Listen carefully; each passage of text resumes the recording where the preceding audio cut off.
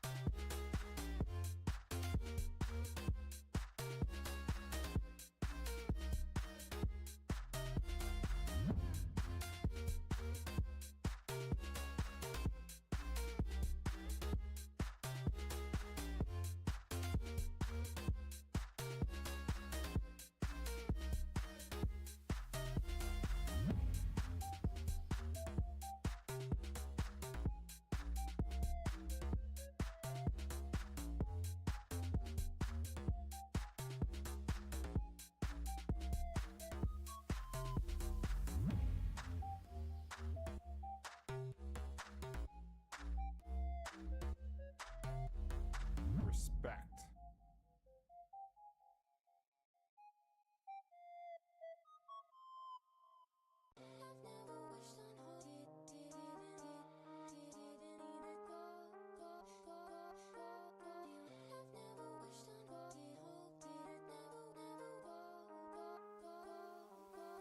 Respect.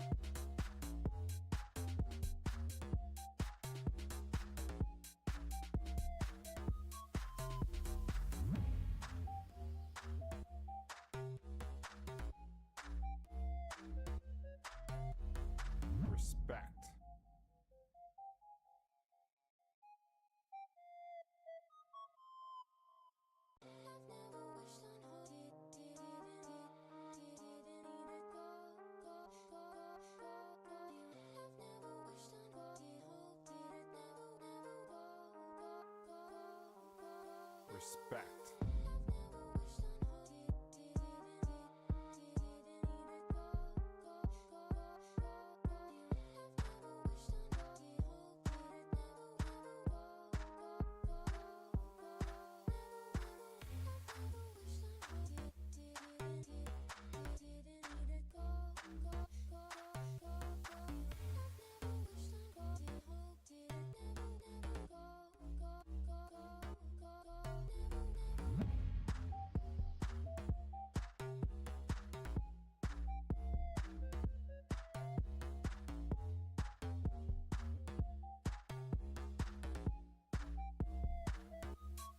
Respect.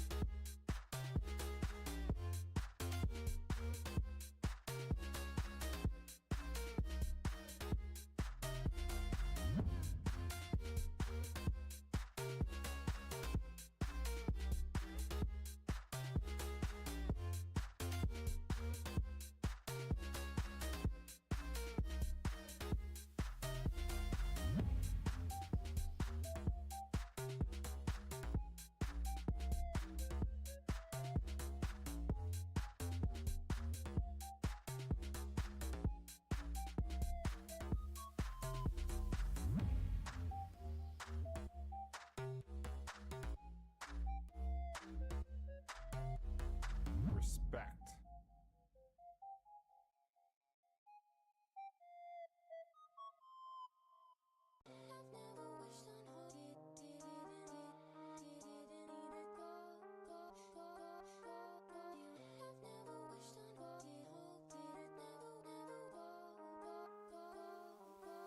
Respect.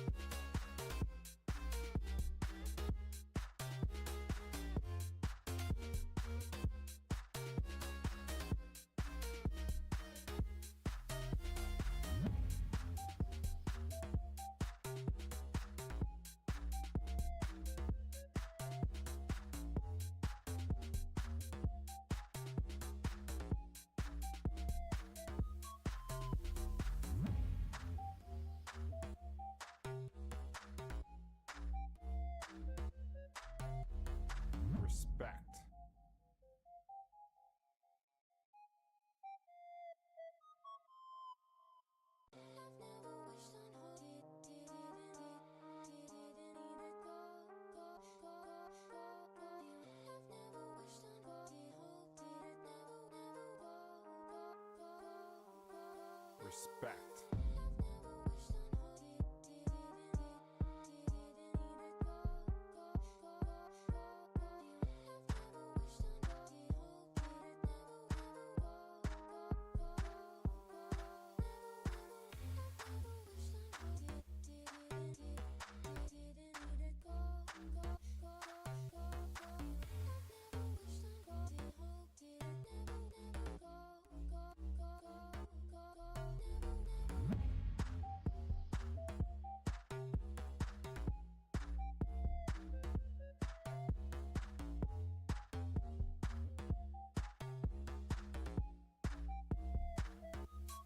Respect.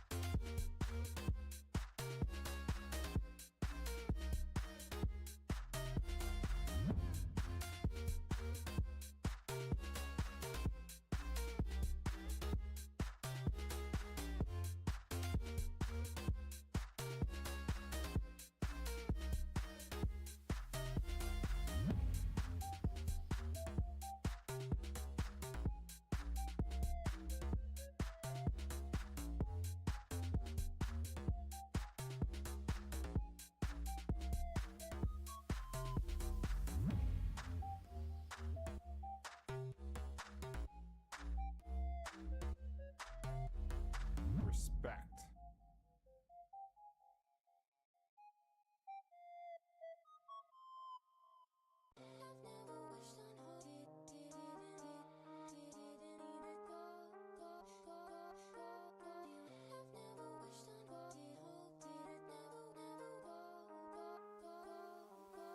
Respect.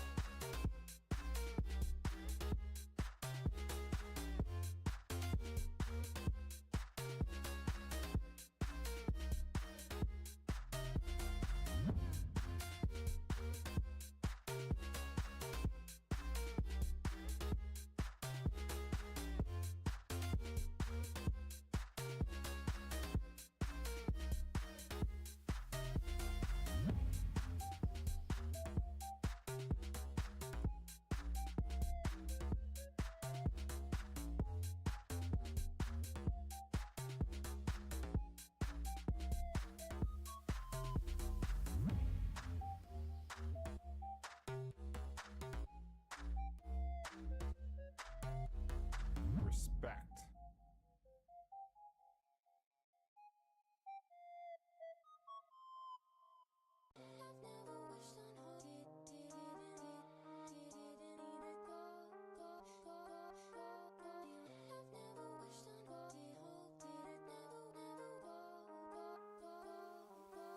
Respect.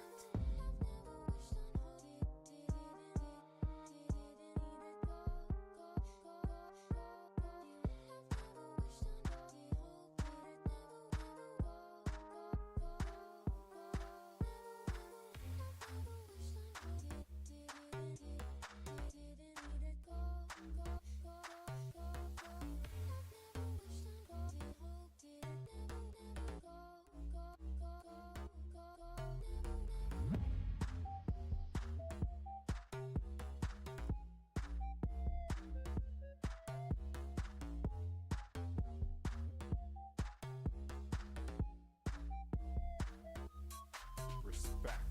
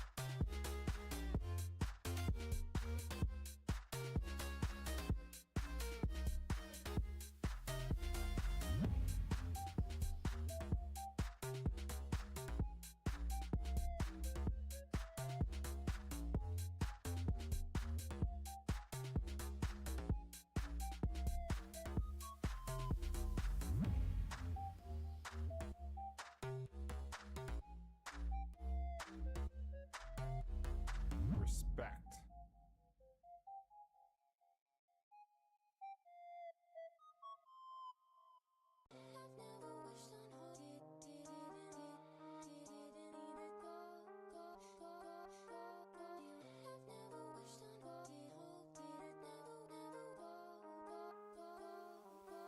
Respect.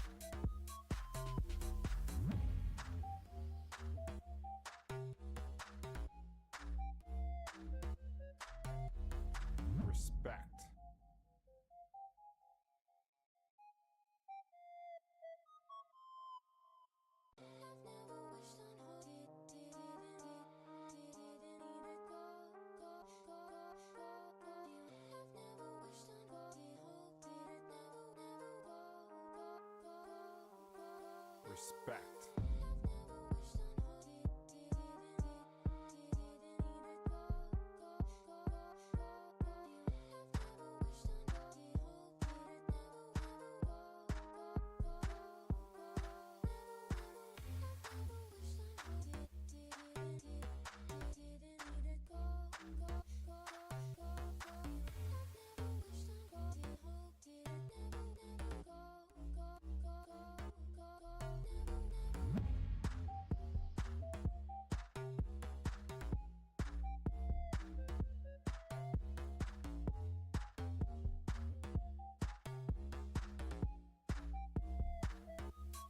Respect.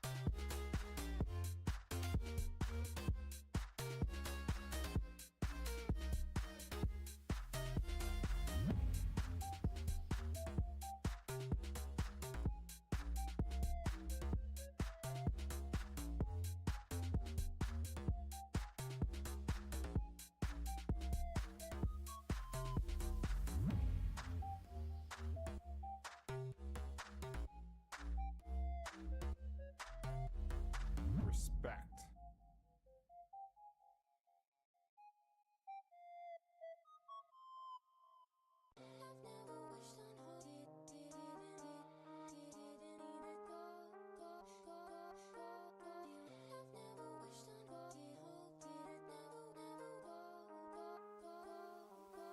Respect.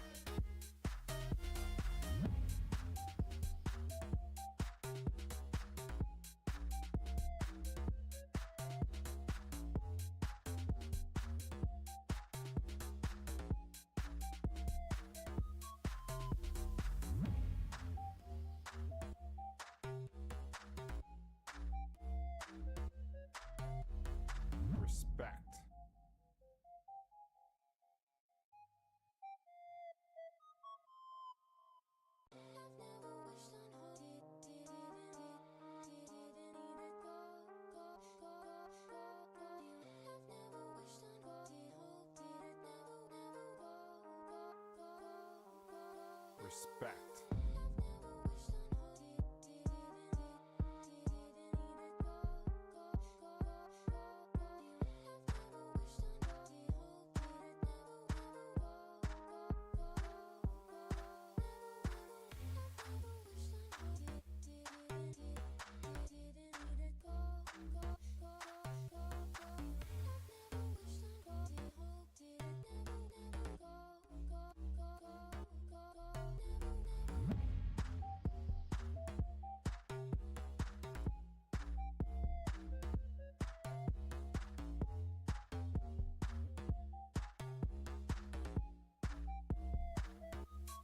Respect.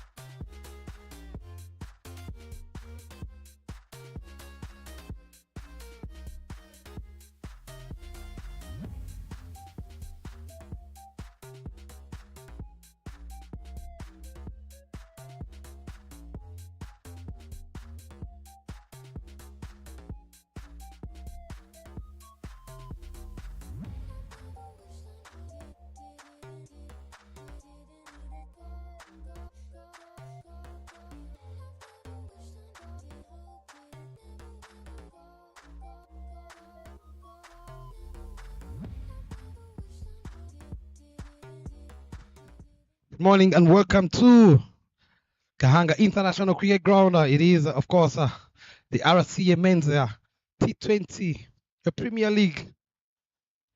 Two teams locking horns. It is, of course, the familiar rivalries of Spartans taking on team challengers.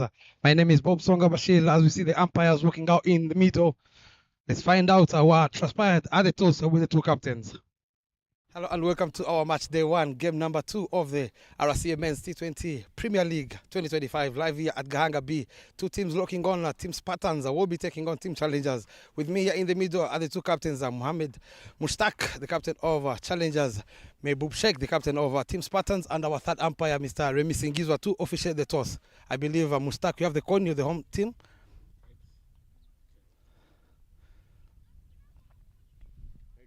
Heads is the call.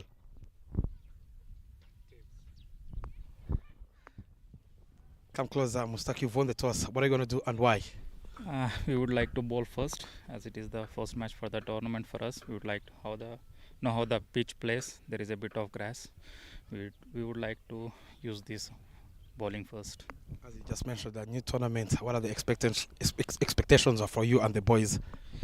Yeah, expectations are simple. We need to lift the cup. We have missed the last tournament by small margins. We need to rectify the errors, what we have been doing. We are good to go now. What at all do you feel we're going to restrict the Team Spartans? I'm not sure, but anything below 130 will be good for us to chase it down. Okay, all the best. Thank you so much. Mehboob, you lost the toss. Did you go in your favor as well? Yeah, we would like to bat first. So, they selected field, so that is in our favor only. So, our target maybe 130, 135 plus that one as per the grass wicket. So, we need to go. And this is our first match after a long time. So, let's stick in our, the strategy and we'll do. Okay, wish you the best. Thank you, sir. And you had it from the two captains that the news coming out here in the middle is team challengers have won the toss and they have decided to have a ball first. You had it loud and clear from the two captains. Team challengers, Mushtaq Mohammed winning the toss, deciding to have a ball first. On your screens, it's going to be none other than Zaid Khan opening the batting for team Spartans alongside Kumar. Let's have a look at the two sides taking field in this clash between Spartans taking on team challengers. Sairam Gopalan, Akayoz Martin Bimenyumana Zapi with no surprise will be opening the bowling. Brandley Kavu, the new entrance all the way from Kenya. Chusa Ive, Didier Kubgimana, the wicketkeeper batter. Daniel Gumisenge, Hamza Khan, Mushtaq Mohammed, the captain, Mutuyimana Evoda, Soboga Siraji, and Joseph Tuishimire. And Spartans led by the captain, Mehboob Sheikh, Chiranjita, Tukorimana Abel, Kanuga, Asifa, Kumar, Dinesh Magnati, Ramu, Nikuf Saraf, Shema David, Vip Kumar, Zaid Khan, who is opening the batting, and Kanuga Hanjala will be taking the field for the Spartans. I won't be alone here in the commentary box. I'll be joined by Bryson Bujingo. Welcome, Bryson.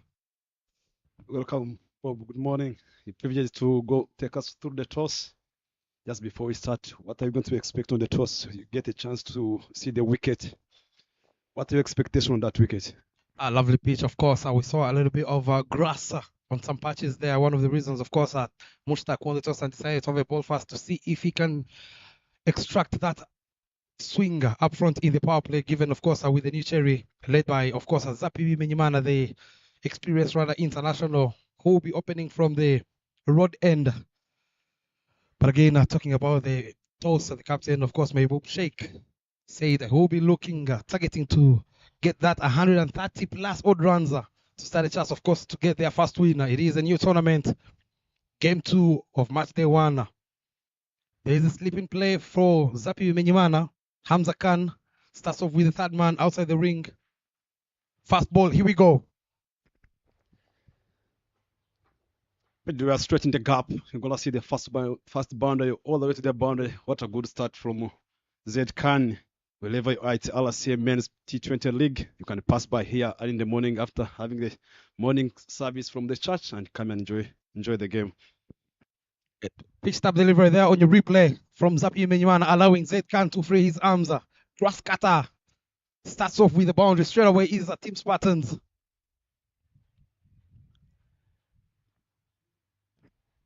Zaid picked this well. The ball was there in the slot.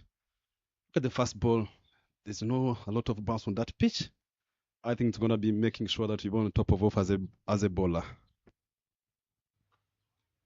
Outside off on that occasion, beaten by the pacer of Zapi Menyimana, trying to heave it over the field. At point is Zaid Khan. A good comeback there from Zapi Menyimana.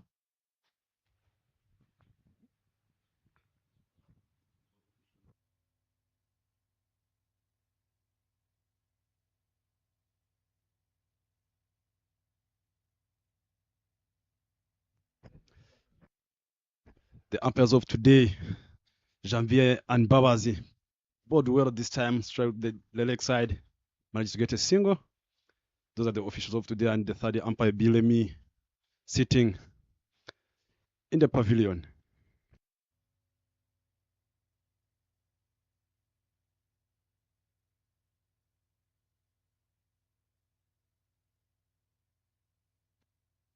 Clear from Zapi Menyimana. He knows Zaid Khan is not a very good player over that short ball. Allowing now Kumar to take strike. Full on the occasion, run out chance, direct hit. Out goes Peking. Very good effort there from covers Siraji Subuga all the way from Uganda. You know, Zaid Khan is not the quickest between the wickets. One of the reasons you can see he's putting on a smile on his face. He's missed that by a whisker. Mr. Bob, loving to see Spartans. Those are the players who have been playing for challengers. As they're getting a little bit older, they just want to join another team. What's your take on that? You'd say these are friendly foes. More of brothers. Ooh, squares him up straight away, trying to create room to access the offside is Zaid Khan. A very good comeback indeed from Zapi Menyimana after going for a boundary. The very fast ball. Last ball to come. I'll tell you, these are more of a brother thing. Zaid Khan, Kumar, they all played for challengers. But they are out there in the middle to battle it out. The last ball to come from the first over.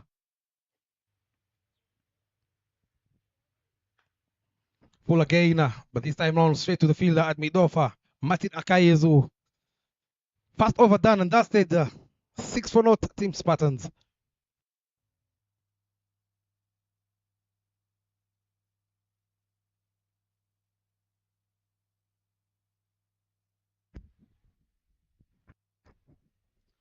You can see Martin, I think, is the one who's going to bowl the second over, coming to bowl from the mound end. Having a lot of experienced bowlers in the team. Most of them played on the national team, played a lot of cricket. They know what, starting with the new ball, what it means for the team.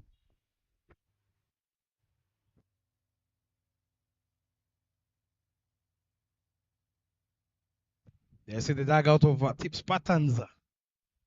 Very casual dugout indeed. Martin Akayezu, another speedster runner international, will be sharing the lead cherry with Zapi Menyimana coming in from the mount end. Stem field for him, a sleeping play in Hamza Khan, a third man, and the deep mid wicket. Interestingly, for Martin Akayezu, he has a fine leg inside the ring in Sairam Gopalan. So you would expect to see him targeting that outside off stump. And I think that the feed set tells you what he's supposed to bowl. That is the plan. Let us see. The most important thing to see one of the pace bowlers using their fade. Started with the wide. White signaled by the umpire. A little too wideish on that occasion from Martin Akayezu. And again, when you look at the way he's been going by his bowling in the previous tournaments, he's one of the bowlers who's leaked a lot of extras up front with the new cherry in hand. Given the pace he possesses, I would love to see him targeting that top of off. Trying to be the outside edge. Outside off again, but this time round, the umpire says it was well in with the reach. I think that's well said. As an opening bowler, you've got to make sure that you're going to use the benefits of a new ball. Asking a question to the batter. Let the batter, any ball, deliver your ball.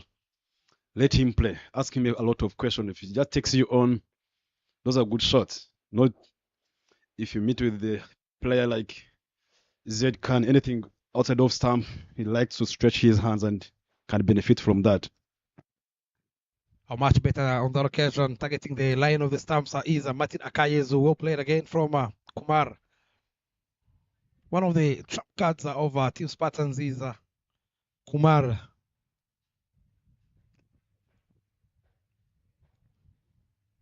They would love him, of course, to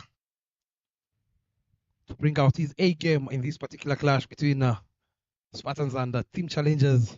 Trying to see if they can get that good start of 35 without losing a wicket in the power play.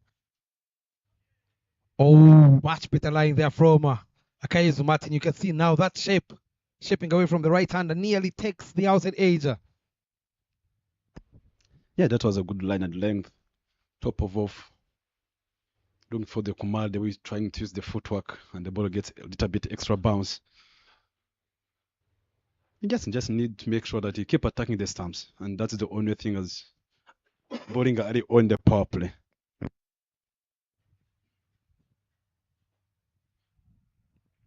Should go down as another dot ball. A very good comeback indeed from Martin Akayezu after going for an extra from the very first ball of his spell. Of course, having won the toss, his Team Challengers decided to have a ball first. They would love to make the inroads out front, pick up a wicket or two in the power play. He's threatened the outside edge on a couple of occasions. In this over is Martin Akayezu. A full again into the pads. Quick single taken by these two. That should release some pressure from Kumar, allowing out Zaid Khan to face the last delivery of Martin Akayezu. He's already picked up a boundary, is Zaid Khan. Moving slowly and steady is Team Spartans.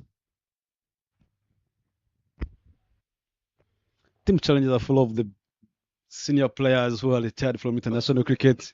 Evode, friend of yours, you played together.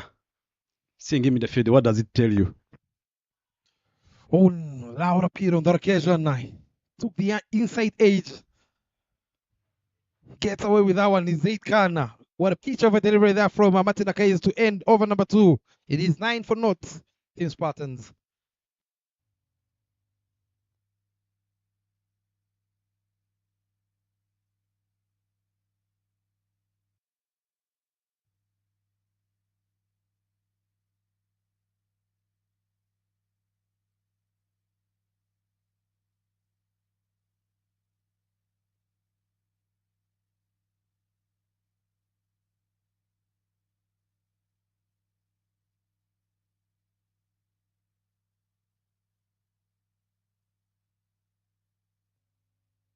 Coming back to your point, as we see Zapi Mana coming into ball, he's second over. Of course, seeing the likes of Evod, Mutuyimana, a character who has played for challengers for nearly 15 years now. Tells you, I think, O2 on discipline. Rashtima catches the call and the catch is taken by Evod Mutuyimana. Zabi Menyimana draws fast blood, rushing Zaid Khan into that shot.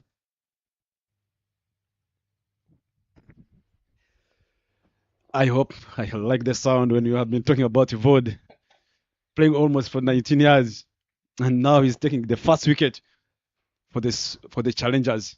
What a ball from Zapi, top of extra bounce. Zed he never had any clue on that ball. Absolutely there, Bryson. Seam up delivery there from Zabi Menyimana up. Tells you all the experience he possesses. Zaid Khan, first wicket to fall, caught by Mutuyimana Evod. Going for only 5 of 7 deliveries. Lovely pitch of a delivery. Let's have a look at that again on the replay. Nearly took off the helmet. Started to put on the bat up in the air. And Evod, who was fielding a short fine leg, made it look very easy as he picked up a very good catch. 9 for 1 after 2.1. Team Spartans.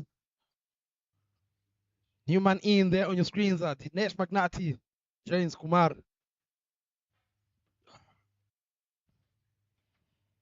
He knows the thing O2 on how Zapi is going to apply himself. He allows space on is Dinesh Magnati.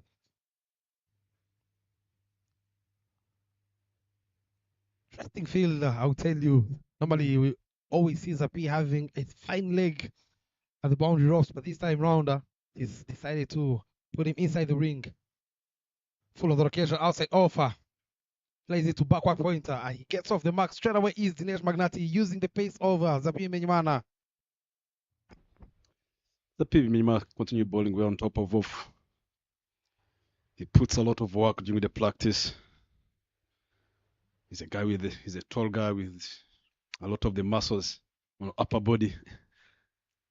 Hope he can keep doing this for the team challengers, and he have been doing this for quite many times and many years for the challengers. Full again, squares him up straight away, nearly takes the outside edge over Kumar. That late movement there from Zapi Menyimana, one of the reasons he's putting on a smile there on your screens. I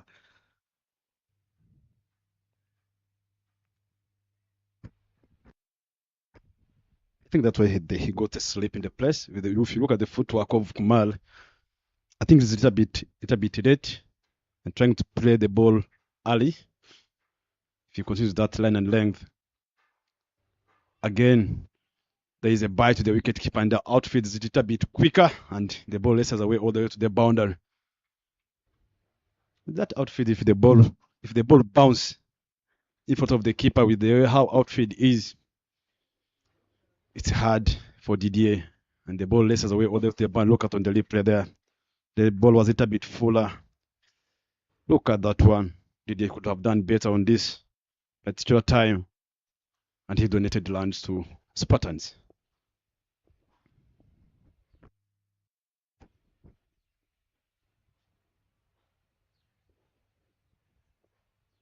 Kumar was on 8 balls. He first managed to get only 2 lands. Another edge there, straight the slip all the way to the hands of Hamza Khan. I think that's why you have been talking about having a slip in the place and know the light ball to ball to such a batter. Oh, what a pitch of a delivery again to pick up his second wicket is Zapi Menyimana. Shaping away from the right-hander is Kumar. Missed out on a couple of occasions, threatening his outside edge, but this time round, he takes the outside edge straight to the bucket hands over Hamza Khan in fast leaps, who takes a very good catch indeed. Let's have a look at that again on the replay.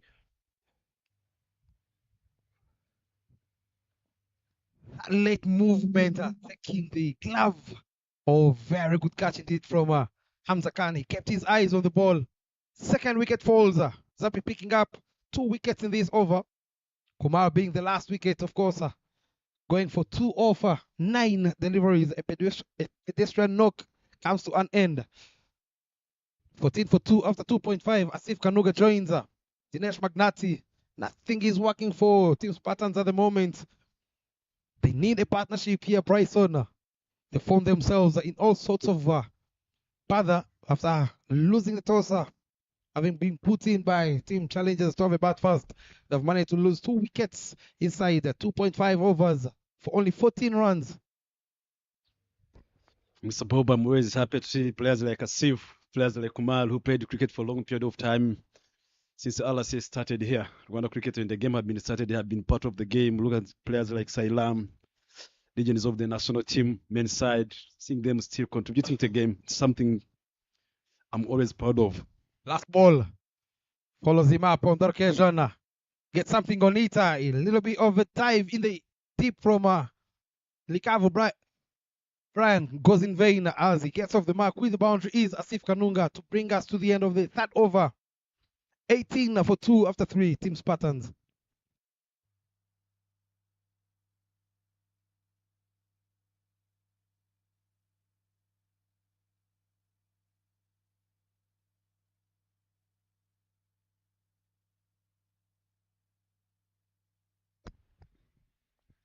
Three overs done, 18 for 2. Martin Akez coming to bowl his second over. Let us see what he can do. Got a hat in payers as the coaches tell us. Sapir Menyumana, who just picked up 2 wickets in his previous over. He would love, of course, to see his partner there, Martin Kayezu, try and do the same. Same feel again for Martin Kayezu. A third man in Tusa and a deep mid wicket in Brian Likavu all the way from Kenya.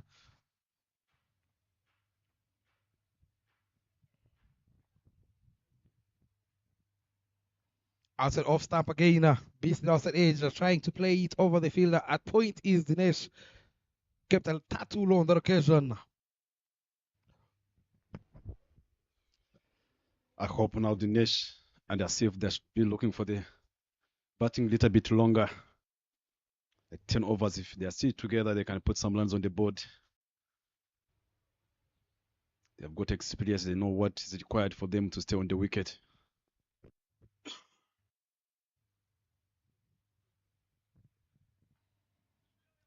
Touch and go there from Dinesh, but nowhere to go, says Daniel Gumisenge there at point. Coming back to your point there, Bryson, I would love to see them occupy the crease more. It's the only way they're going to get runs on board. Try and tire the bowlers up front. Get the shine of the new cherry. For the first time, of course, these two sides are facing off each other in this year. The last tournament, they batted first is the Team Spartans, scoring 114 in their allotted overs for the loss of 8 wickets. A pitch on the occasion straight to the fielder in the deep at third man, Chusa Ivan. He keeps the scoreboard ticking is Dinesh Magnati, where, of course, if I'm not mistaken, they lost by 6 wickets is Team Spartans, challengers chasing down 114 in 16 overs. So if they can get anything around that 100 odd runs in this, you never know. But again, Bujingo Bryson, it is a long way to go, given, of course, the way Zapi is been breathing fire on the other end. I think it's going to be easier for batters of Spartans. They can utilize a little bit multiple balls, a little bit away wide, and that's a kind of can use try to utilize the pace. Make sure you keep the board ticking. Follows him up again is Martin Akayezu. Very smartly done. They know Asif Kanuga loves creating room. He is a very good player on the offside. One of the reasons, of course, you've seen Akayezu Martin targeting him into the pads. It's going to be an interesting first innings here, given, of course, they have Siraji Subuga, Hamza Khan, who was the best bowler in the previous tournament. Spin coming in right after the pace bowlers. He follows him again is Martin Akayezu. It's that angle he brings in.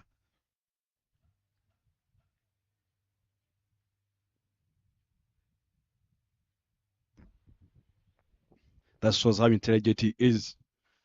Following Asif trying to create the room for himself, but Martin being more brave enough. You go, I follow you. I want you to play.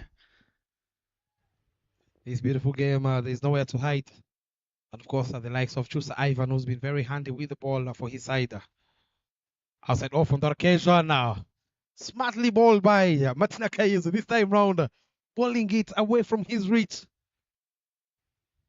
to bring us to the end of the fourth over. It is 19 for 2 after 4.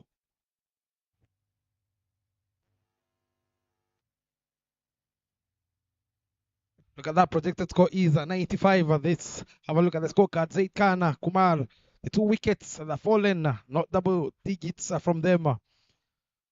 Falling to Zapi Miniman, of course, caught by Vodmo Tuimana the first and Hamza Khan in the slips. Zapi, after picking up 2 wickets in his second over, he's been given the third over from the captain. Why not? Of course, they will love to see him pick up yet another wicket or even 2 more overs to go in the power play. How many more runs do you think Team Spartans is going to add on this 19? If they can get to 11, I think it's going to be play ball this well in the middle stump. If they can get almost 12 runs, for me, it's nice for the team of Spartans because they have lost early wickets. Then the consolidation period now, they should not try a lot of things. As long as they bat it a bit longer there, they wait for the spinners. I think after power play, they are good to introduce the spinners. Any day, any time, they have 12 overs of spin down the leg side on that occasion from Zapi Menyimana, straying down. Obliges is the umpire, Janvier, indicating a wide.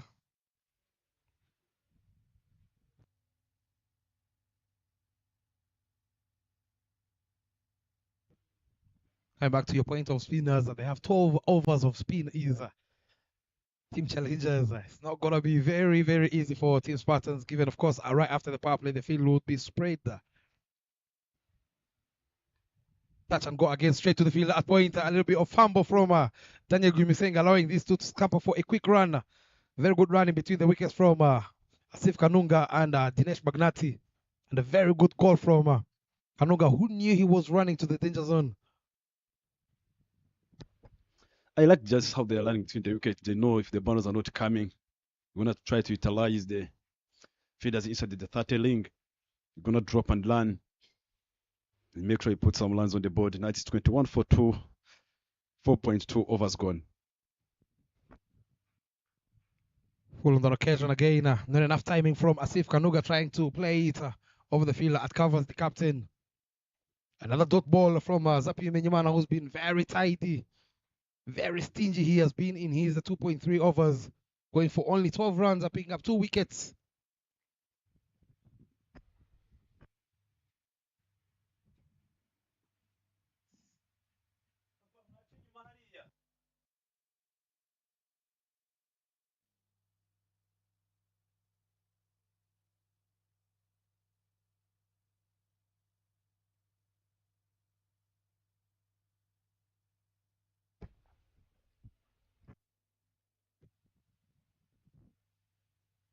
Will nearly take the leg stamp out of the ground is Zapi Menyimana.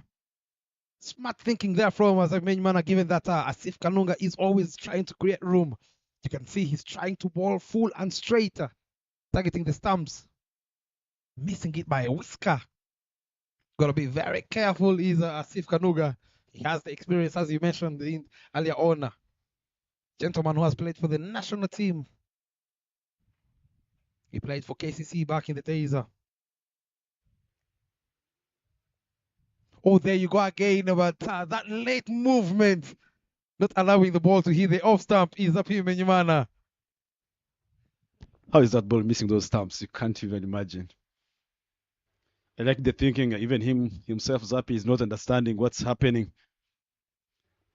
They always say fortune favors the brave sometimes.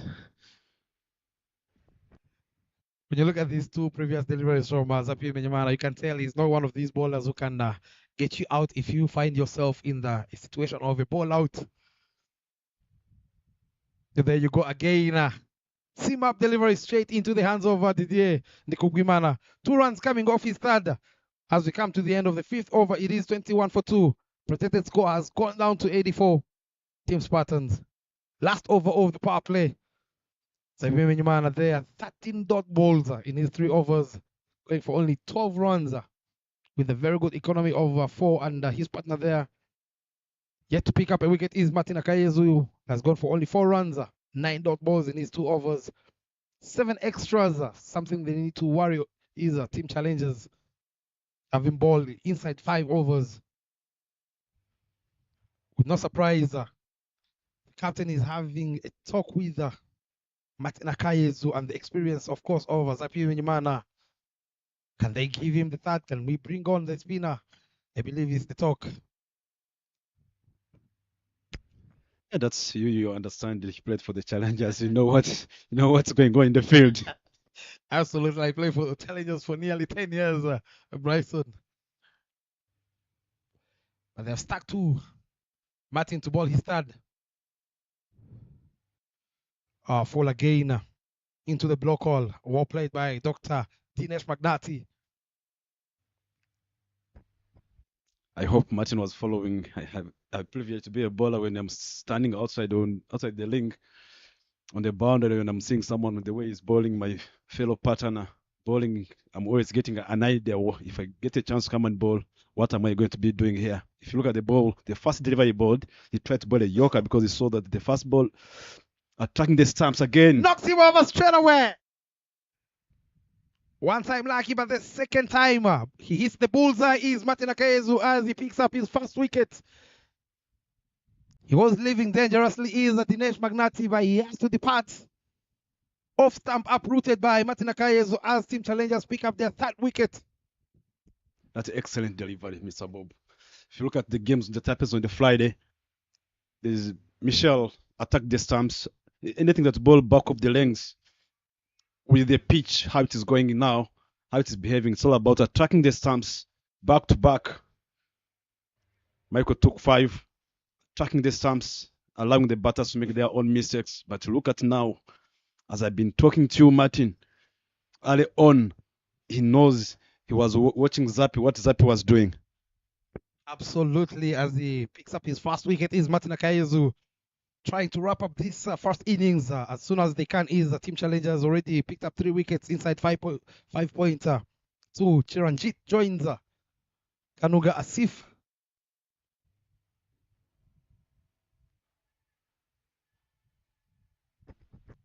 But I just be asking you a few questions here. You're privileged to be a national team captain. You played a lot of cricket as a batter.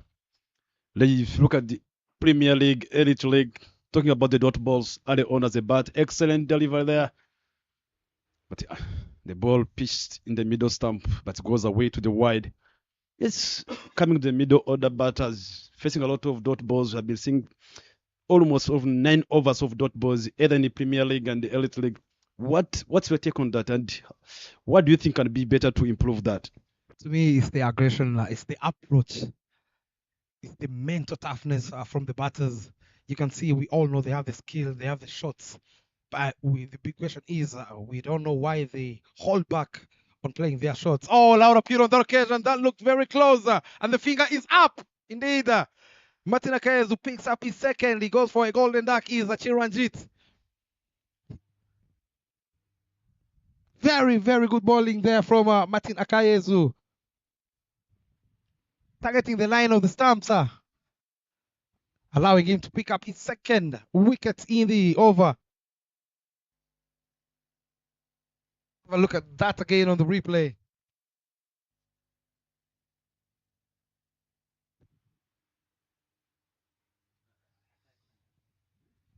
Lovely call there from the umpire.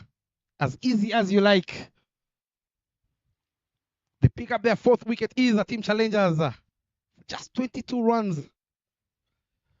Coming back to your point, I believe it's the approach from the batters. So on Friday here in the Elite League of the men's team scoring 156.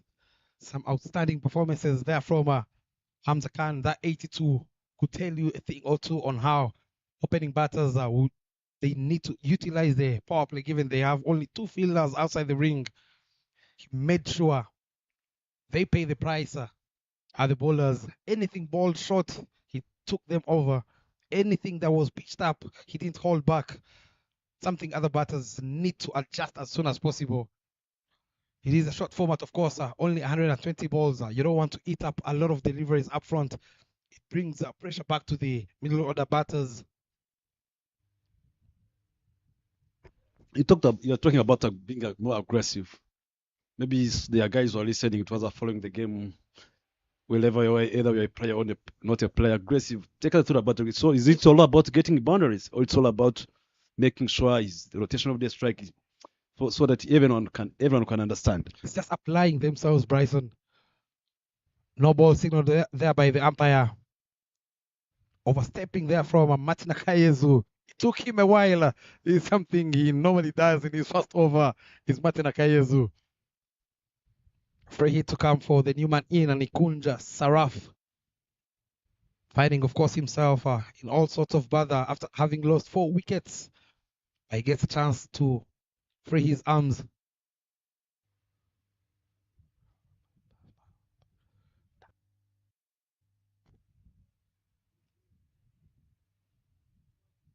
Expect to see Martin Akayezu going full and straight and quick. Ooh. Smite the leather, young man, says Martin Akayezu. The effort ball comes into play. Rushing the batter who wanted to pull it. Cramping him for room. Courtesy of his pace.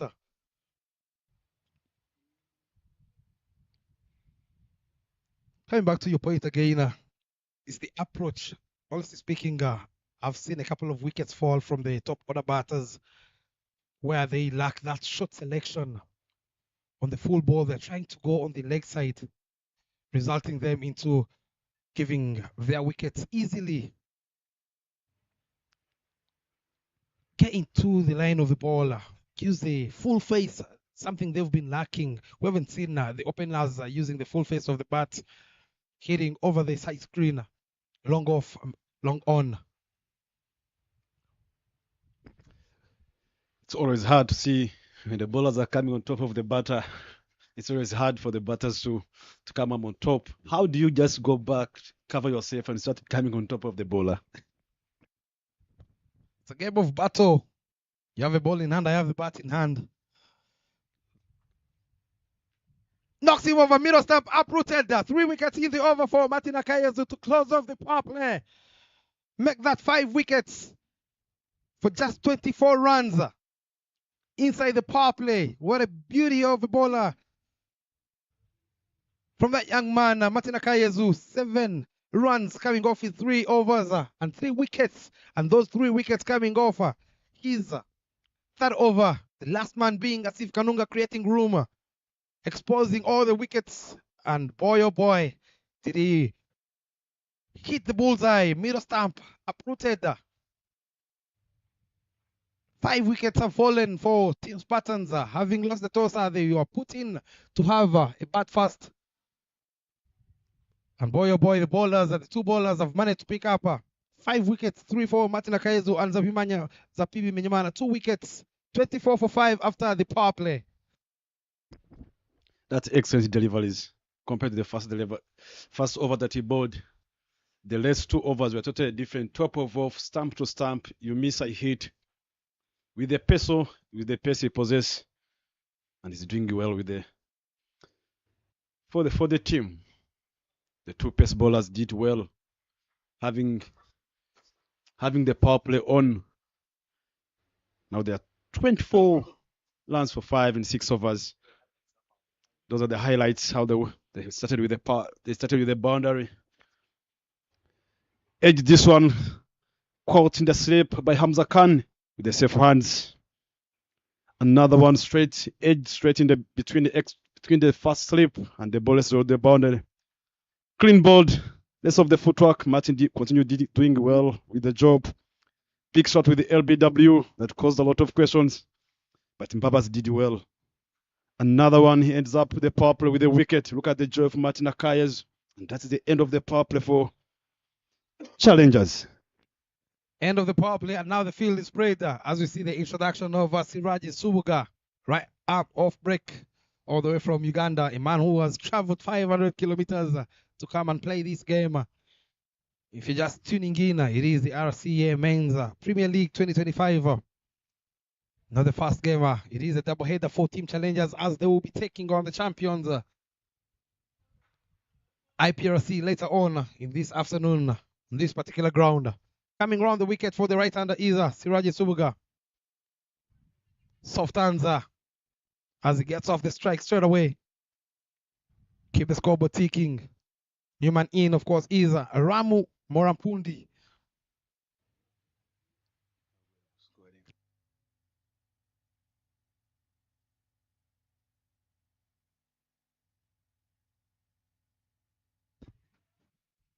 A player who's been in this side for challenges for quite some time is Siraji Subuga.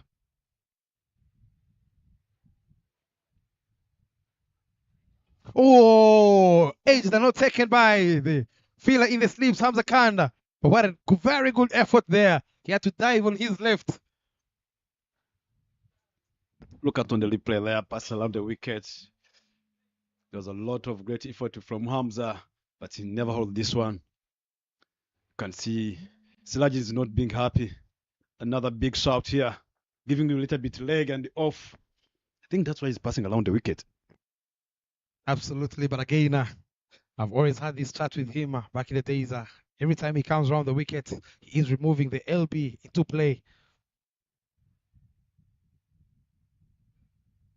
Very good bowler he is. He is going to vary at his pace. He loves rushing the batters. Touch and go again, but straight to the fielder at covers Brian Likavu. Another dot bowler. It's been the story for Team Spartans. A lot of dot balls and losing wickets in quick succession. Last ball to come from his first. Dot ball again. He goes for only 2 runs in his first over. Is Siraji Subuga as we come to the end of the 7th at 26 for 5.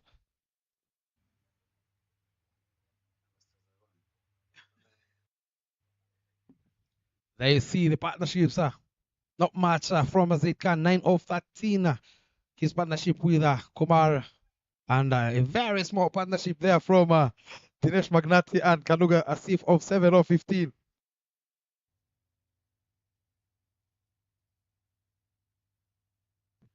Nine extras being bowled so far in the 7 overs from team challengers. They need to adjust as soon as possible. They have a big game in the afternoon as they will be taking on IPRC. Interesting move there from Mohamed Mustak as he's decided to go with Martin Akaiz to wrap up the tail, finishing his quarter from the mount end. 4 overs on the trot from the Rwanda International Martin Akayezu. Beautiful figures. Can we see the first fifer in the tournament? He has a very big chance. 6 deliveries to come. They put in a sleeping play in Daniel Gumisenge. Hamza Khan might have hurt himself on that previous chance, of course, from the over Siraji Subuga. Martin Akayezu to ball his last. Full again, follows him up straight to the fielder at mid-on. A vote to Yumana, who's caught napping, allowing them to scupper for a quick run. Let us see, talked about the fiver. Everything is possible here as long as you keep asking a lot of questions to the batters inside there. They've got a lot, the pressure is on. Let us see how they are going to handle this. Nikut Saraf. Oh, beautiful ball there from Martin Akayezu. Full and straight.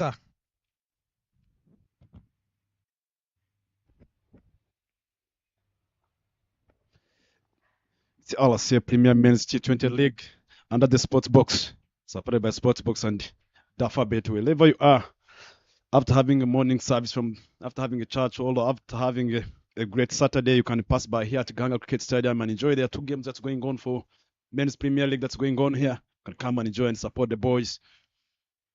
Another can bring a big shout. Yes, it is.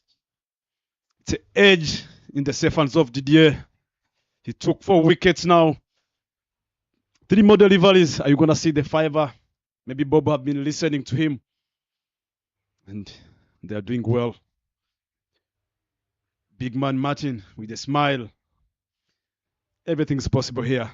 Now, Ikuji Salif went 10 balls that he faced, managed to get only 2 runs.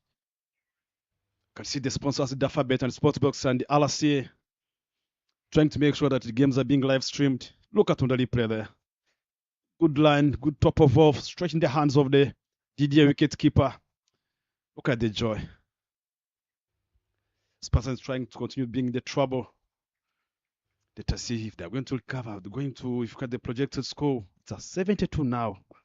Martin's continue doing the job. Absolutely. What a pitch again to pick up his 4th wicket. More of a test wicket here for me from Martin Akayezu.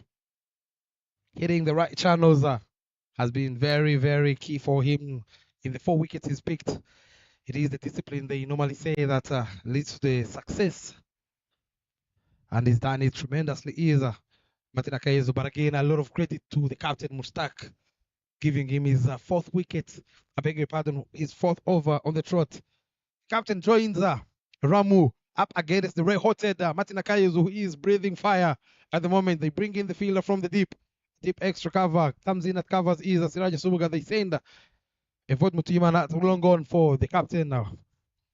For his long levers, I expect to see him going for a short ball or full and straight. Full and straight, it is up and taken. That's the first fifer. What a grab there from Daniel Gimisenge. A golden duck there from the captain, Mebuchek. Martin Akayezu, you beauty. First fifer in the RCA Men's T20 Premier League. Courtesy of Martin Akayezu. Going for only 8 runs for his 5 wickets. 2 more deliveries to come. How many more wickets can he pick as they lose? Yet another wicket is the Team Spartans. 7 wickets to be precise. Last wicket being the captain going back to the dugout for a golden duck. A dream start indeed there for team challengers in this tournament. A lot of smiles there from the youngsters. Let's have a look again. Full targeting the off stump.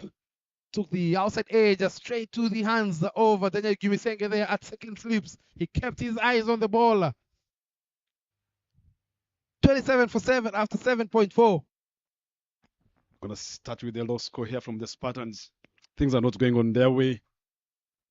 It's time for the bowlers now. The tail enders coming in now. Now the pressure shifted the bowlers. And I always know the bowlers that sometimes they're going to come and start swinging their bat. And at the end of the day, they can get some runs on the board. I want to see another wicket, 2 more deliveries to go.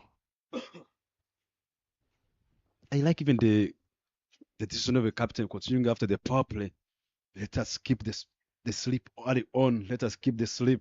The strategy is working for him. Why not keep attacking? It is the game of challengers at the moment. Having picked up, of course, 7 wickets. Vip Kumar joins Ram, who's been watching a lot of action from the other end. He's already faced only 2 for his 2 with a very good strike rate of 100. Very smart batter is Vip Kumar. Very patient he can be. Also featured for challengers back in the days. Up against the red-hotted Martin Akayezu. Full again into the pads, flicked. The chase will be on by Sairam Goparan, but gives up the chase. Leg by signal by the umpire. On that occasion, Martin Akayezu straying down the leg side, allowing the Team Spartans to pick up yet another boundary.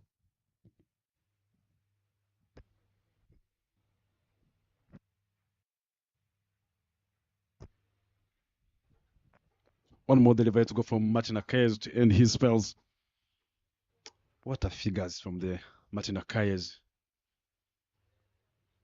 Bowling the light areas, top of off, not trying a lot of things. So that he did a job for the team. As a bowler, I'm going to do my job, and as a batter, you're going to do your job. That should be a very end of a fantastic spell there from Martin Akayezu, picking up 5 wickets going for only 8 runs in his 4 overs. 31 for 7 after 8 overs. Protected score is at 78 for Team Spartans.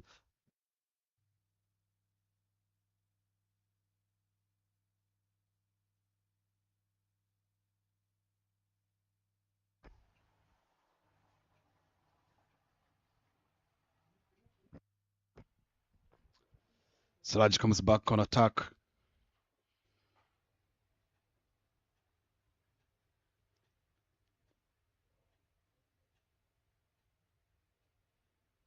Great job by the opening bowlers of challengers, making sure they get the early on wickets for the team early on the power play. Did a great job for the team. That's a brilliant stand.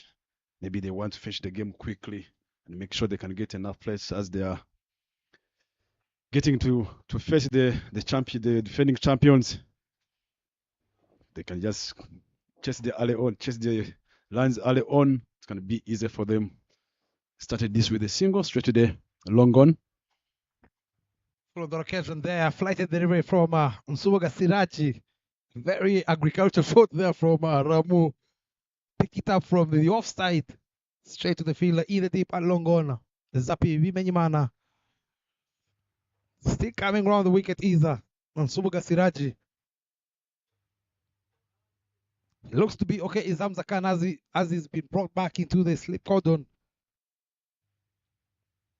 Into the path again, walked on the onside. Any day, anytime they'll take that single, given that Evot Mutuyimana is fielding a short fine leg. Always got napping in the field, they would say. Do you think it's the age? Is it aging or what? It's kind from the injury. He was operated. I think the recovery is in the recovering mode. Cutted this one, but there was extra edge to it, and the ball passes all the way to the gully, and the ball races away to the boundary. I think it's not because of the age. I think that injury that he got affected him big time, and I think he can do better than that. Whitish there on the occasion from Suga Siraji. He pays the price again. It is that angle we kept talking about coming round the wicket as an off breaker. And this time round, balls it slightly away from his reach. Gets the bottom edge, allowing it to run all the way to the boundary. The outfield, it is electric here at Gahanga B. See, he is apologizing to his teammates. 37, moving closer to that 50 mark is Team Spartans. Quick on the occasion, Apish into no man's land. And they pick up yet another single. Very good rotation of strike from these two. But again, when you look at that single, you'd ask yourself, why do they have a long off? Is team challengers, given, of course, they have managed to pick down 7 wickets inside 8.4 overs. Keep attacking. Try and pile up the pressure. Oh, another outside edge, but straight to the fielder. At slips. Oh, sloppy there from Hamza Khan. Unnecessarily throw. Allowing these two to pick up yet another boundary. Coming handy. And the runs are for Team Spartans. I think that idea was going through in my mind. We have already taken early wickets. I think we're giving away lands for the team, but now I think they were listening to long off coming inside, dropped cow corner. I think it should be the same. We should keep attacking feed whatever that happens. A pitch on the occasion, catch it the cover, he will drop short at the field, and long on Zapi Menyimana. The biggest of the overs so far, 9 runs coming off. Siraj's second over. It is the end of the 9th. 40 for 7. Team Spartans moving at 4.4 runs and over.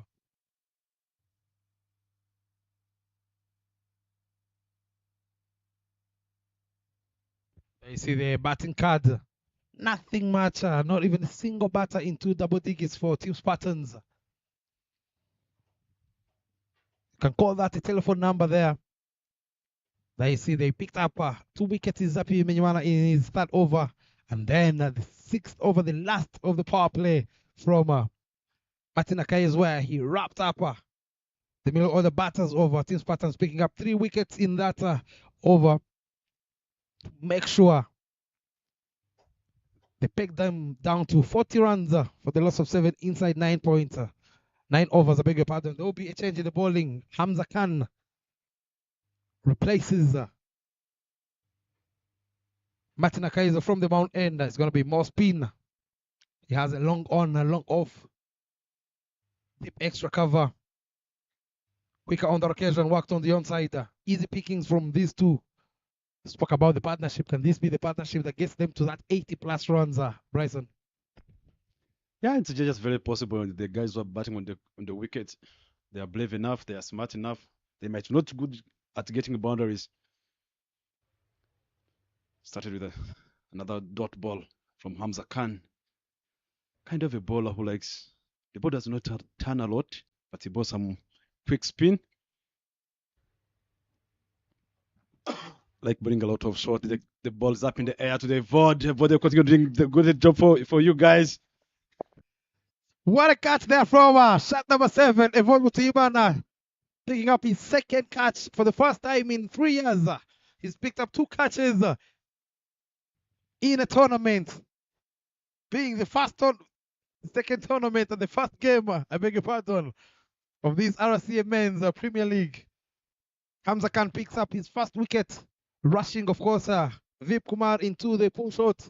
Didn't get enough timing, making it very easy for Evolua to run from mid wicket, I beg your pardon, to take a very good running catch. Made it look very easy. Quick on that occasion there from Hamza Khan. Tries to heave it over the onside, but could only get the bottom edge to the bucket hands of Evod Mutiyumana. 8 wickets down. Regardless the age and the injury he got, but the technique was light. Being under the ball, the timing, the judgment was outstanding from him. I think that's why he took that catch. Hamza Khan, injureless batter, continue to do the job for the team now. 1 more wicket outside. Not a good start for Spartans. They're gonna sit down and strategize and again come up with another plan so that they can do better the next games that are coming up. Turning out to be a very quick early shower for team challengers as they will be getting ready for IPRC later on this afternoon here at Gahanga B. Now the first game, of course, the first game is down at the main ground.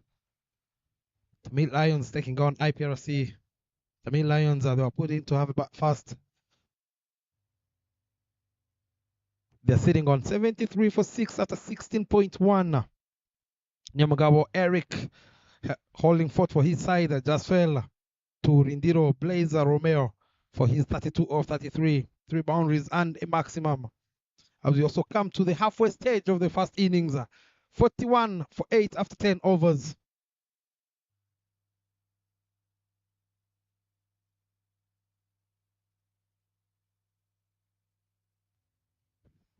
.38 dot balls so far in this particular 10 overs. The clash between the challengers and Spartans. 17 singles have been taken, 3 boundaries, and 13 extras balled by team challengers.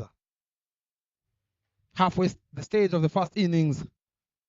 It's just a matter of time who's going to pick up the last 2 wickets. Team challengers, they've gone to another spinner. Right arm off break in Chusa Ivan. Chusa Eve. A name that has always troubled me. Most of the people call him Chusa Ivan.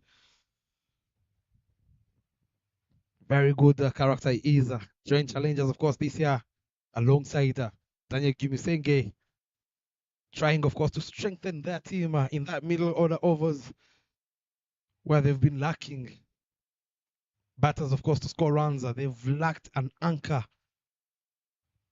They have the likes of just Ivan and Daniel Gimisenge, who also feature for the national team.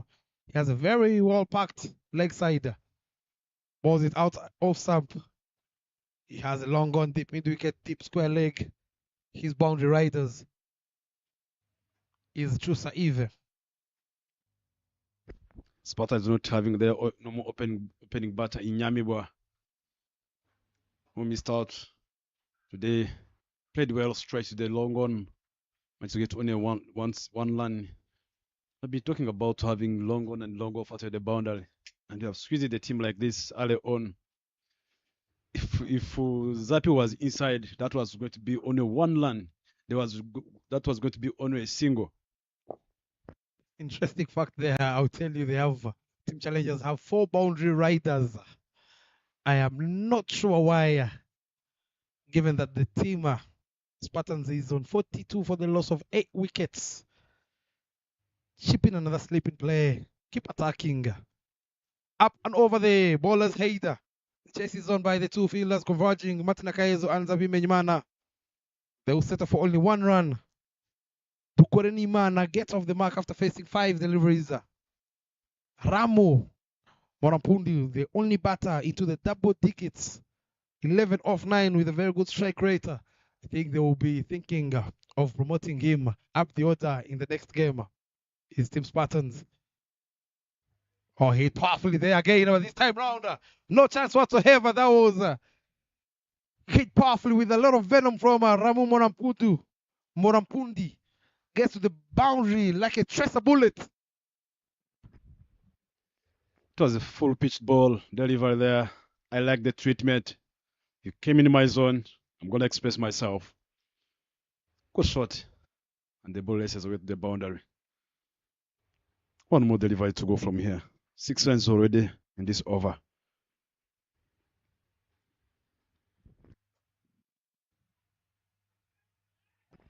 He swept this.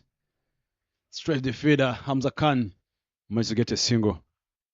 To the end of 11 overs gone. The score is 48 for 8. Those are the fans watching both games with the physio sitting up there, making sure that he can treat players well. I was asking myself a question, Bobo. One day, incident might happen on both grounds. I also ask myself what will happen when the incident happen on the both ground. Maybe you as a senior player, as a player, you know, if it happens, what's going to happen that day? When we saw we have got only one physio sitting on the chair that side, following both games. What if incident happens at the same time, one ground, another ground?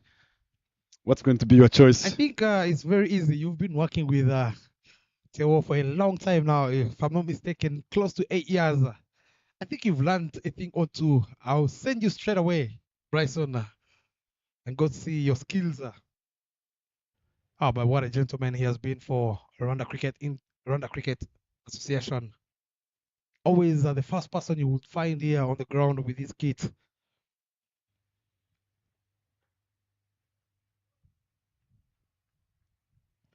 Edging closer and closer to that 50 mark is Team Spartans. As Hamza Khan comes into ball his second over. Again, they have 4 boundary riders. Is Team Challengers. Swing and a miss there from Morampundi, trying to create room to access the offside. The idea is very good given that there's no deep extra cover. You're going to need some timing. Swing and a miss again. He's playing with the wicketkeeper is Hamza Khan. Top of off line and length. I hope with that swing, I think Daniel is a little bit close. I hope if he can go like 2 steps behind, it can work for him. Played very well here over the top. I'm going to see another boundary. There's a chase on, yes, over extra cover, and the ball laces away all the way to the boundary. That's for sure. Who's been looking for is Ramu Morampundi, and this time round a very sloppiness there, outside off stump there from Hamza Khan, and given of course the pacey ball that is Hamza Khan, allowing the ball to go all the way to the boundary. The moment it left, Martin Akai is there at point. The outfield is electric. No chance whatsoever for that chase. 50 comes up for Team Spartans inside 11.4 after losing 8 wickets. Round the wicket he comes. Keeps the scoreboard ticking.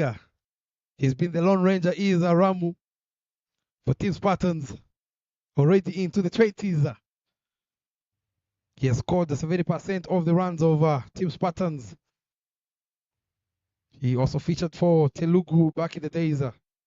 Full again, and a very good rotation of strike from Dukore Nimana, playing a very handy knock, rotating the strike, allowing Ramu to face more deliveries as we come to the end of the 12th. 54 for 8. Projected score has risen again to 90, moving at 4.5 is Team Spartans. Later on, I thought we're not going to spend more, almost 15 overs, but we were heading here. I saw the captain trusting Zapi, come back and try to get a wicket early on here. You have got 1 over remaining. Are you going to see another 2 wickets like what Martin did? The idea should be bowling full and straight is Zapi Menyman, of course, given the pace he possesses. We've seen these two trying to create rumor. If he can target that Yoka in, I believe this can be a wrap in this particular over. 2 wickets to go. He sends Bradley Kavu back at the deep extra cover. 3rd man in play. Fine leg inside the ring and mid wicket and deep square leg. Here we go. Zapi coming in to bowl his last. Full on the occasion. Up and over. The chase is on by the captain, Mustak. Ooh, very sloppiness there. He brings in his football skills. As the youngster Dukorimana picks up a boundary, much needed boundary.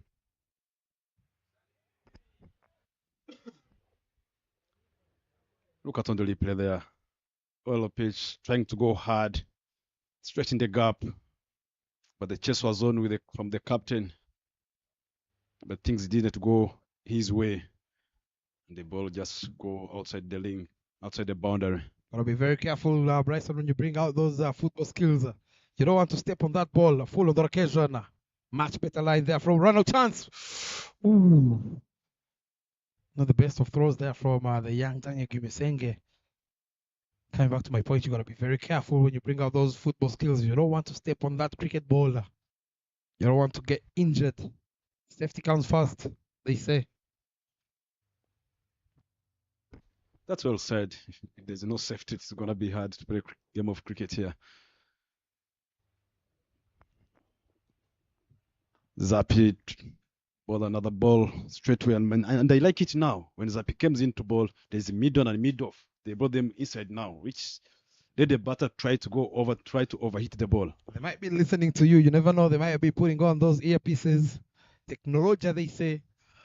Zapi Menyimana there, walking back to his run-up.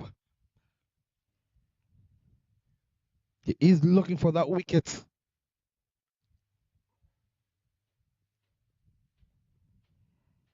He has 3 more deliveries to come. Full again, nearly ricochets it onto his own stance. Run out chance. Wrong end. And overthrows again. Allowing them to scamper for 2 runs. Much needed runs here. Comedy of errors here for team challengers. And this is where they've been lacking. When you look at their previous games, in their previous tournaments, they tend to let go. At one stage, it was 27 for 7. Now it's coming to 60 for 8. They tend up grabbing the opposition with 1 arm, with 2 arms, I beg your pardon, and then when they let go with the right hand, trying to go for the punch, the teams, of course, they take the best out of them. Full again from Zapi Menyimana. Easy pickings from these two.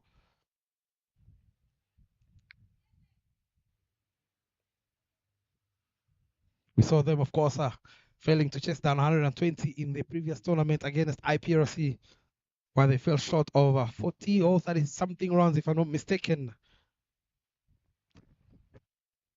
They'll need to readjust and correct those mistakes as soon as possible. They have a better chance of starting off with a win here. But again, this partnership of Morampundi and Tukorimana is moving slowly and steady. Last ball. Full again. Straight to the fielder. Run out chance. Directed goes begging from Martin Akayezu. Very good backing up from the eldest statesman in Evod Mutuimana, who finishes quarter with 2 wickets, going for 20 runs is Zapi Menyimana. 62 for 8 after 13. There's a word you talked about when I asked about your dot balls, talked about the mental toughness of players. If you look at the challenges, how they started, That's excellent overs from me. 4 overs, 15 dots, 20 runs, 2 wickets. Column of 5. Akais Martin did a great job for the team. 19 dot balls, 8 runs, 5 wickets. What a spell from the young man here. Suboga Sludge 2, 4 dot balls, 11. Column of 5.50. Hamza Khan 2, 8 dot balls, 7 runs, 1, 3.50 economy. Chusaive 1 over 2 runs, 2 dot balls, 7 runs, and column of 7. The ability to send the motion for the challenge. I think after taking Gary on after the power play, they tried to relax a little bit, and their pace bowlers were almost done. I think they should have strategized and make sure that the medium and mid of we saw a lot of chances for the medium and mid of they have pushed those feeders straight to the long and long off that gives few donated runs to Spartans. Very good point there you make, Bryson. They've given out, you'd say, 15 runs with a field setting of team challengers, allowing these two to pick up easy singles. Who will be changing ends is Chusa Eve. Full again, worked on the onside. There's protection in the deep. They don't mind these singles coming in handy at these two.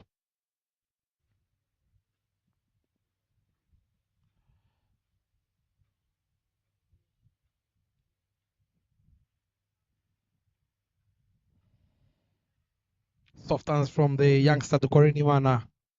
Pick up on the occasion from Chusa Eve.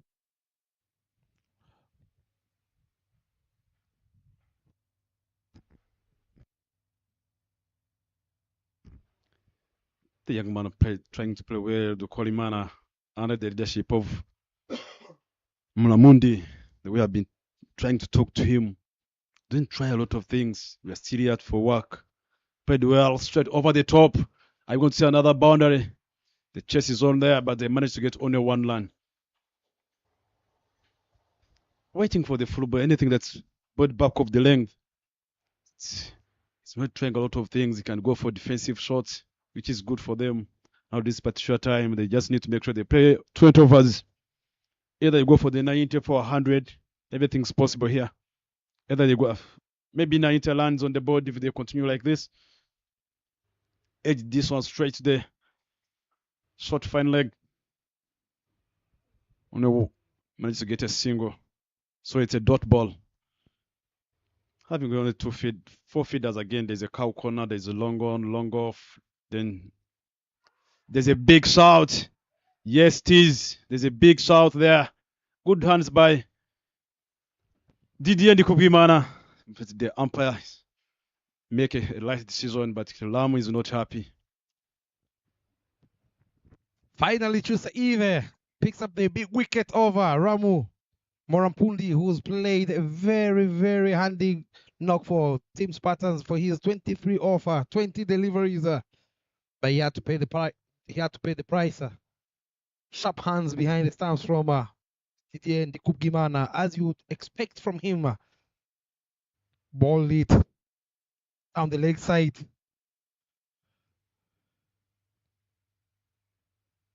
You would say that's a harsh call. It looked to me here from the commentary box that he didn't take the inside blade over his bat is Ramu. But again, the only job we can do is talk here on the microphone, Bryson. As we see the last wicket is the youngster Shema joining to Korenimana. 64 for 9 after 14 overs. Picking up his first wicket, going for only 9 runs in his 2 overs is Chusa Eve.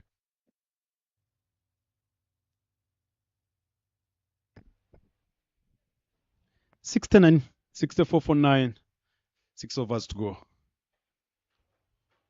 To see what the youngsters, what they can do.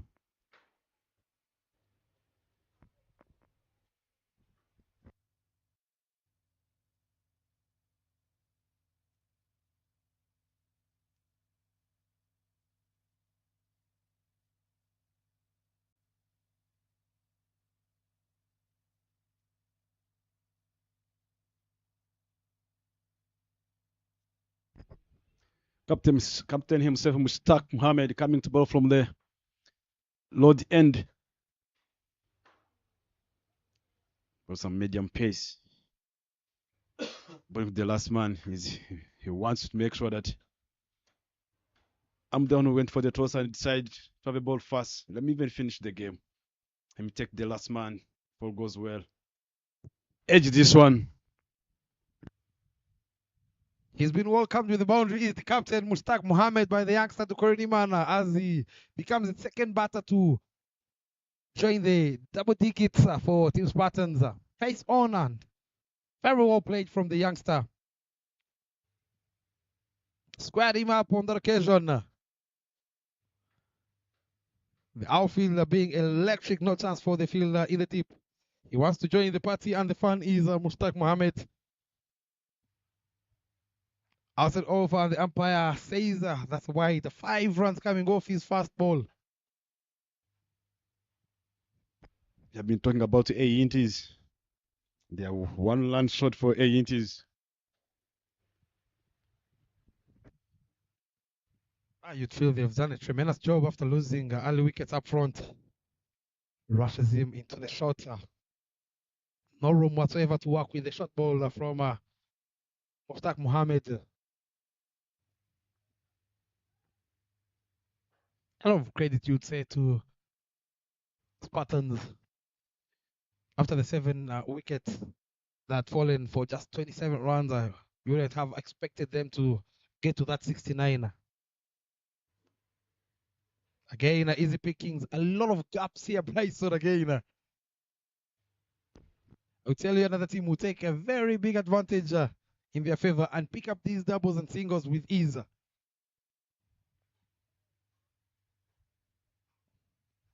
70 comes up for Team Spartans.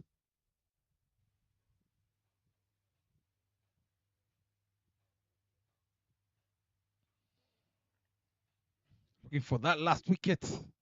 Beats the outside edge from Shema David, the new man in. With no surprise, we'll be opening the bowling for Team Spartans. 2 balls left now to end the 15th over. Captain himself trying to do the job for the team. Pitch outside off stump, straight in the gap. The deep extra cover. Single taken. Shema David, they are not trying even to hit the ball hard. But because of the feed set, challengers decided to keep giving runs away for free. That's what I can say. I'd say even this field says you, Bryson, you pick those singles and doubles as Mushtaq comes to the end of his first over, going for 7 runs. 7-1 for 9 after 15 overs. The projected score is still at 95.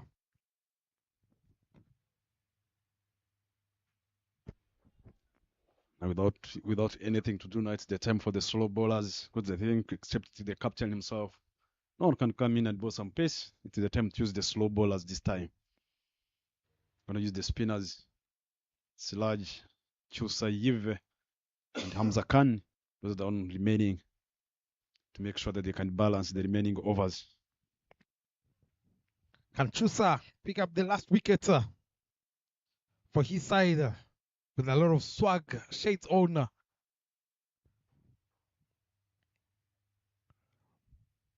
Again, he has 4 boundary riders. Is Chusa Eve, long on, long off, deep square leg and a deep mid wicket for the last wicket. Fall again gets an inside edge on the occasion.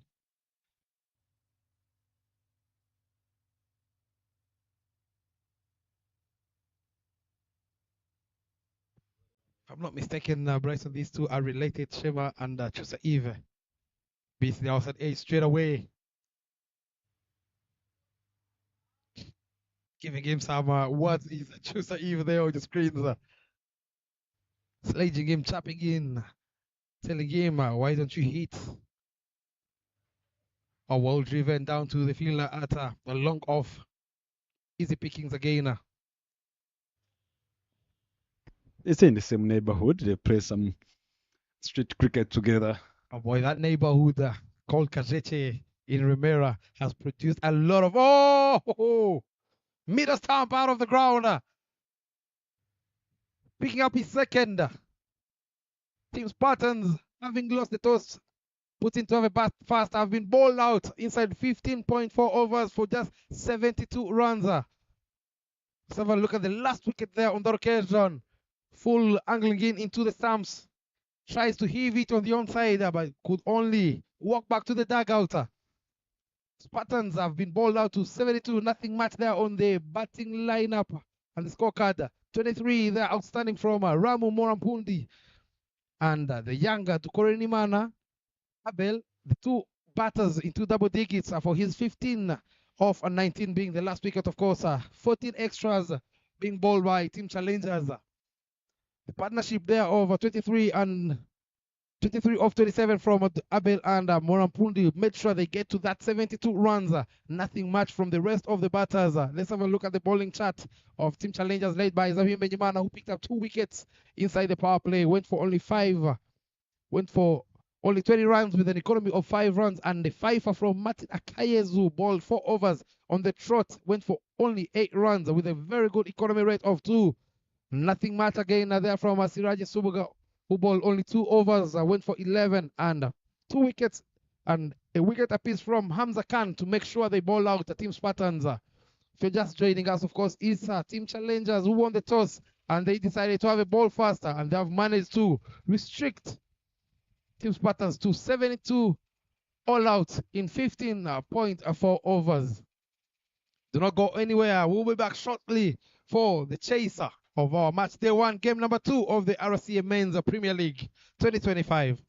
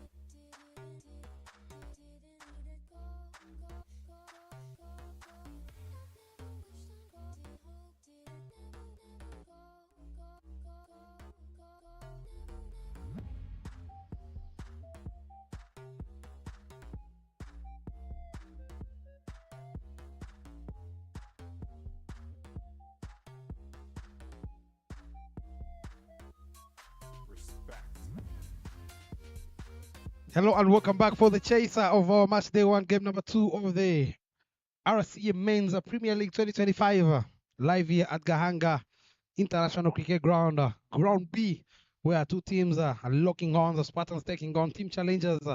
If you're just joining us, of course, Team Challengers earlier won the toss, decided to have a ball first, restricting Team Spartans to 72 all out inside 15.4 overs, courtesy, of course, of their opening duo of Zapi Miniman and Martina Kayezu. Martina Kayezu, on the other hand, picking up the first five of the tournament, going for only 8 runs with a very good economy rate of 2.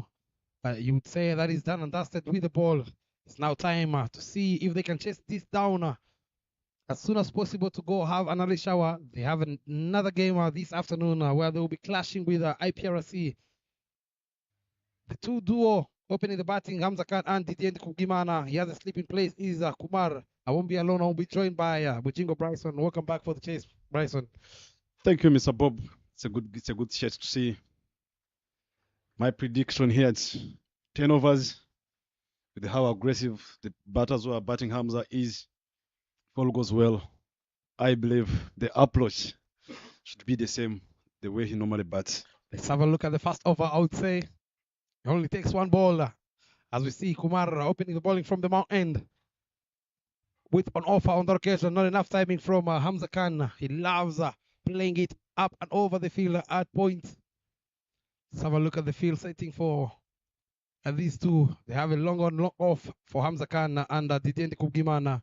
Gonna ball it a little bit fuller on the occasion. Anything that is gonna be balled short pitched. Oh, go it distance, cut away powerfully this time round. Nobody moves, says Hamza Khan as he opens his account with a lovely cut shot through the fielders at covers and pointer for a boundary. Well timed, straight in the gap on the replay there. Pitched outside off stump, straight in the gap, well balanced. He slapped this well and all the way to the boundary, to the dugout. Very good play. Is a square. The wicket is Hamza Khan. So make sure you ball in the right channels. Full on the occasion. Much better line there from Kumar. Follows up with the dot ball.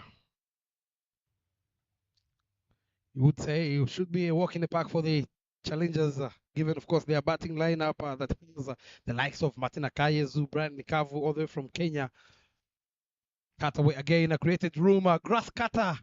Nobody moves again from Hamza Khan. Every time he hits the ball, the comes out of the sweet spot of the blade. It goes all the way to the boundary. One of the best players of utilizing the power play. Look at on the replay there again. Same delivery, same treatment. Straight in the gap. He's a kind of a player. Anything pitch outside of stump, anything short, he likes those deliveries. Absolutely. He loves freeing those arms.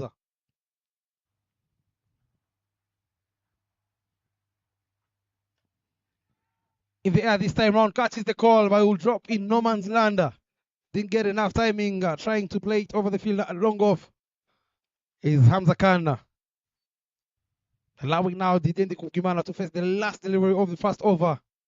Wicketkeeper batter, Rwanda International, former captain of the under-19s. He's been in fine touch. I'd love to see him playing a very handy knock.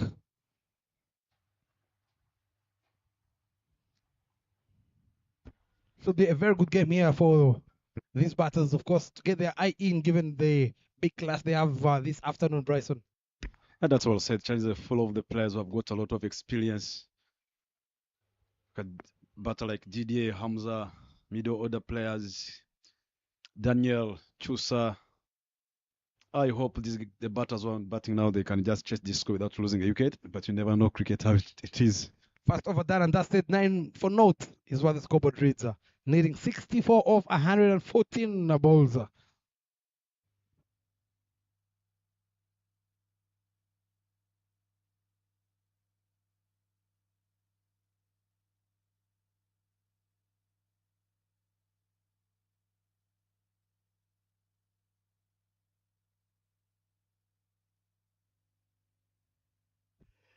There will be the experienced Asif Kanuga coming in from the road end, sharing the new cherry with Kumar. A lot of variation he possesses. He has that leg cutter he possesses. Let's have a look at his field. He has a long on and a deep extra cover, interestingly. Nobody behind a long off for the fielder. It's inside the ring. Still adjusting their fielder, sending the young Shema to a deep mid wicket. It's going to be very easy pickings here for Hamza Khan. Anything that he goes over the top, I'll tell you, Bryson, will be a boundary. Starts off with a wide ball outside off stump. I think he's trying to bowl according to his plan, trying to bowl outside off stump so that he can use the deep extra cover. But I always believe as an opening bowler, I'm going to attack the stumps.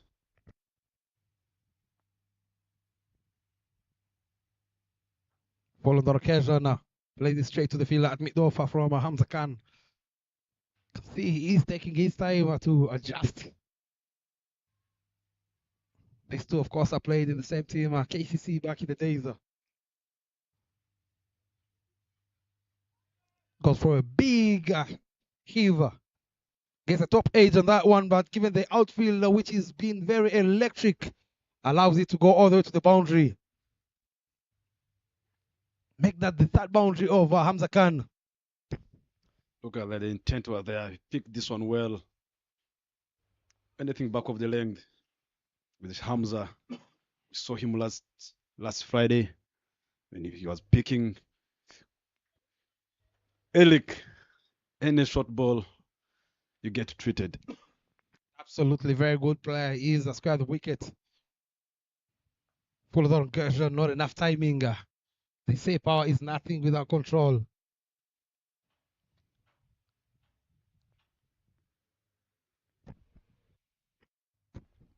Just expect from the bowlers of Spartans to make sure that if they're going to stay in the game here, they should start taking a lot of wickets early on. Pull this one powerfully straight in the hands of Lamu, but he didn't manage to hold on the ball. Managed to get a single. That was a chance. Absolutely, but I'll tell you that was struck powerfully. But you expect players of the calibers of Ramu to take those ones any day, anytime, and given the wicket of Hamza Khan, which we all know, if given more chances, he'll take you on.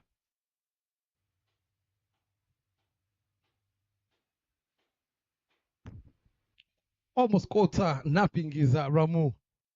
Good feel for him. He did a very tremendous job with the batter, scoring 23 for his side to make sure they get to that 72. Soft hands from the young T20 Kukimana. Still taking his time to adjust and get to know how the pitch is playing. We've seen these pitches, Bryson. They get better in the second innings. Full on the occasion. Rolling his fingers. Is the experience he possesses is Asif Kanunga. Second over done, and that's 8-15 for naught. Moving at 7.5 is Team Challengers. Good experience from Asif, trying to bowl it a bit slow and give you a quick one. It shows how experienced he is. That brings back Kumali to bowl his second over.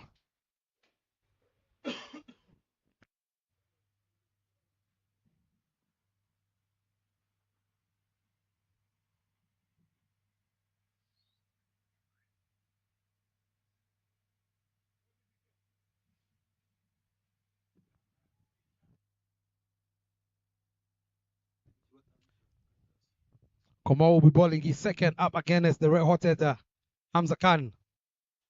Oh, nip back on the occasion, loud appeal. The umpire says not out. I would love to see that on the replay. What a pitch over delivery there from Kumar, outfoxing Hamza Khan. He might have been saved by the height, you would say. Ooh, that was hitting middle. He gets away with it. You'd say he's been given 2 lives. He's Hamza Khan. But what a ball, what a shame of a delivery there from Kumar. What a ball, what a ball. Sometimes at the end of the day, we are commentators here. That was easy decision for me. Maybe he had something. And there was nothing like a bat in that one, Mr. Bryson. You can say he's living with himself, is Kumar. He knows he had his man. He goes again for a nip backer, but again, this time round, I worked on the outside from Hamza Khan. He's not the quickest between the wickets, so they'll scupper for only 1 run. I like the way he's bringing the ball inside this time. The ball pitched in the light areas, top of off comes inside. But the umpire decided it's not an LBW.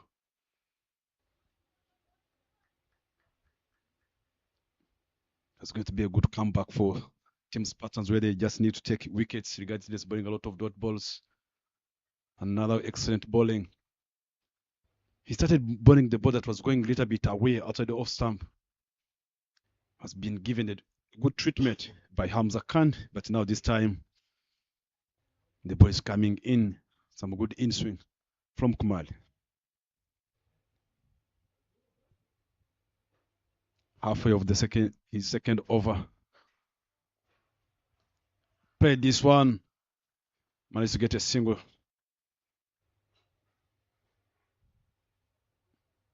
One single taken. Trying to overhit, but he never connected well because of this little bit movement from Kumar. Absolutely, he's extracting the swing, is Kumar. Well played again, and good bowling, good cricket all rounder. Not making it very easy for them is Kumar. Bowling into the right channels, targeting that top of off.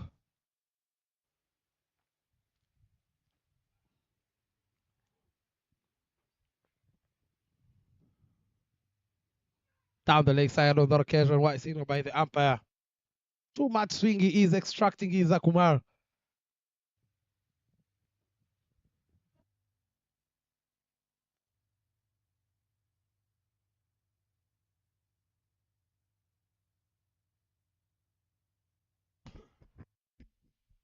Bobby as a captain. Another one pitched out of stump. Now they say, but the ball is coming inside. It's easier to get a single. Having such a kind of a bowler who likes bowling who have got the skill of swinging the ball with their way, how the ground be, how it is open. Sometimes there's a lot of wind. If you're good at just having a skill of swinging the ball, I think it can be more effective. Absolutely. 4 runs coming off his second over. It is 19 for naught. 2 extras being bowled. Very disciplined, I would say. A very big batting lineup there. Jimmy Senge Daniel, Chusa Eve, Martin Akaye, Zubran Likavu, Siraji Subuga, Zapi Minyamana, all those can bat.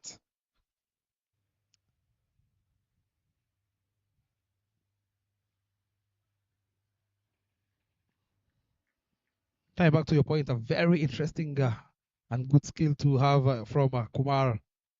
I would love to see the likes of the Inyas Nirenga Nyarana International, Zapi Minyamana, Martin Akaye himself, trying to have a word with Kumar and seek advice on how to move that ball, especially the new cherry.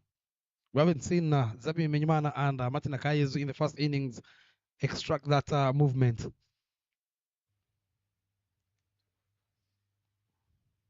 $19 for naught after 3.1. I would love to pick up a wicket as soon as possible as the shot on the occasion. Picked up length quite early, up and over the taints for a huge maximum. That's Hamza Khan for you.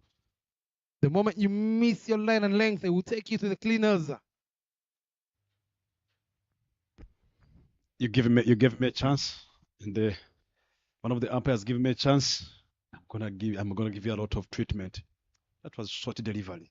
Came out of the sweet spot of his blade, all the way over the dugout over team challengers, telling them I'm out there in the middle. I want to chase these down as soon as possible. Get ready, freshen up, and gear for Team IPRC later on this afternoon at Gahanga B. By the looks of it, the ball is lost. That umpire has walked in with a pair of another set of balls.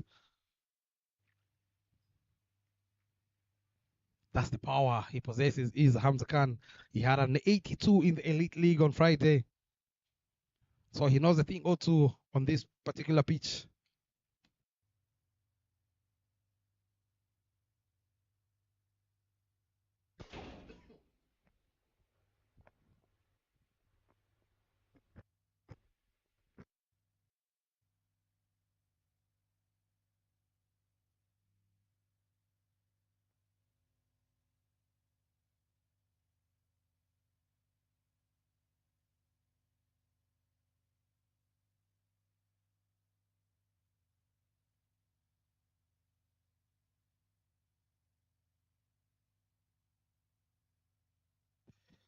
With that maximum, of course, he moves into 22. After having faced, of course, 15 balls. He was given a chance, as he just mentioned, that 13 dropped by Ramu. And that chance, of course, you would say, from Ramu. Looks like he's going to try and make them pay. Full on the occasion. Not enough timing. Straight to the field. It covers. A good comeback there from Asif Kanuga. But again, you would feel he's missed out. He was offered a lot of width on that occasion.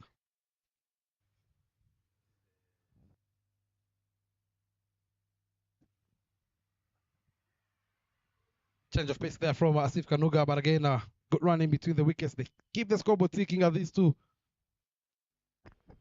Yeah, excellent running between the wickets. Use of the feeders. If we are good at just visualizing and understanding the feeders, they are moving. Are they more athletic? They are not athletic. You can have a drop and land. Hopefully, they are just doing it well now. Short ball paid well on the back foot. Straight the feeder. Nolan taken this time.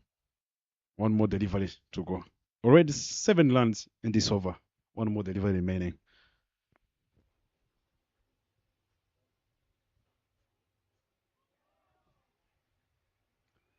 End up with a dot ball. There's 4 overs gone. The score is 26 for none.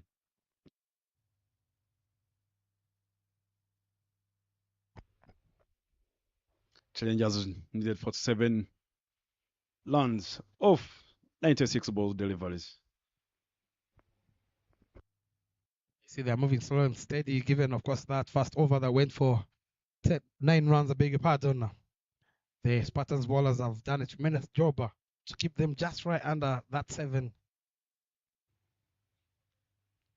But again, they'll need to pick up a wicket or 2 without leaking more runs. Kumar will be bowling his third on the trot. He has gone for 13 in his 2.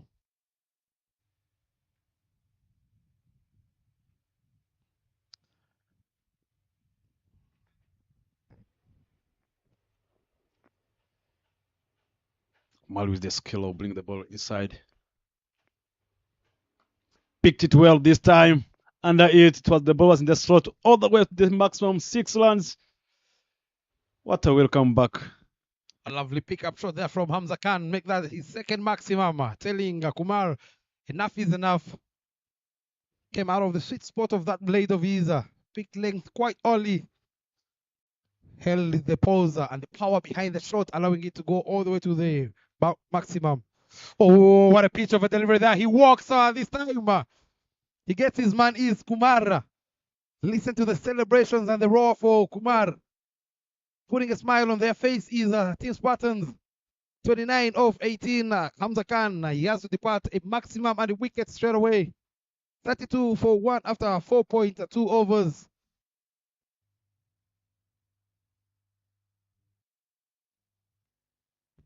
Caught by Chiranjit, the wicketkeeper batter. 3 boundaries and 2 maximums with a very good strike rate of 152. But you'd feel he's already done the damage. Let's have a look at that again on the replay. Look at that movement. Going for that late cut. Taking the glove straight to the wicketkeeper who took a very good easy catch. Allowing now the new man in. Daniel Gumisenge joins. Didier Kugimana, who's been watching a lot of action from the other side. He's faced 7 deliveries for his 1 run. You'd expect to see these 2 national team players now. They're going to be running between the wickets very hard. Seeing some of the nation that did a lot of discussion with an official. There are things maybe they are not accepting with the decision of the umpire. They are not happy. But at the end of the day, you are going to respect the game, going to write during the reports instead of having an argument with an officials.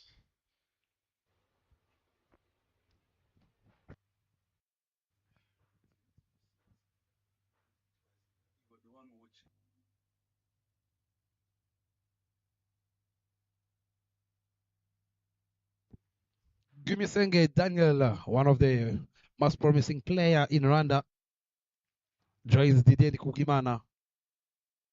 He's been promoted up the order. The previous tournament, he didn't have a goal. Normally, he used to come in around number 6, number 7.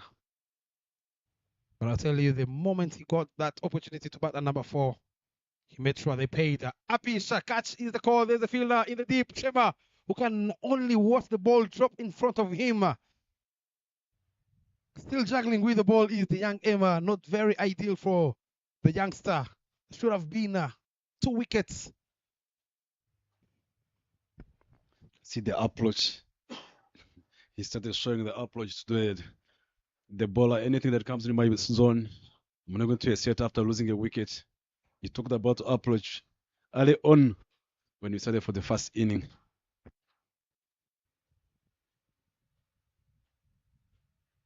Touch and go, wall ball again from Kumar. Wonderfully played by Daniel Gimisenge.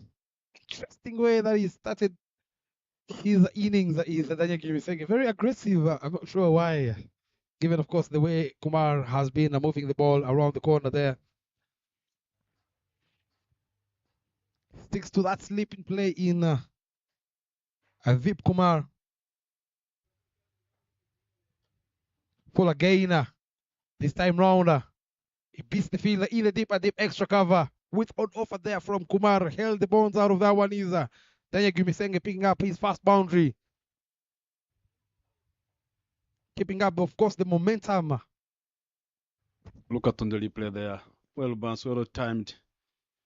And all the way to the boundary, to the nets where the late guard players are having some practice in the nets and with the kids. Right, guys, of course, we'll be taking on Team Indora later on at Gahanga A in the afternoon. But now, Tamil Lions were ball out on 85 in their allotted 20 overs.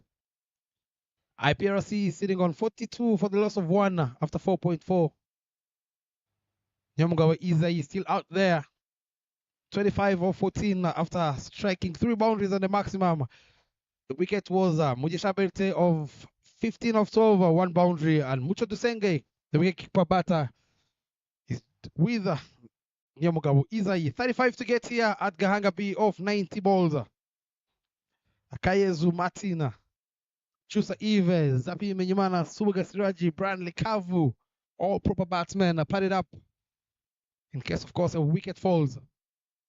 2 extras bowled by these Spartans. They've been very, very disciplined in terms of extras in the first 5 overs.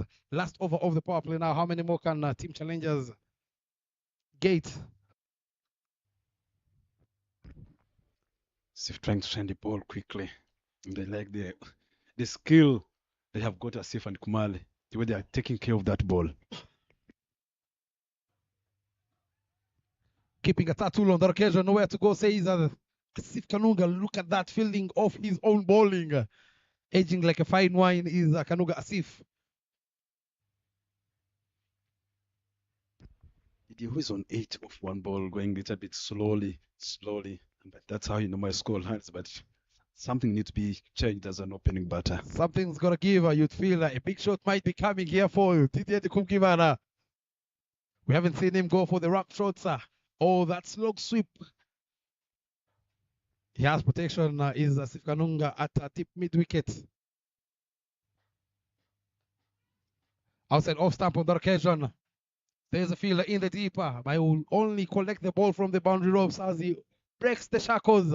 He's Didier Kukimana picking up a much nearer boundary. Maybe he was listening to you from here in the commentary box. After saying it, look at that shot. Well played, well. Picked it nicely. The chase was on, but at the end of the day, those are 4 runs. But again, when you look at that delivery from Asif Kanunga, not the best of deliveries, given that Didier was struggling to get going. Bowling it way outside off stump. Nothing ball, to be honest, allowing him to free his arms. Easy pickings for the player of his caliber in Didier Kugimana. 42 for 1. How many more was the question? Can they get cut away on that occasion again? Straight to the fielder at covers. They pick up yet another single, allowing the aggressor in Daniel Gumisenge to have a go at Asif Kanunga. Slightly they change their field set. I've got deep extra cover after being saw that four line. Maybe he's gonna try to bowl out of Samp and with the see if the way he brings the ball inside. Some off cutters that he normally bowls.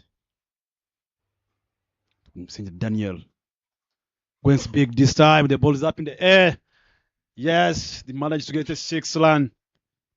Might look very young there and small on your screens, but that young boy has picked the bones out of that one. His eyes lit up once he saw that flighted delivery there from Asif Kanunga. They normally say if it's ball into the arc, it is supposed to go out of the park, says Daniel Gumisenge. Much needed maximum here for challengers and Daniel as they edge closer to 50 49 so far for the loss of 1. Turning out to be a very big over here for team challengers. Deft touch again straight to the fielder at point. A run out chance. The umpire says he was well in. Good running between the wickets. We say this earlier on. They don't look convinced is that Chiranji, the wicketkeeper, will have a look at that on the replay, Bryson. The currency we have here, we have the chance to look at that on the replay. There you see touch and go. Pick and throw. Oh, very good decision by the umpire. Didier is one of the quickest between the wickets. Not sure how you're going to run out that young man. 50 comes up for team challengers inside 5.5. Last ball to come in the power play, just needing 23 in 85 balls. Can they get yet another boundary? Touch and go again, smartly done from these two, Didier Kugena and Daniel Gumiseng. 13 runs coming off his third over, the biggest so far, to bring us to the end of the power play. 51 for 1. 2 bowlers so far have bowled the power play. Picking up 1 wicket is Kumar over Hamza Khan. Very expensive, you would say. 25 and 26 from Asif Kanunga. 13 coming off his last. Done and dusted with the power play. They just need 22 runs to gate his team challengers to register their first win in the RCA Men's T20 Premier League 2025. It's going to be spin coming in from the Mount End. The experienced Vip Kumar will be bowling his leg breaks from the Mount End. He's taking his time to set the right field. Long off, long on. A deep mid wicket, deep square leg, deep extra cover. A lot of singles and doubles for these two. Given, of course, that he has 4 boundary riders. Should be easy pickings here, Bryson. Yeah, I'm just telling you the truth. Look at it, well played. What a good cricket here. Not looking for a big score this time. The net required is almost 1.52. There's no need of taking a lot of risks. I'm going to hang around, keep rotating the strike. Open the field for me. You look at VP, how he bowls. He bowls a lot of some slow balls. He blocked this one. What an excellent delivery from VP. VP Kumal continue to do the job for his team, for Spartans. He's bringing out all the experience he possesses, you'd say. Apish, there's a fielder in the deeper. They'll settle for only 1 run as these two. Missed timing there from Dario Gumisenge. You'd feel like he wanted to go over the fielder at long off. But again, when you look at the field set, you don't want to go out as a batter, holding out in the deep, given all the gaps they have here. Another brilliant delivery. Slow ball, trying to play with the mind of Didier. But with how Didier is too patient and smart enough on the crease. There's no need of trying a lot of things. They have opened me for the field. No one's inside the link. It's easy to play in the V. Didier is on 9 of 13. You can see he's trying to get his eye in, get used to the pitch. Given, of course, they will be playing IPRC. Full on the occasion, nearly takes a stunner is Vip Kumar. What a gem of a player he is.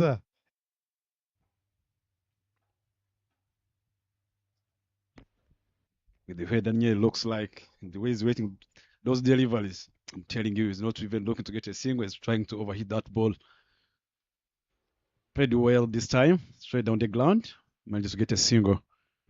A fantastic over comes to an end. Goes for only 4 runs is Vip Kumar. 55 for 1 after 7. Moving at 7.8 runs and over is Team Challengers, just needing 18 runs to get only 3 maximums. Bryson, you said earlier on before the first ball that they will chase this down in 10 overs. Are you still on that prediction of yours? Look at the bars. You could say the skyscrapers there from Team Challengers, of course, courtesy of Daniel Gumisenge. And that 13th over from Asif Kanunga, very expensive in his third over, of course. I'm still on with the quote of the batters that are batting now. It's easy to get a land a ball per over, which is totally possible 100%. With how the field is open, it's easy. Defending 18 runs again. I'm defending low scores like this, 18 runs in almost 13 overs. You're gonna try to make sure you put pressure to the batters, bring all fielders inside. If they play over the top, those are good shots. Not only that, Bryson, I would love to see, of course, Daniel Gubiseng and Didier Kugimana having that idea of trying to chase this down as soon as possible, given that, of course, later in the tournament we'll be in the rainy season. Net run rate can play a very big role. So you're gonna want to chase this down as soon as possible to up your net run rate. Ramu will be replacing Asif Kanuga from the road end. More spin, turning down all the music. Worked on the onside too is the call. Straight to Asif Kanunga, a little bit of fumble, allowing these two to pick up a double. They're very good running between the wickets is Daniel Gumisenga and Didier Kugimana. That's a good running between the wickets. Lamu doing some spin. There's a big shot. Edge this one straight to the point. Managed to get a single. That's a good running between the wickets. And a very good bowling indeed from Ramu, targeting the line of the stumps. Taking the outside edge of the plate of Gumisenge Daniel. Tries to whack it on the onside. Full again on that occasion. Sloppiness there from the captain at mid-off. Allowing them to scamper for a quick run. Keep the scoreboard ticking at these two. Edging closer and closer to that target. They just need now 14 runs. A couple of hits away to register their first win.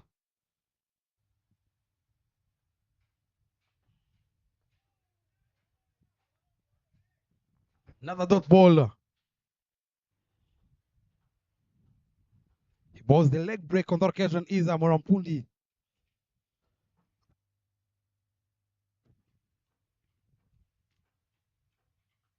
Cut away powerfully on the occasion. Listen to the sound. No chance whatsoever for the fielder at point as he picks up yet another boundary is Daniel Gumisenge. He came in with one intention of trying to get this game done and dusted as soon as possible, and boy oh boy, he's doing exactly that. With on off on that occasion, allowing him to back away, free his arms, and no chance for the fielder at point. Dinesh Magnati, who could only go collect the ball from the boundary ropes. 63 for 1 after 7.5. 10 runs required now. We might reach in the 10th over or not. Fall again, wall dug down by Daniel Gumisenge. Starts off with 9 runs in his first over is Ramu. Just under 10 runs to get now for Team Challengers as we come to the end of the 8th over. 64 for 1. Team Challengers. Coming back to your point, I don't think they will get to that 10th over. Just 9 runs to gate. It's going to be, if I'm not mistaken, Vip Kumar to ball. His second over, he's been very tidy. Gave away only 4 runs. Big question here is going to be, are they going to go for the big shots or are they going to get the doubles in? See the discussion, they're trying to bring the some feeders inside. There's no point. As if trying to go to backward point. The same feed set. Feng still 9 lands. And I know they are doing this with the purpose. They are doing it purposely. Because they want to see how the batters are being, how patient they are. Long on, long off, deep extra cover. Daniel Gumisenge up against Vip. Full on the occasion, upish. There's a fielder under that one. He spills the beans, as they say. Daniel Gumisenge has been put down by the young man in the deep. You'd feel for Philip Kumar. He had already set up for that catch, given, of course, that he has two boundary riders on the onside. Long on and deep mid wicket.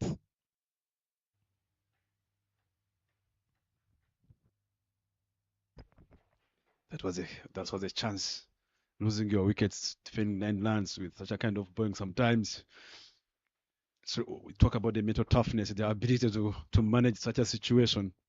That's what required to any batter as a top order batter. I remember back in the days on the national team when we played with my very good friend Isanez from Uganda, where we needed to get 2 runs in like 30 balls, and then everyone was shouting from the dugout to go for a big 6, and then he took a double, and then when he came back in the dugout, he's like, who doesn't want to be in? Who doesn't want to be not out?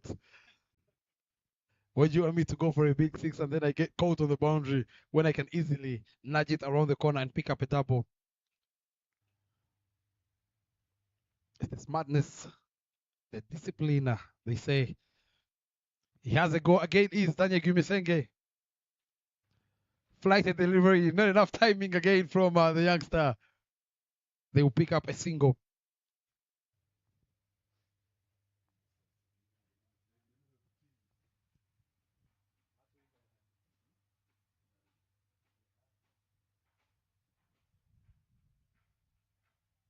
Takes a little shim on the occasion. Is Didier, there's a fielder settling himself. He allows the ball to drop. In front of him is Kumar. A lot has happened in this over. A couple of chances has gone down begging.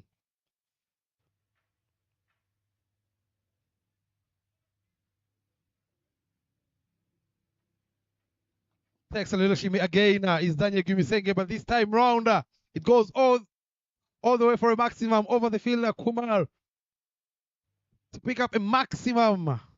Much needed win here for Team Challengers as they register their first win in the RCA Men's T20 Premier League 2025, winning by 9 wickets, chasing down, of course, their target inside 8.5 overs as they make a statement in the tournament. There you see the batting card led by Hamza Khan, I beg your pardon, with his cameo of 29, giving them a dream start. 29 off 19, 3 boundaries and 2 maximum with a very good strike rate over 152.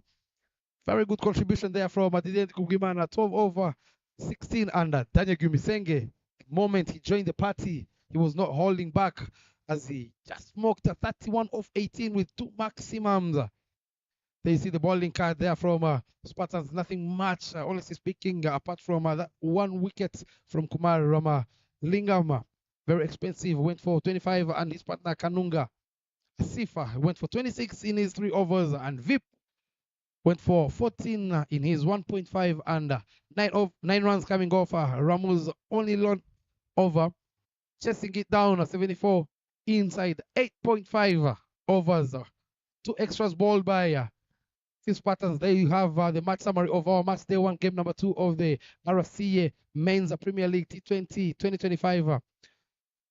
Spartans earlier on, having lost the toss, they decided to be put in to bat faster. 72 all out in their 15.4 overs, led by 23 from Ramu. Nothing much from the rest. And the very fantastic bowling effort there from Akaye Zumati, picking up the first 5 of the tournament. Went for only 8 runs in his allotted 4 overs. Zapi was into the wicket column, picked up 2 wickets up front in the power play, went for 20 runs in his 4 overs and 2 wickets at the back end from Chusa Ive. And Challengers with the bat, 31 of, led by Gumisenge Daniel of 18 and Hamza Khan 29 of 19. 1 wicket picked by Kumar Ramalingan, and Challengers winning by 9 wickets.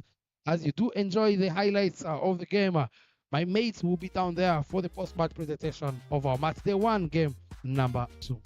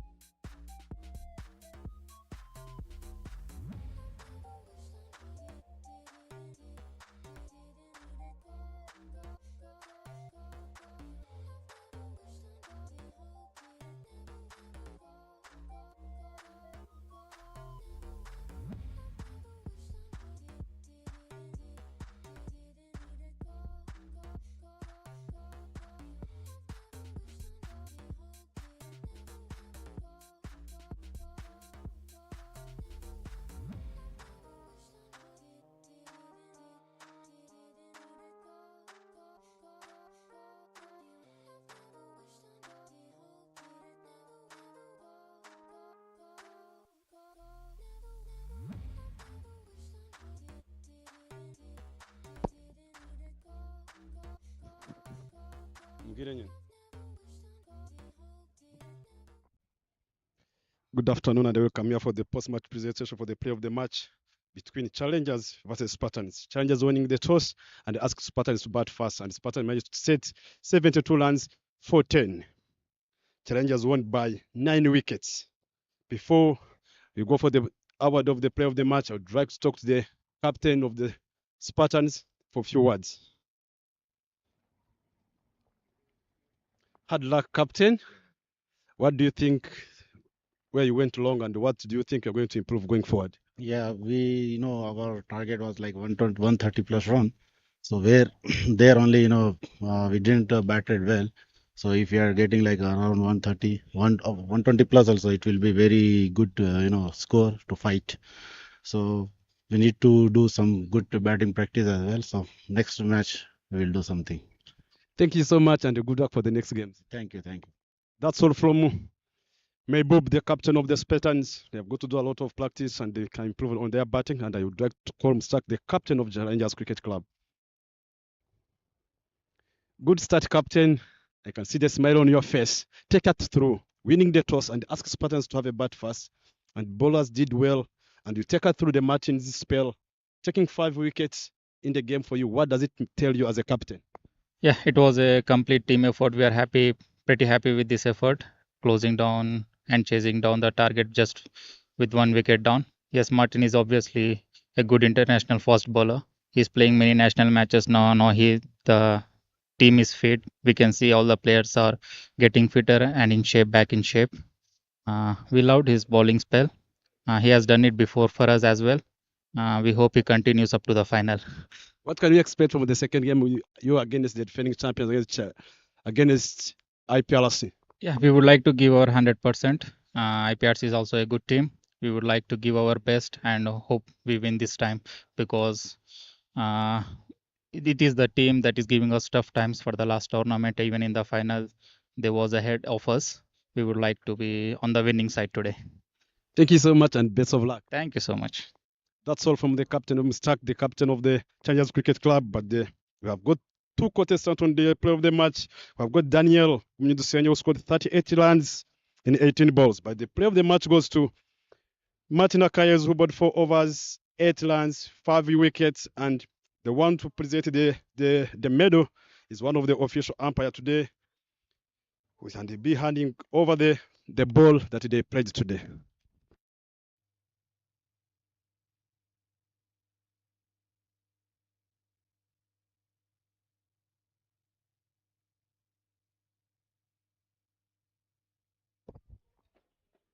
Martin said there for some few questions.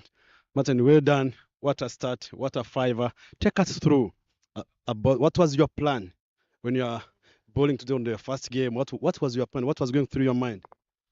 I would say the plan was to keep it simple and bowl good length and good rain. So that's what I did. I kept it simple and bowled a good rain and good length, and the results were amazing. Yeah. Is this your first 5 wickets for your club you've taken, or the second one? This is the second one, and I'm really grateful that I've got my second fiver. It's not really easy. I thank God for this, and just keep going. Yeah. What can we expect from Martin from the second game you're going to be playing against IPRC, your fellow teammates? Same thing. The purpose is to win, so definitely we are coming even harder. So you expect a lot from us. Yeah. That's all, Martin. Well done and congratulations for your fiver and all the best for the second game. Thank you. That's all from Martin. Just taking things simple, and that's all. Challengers won by 9 wickets against Spartans. Stay tuned for the second game.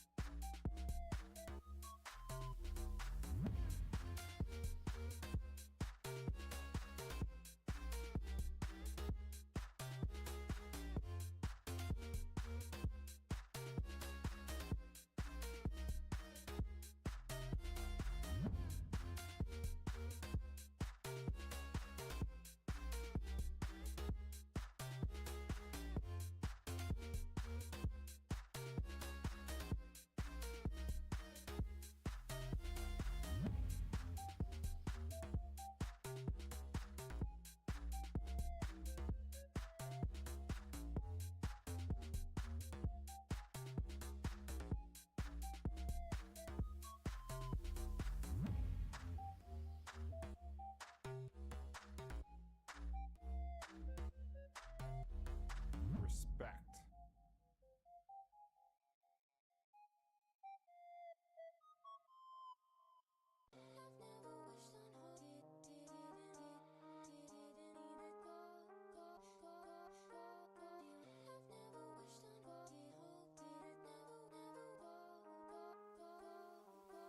Respect.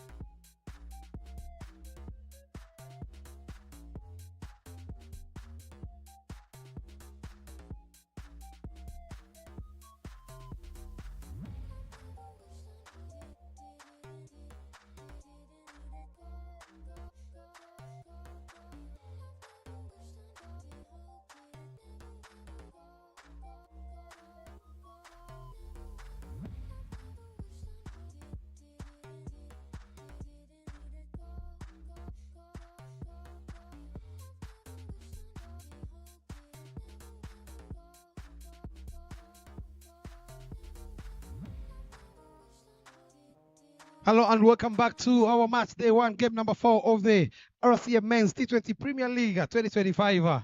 The sun is out. It is a beautiful indeed afternoon here at Gahanga International Cricket Ground, Ground B. Two teams locking horns. IPRC will be taking on Team Challengers. Two rivalries. You might call it a derby here in Rwanda. But before we get started, let's find out what happened at the toss with the two captains. Welcome back to Gahanga International Cricket Ground. It is Ground B. Two teams locking on in the second game of the day here at Gahanga B. IPRC will be taking on Team Challengers this afternoon. I'm here with the two captains, Eric Kubgimana, the captain of IPRC, Mohamed Mushtaq, the captain of Challengers, and our third umpire to officiate the toss, Mr. Joseph. Eric, I believe you have the call. You're home?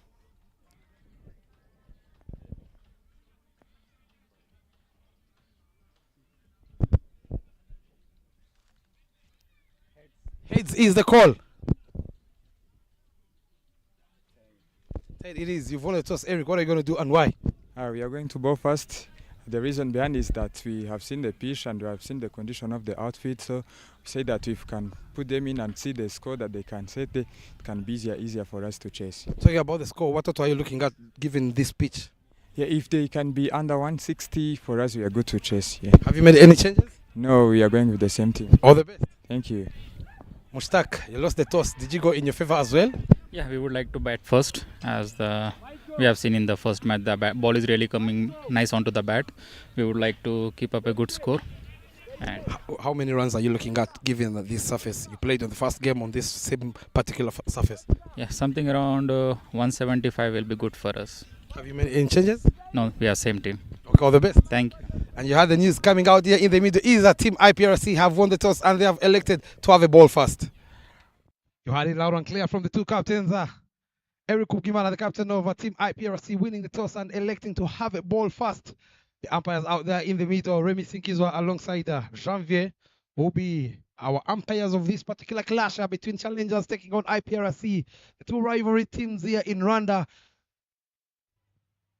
There you have it on your screens. Challengers are led by the captain Mohamed Mushtaq, Kakezu Martin, Bimenyumana Zapi, Brandley Kavu, Chusa Eva, Jumisenge. It is the two sides who are unchanged in this particular fixture. Of course, Kubgimana will be opening the bowling. The captain of IPRC, Abim Babazi, Ineza, Loa Eloik, will be taking the gloves. Given, of course, that Oscar Manishimwe is missing out. He is not feeling well. One of their key players in the IPRC team. But they will hope he will be back on his feet as soon as possible. He will be starting with a slip in play is Eric Kubgimana, the third man in play for him, and a deep square leg for the two right-handers, the usual suspects in Hamza Khan and Didier Kubgimana. I won't be alone here in the commentary box. I will be joined by Bujingo Bryson. Welcome back, Bujingo, and good afternoon. First ball, here we go. Thank you, Boy, for welcoming me. Good afternoon. Pitch again, back of the length, but there was no run taken here. It's a good game to follow here. I can't wait for the part of the power play, Bob. Absolutely. All roads lead to Gahanga International Cricket Ground, courtesy of those men in yellow and black. IPRC taking on Challengers Cricket Club. Hamza Khan on the other side. He took a liking on Eric Kubgimana's bowling on Friday in the elite. He would love to readjust as soon as possible, not try to bowl anything short to Hamza Khan. Outside off stump flashes, throws the kitchen sink on that one. A little bit of chasing the deep, but chase is in vain. Opening his account with the boundary is Hamza Khan and Team Challengers. That's all. Just I would like to let you know the officials of today. Lemmy and Janvier Babas becoming the third umpire. Anything outside off stump, can't say in the replay. And I like the treatment always. Anything outside the off stump, let him to stretch his hands. Absolutely. Hit me ball there from the captain, Eric Kubgimana. Oh boy, did Hamza Khan oblige. Stick to the same field. Takes a little shimmy on the occasion. Swing and a miss. The intentions are clear from Hamza Khan. He's trying to utilize, of course, the power play. Try and see how many runs they can get in the power play. We all know, given, of course, the rivalry between these two sides, anything above 40, 45 runs without losing 2 wickets in the power play can be a very good start for Team Challengers. Captain, of course, spoke about how he is targeting 160 plus odd runs. Is Mohamed Mushtaq. Everything is possible here with the batting unit. It's all about how they start. If they can get a power play well, I think everything is possible. Shot again, grass cutter, nobody moves, says Hamza Khan. The ball gets to the boundary as it traces a bullet. 2 boundaries so far in the first over. A dream start indeed here for team challengers. What a good treatment. You come in my zone, I'm going to treat you. We saw the second delivery board was on top of off, he missed. So it's the lack of consistency from Elike Kugimana. With again on offer in the second timer, and this time round punished in front of pointer. Ooh, well left by the youngster there in the deep. Nearly took off her head. Not the best of starts there from Eric Kugimana. We saw, of course, earlier in the first game, anything that was pitched up, he troubled the batters. But this time round, he's allowing him to free his arms up front. Much better line and length there, but again, a well-guided 2 point. Tip. Third man, I beg your pardon. A little bit of fumble batter. Didn't Kugimana tells his partner, hold your horse. We still have a long way to go.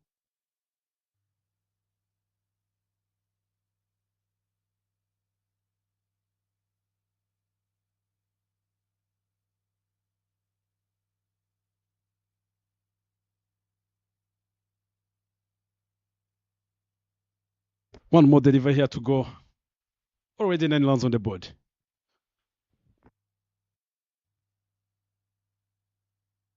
I'd say this has been a very good start here indeed. Bryson. Last ball from the first over. Cut away powerfully. What an effort there at point.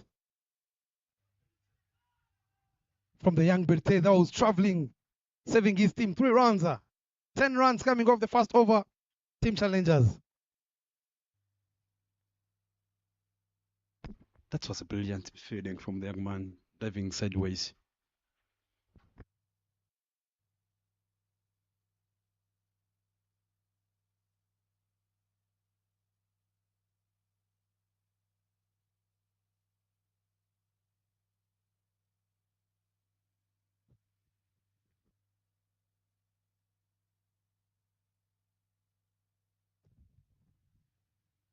A very calm dugout of Team IPRC having their lunch with their manager, of course, Jackson Zaisenga there, putting on a smile. Jean-Michel Iradukunda will be sharing the new cherry with the captain. He was very impressive. Picked up a couple of wickets here on Friday in the Elite League on the same pitch. I beg your pardon. He picked up a 5, if I'm not mistaken. Ended up picking up 9 wickets on that day on Friday. He knows a thing or two. And when you look at those wickets he picked on Friday, I'll tell you, they are all ball full. We always saw that thing in the morning. The wickets of Martin Akayezu and Zappi, the way they started pitching back of the length, but later they have realized there was nothing with the pitch. They started attacking the stumps and there was positive results. A tattoo on that occasion. They'll settle for a quick run by signal by the umpire Janvier. I don't mind that start from Iradukunda Jean-Michael. But attack the line of the stumps. You miss a hit, kind of line and length. It's been working for him in the couple of months now. He's really worked hard in his bowling. He used to make a lot of runs. He had an economy of 10 in the previous tournament. Sticks to a third man and a tip. Square leg. Full on the occasion, well driven. Straight to the fielder at mid-off. A little bit of fumble there from Emiru Kiriza, allowing them to scamper for a quick run. I beg your pardon, that's Eric Kugimana at mid-off. There's some magic here on the field. The outfield is a bit too dry. I can say it's hard to feed on that such a kind of a pitch, but at the end of the day, it's your job as a player, as a feeder, to make sure that you do what you're supposed to do.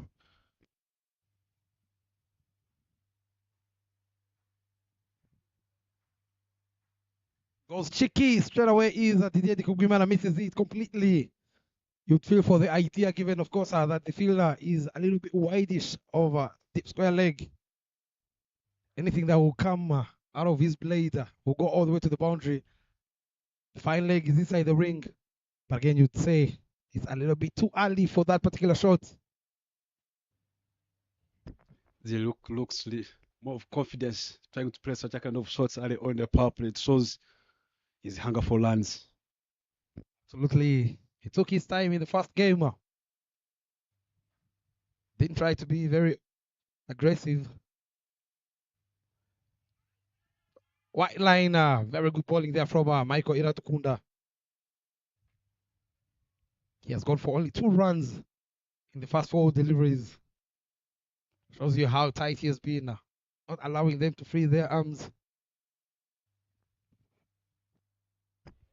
Nothing much Michael is doing is making sure he wants to attack stump to stump. There's no short delivery he bowled today. Since he started bowling his deliveries, trying to make sure that he attacks the stumps.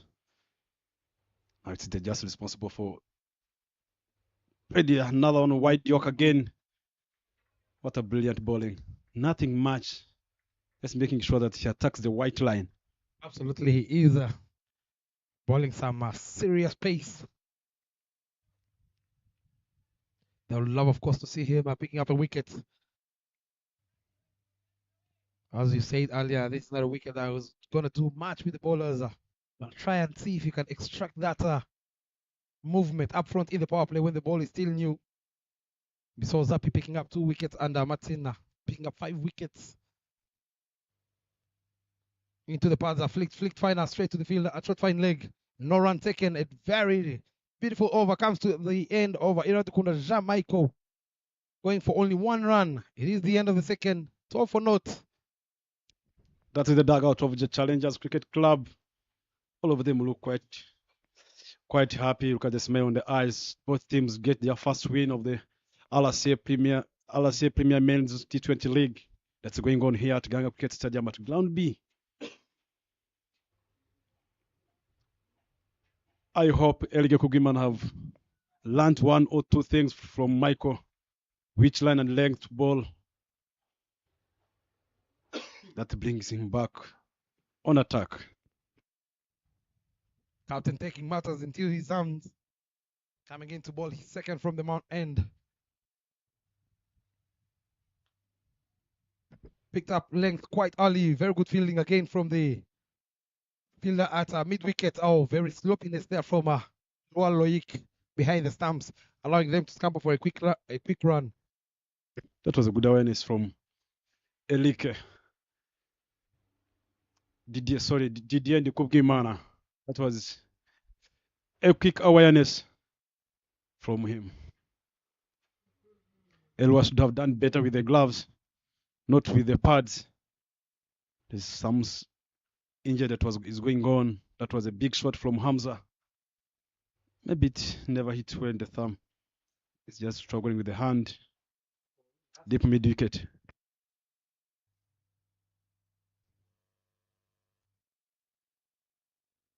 I see their first games.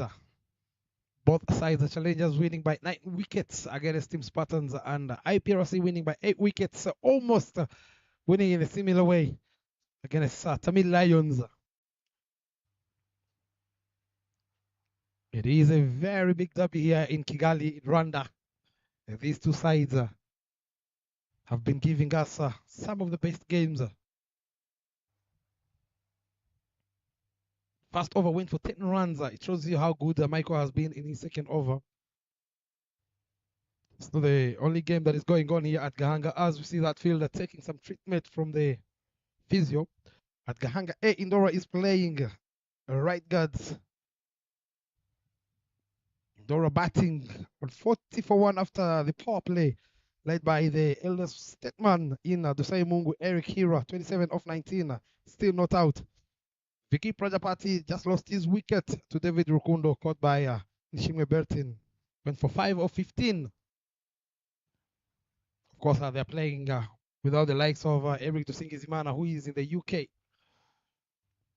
They would love to pick up a winner to dedicate it to the longest serving player of the right guards team. 13 for naught after 2.1. Moving at 6 runs and over is the team Challengers. Throw you under the bus. Who do you think is going to take this win? Like I said, if you look at what the average says, Challengers have been winning more games against. They have met on the finals many times. Challengers have been being champions. All credits goes to the team that we put runs today on the board. But average-wise, Challengers always make sure that if they put some lines on the board, 1/6 they have been talking about, to give a lot of pressure to the batters from IPRC. Had the man himself. It is a game of runs on board. Runs on board.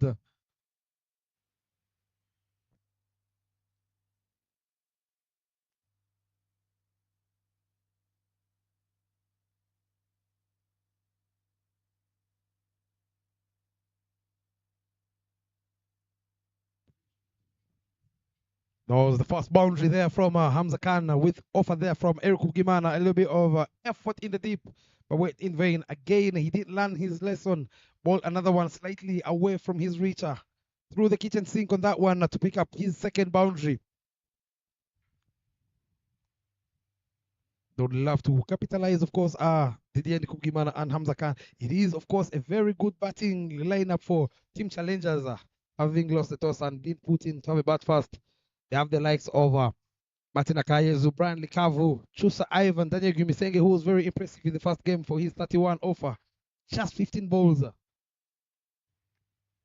There's Safi Menyimana, who is no rabbit with bat in hand. And of course, the captain, Mushtaq Mohammed. When you look at their batting lineup, they bat until number 10. He's the Team Challengers, so you expect them to get that 160 plus. But again, it's going to depend on the opening duo of Didier and Hamza, the start they get in the power play, to be precise. It's going to determine if they can get to that 150 odd runs in this particular fixture. Good news coming out from the Middle East. The man is up on his feet. And Rukundo was the fielder down. A very good job done by the physio once again, Theo. Back to live action now. Takes a little shimmy is Didier Kugimana, white signal by the umpire Remy Singizwa. But a lot trying to give a loom to the batters. Don't know what they are following outside off stump. Maybe the strategy of the team. Never know, but Ali One always believe when you utilize the benefits of a new ball, making sure a ball on top of off, attack the stumps. And we saw it in the morning, and you saw how the wickets behaving a lot. Attack the stump. If you have got a skill of having some movement with the ball, try to apply it. Touch and go there from Didier Kugimana. Nowhere to go, says Eric Kugimana. This is very good comeback there from the captain. Having gone for, of course, 10 runs in his first over. He's not making it any easy for the two batters.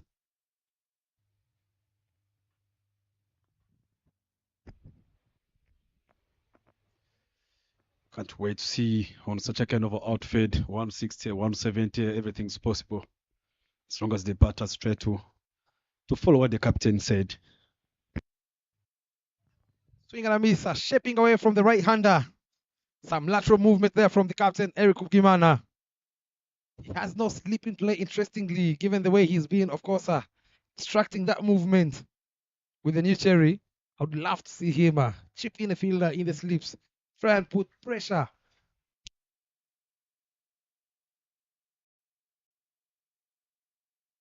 For his one, nearly started off in the same fashion in the first game.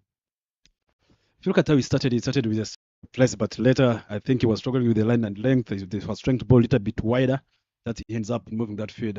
Played it well over the top, all the way to the boundary, 4 runs. Sorry, that's a 6. That's a maximum from Didier. Shot out of anger there from Didier Kugimana. Picked up length quite early to register yet the first maximum of this clash between the IPRC and Challengers. They move into the 20s straight away with that maximum. That shows you how much a big blow can add to that total. Let's have a look at that on the replay again. Picked up length, backed himself up into the vacant region. And of course, with the power behind the ball, allowing the ball to go all the way to the boundary. If you look at how the day is the stance of the day is the English stance. It's anything back of the length, it's easy. There's nothing being needed. Use of the feet. He tried to overhit the ball the same length. Should have said and the same treatment as he did from the last deliver. It was supposed to be the same treatment. Look at the way he's standing. Anything back of the length, it's easier to be picked. Absolutely, you could feel the agony after missing out on that previous shot from Didier. Gotta be patient. It's always key. The discipline and patience and allowing yourself to occupy more crease. Yes, he is good in that sixer, but I love to see him stay in a little bit longer. Change of pace there from Eric Kugimana, well fielded by Berte. He's very, very tidy there. The shot number 81, Berte at point. Bring us to the end of the third over. 24 knots. Still moving at 6.6 is the team challengers.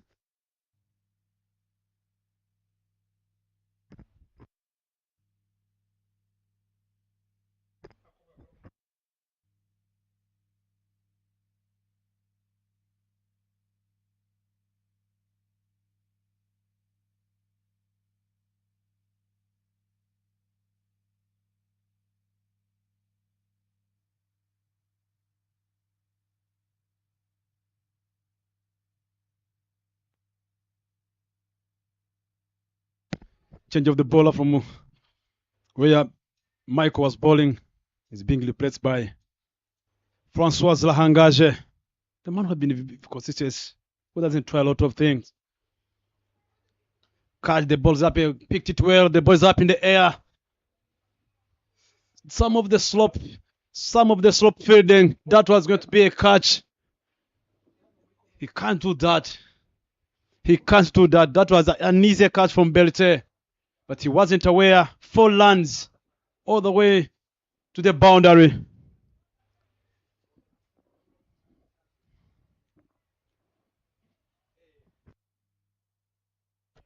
I beg my pardon, it's not Belte, it's Confiance who's feeding at square leg. He can do better than this.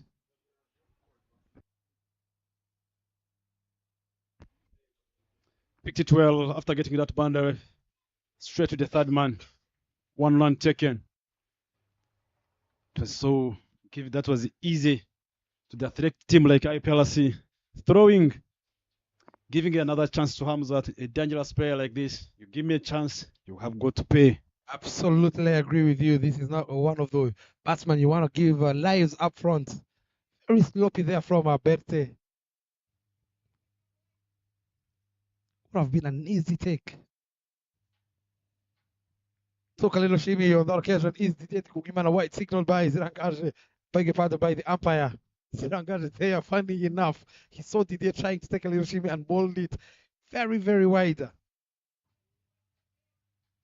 And now this is what the damage these two can possess to the opposition side. They're not giving out their wickets. They're moving at 7.8 runs and over. Cut away powerfully on that occasion. Nobody moves. Stay in your position, says Didier Kugimana. Bringing out the grass cutter, telling the ground staff you didn't cut the grass properly. Picking up yet another boundary. What a shot. That's an excellent shot from the excellent player. There's no end of a chance of learning following that ball. Straight in the gap. With this outfield, look at it on the replay there. How quick it was. It takes almost 0.5 seconds to reach on the boundary. They say it went to the boundary as a tracer bullet. That comes up for team challengers. 3.3. Very expensive over indeed here to start off. His spell is Zirangaje. He would love to correct as soon as possible. Touch and go straight to the field at covers. No run taken by these two. That's a better line and length this time. Someone can hit you as an opening bowler. If someone can hit you over, not on the square, which means you are light on the money. Someone hits you on the square, trying something different. You saw what happened to the first of Elike, captain himself. Even this over of Francois, you are seeing what's happening. Full on that occasion opens up the face of the blade. Can only collect the ball from the boundary ropes at the fielders as he picks up yet another boundary in this particular over of Zirangaje. Is Didier Ndikugimana. It took him time to get going, but so far he's now caught up with the strike rate of 100, 15 or 14. Have a look at that again on the replay. Took a little shimmy just outside his crease, opening up the face, playing it on merit between the two fielders at covers and points. Very expensive over indeed. 14 runs coming off the first 5. Last ball to come. We're still in the power play. Interestingly, they're getting closer and closer to that 45 we spoke about. That's a great work done by the batters of Challengers Cricket Club, making sure that they are going to put some runs on the board after being asked by IPRC to go and have a bat first. Last ball to come. How many more can these two get? Down the leg side again, and nothing is working at the moment for Team IPRC after having won the toss. Decided to have a ball first. They have licked 38 runs so far in 3.5 overs. Straying down the leg side. Nothing much would have been done by the young man behind the stumps, Eloi. He's straight like Superman.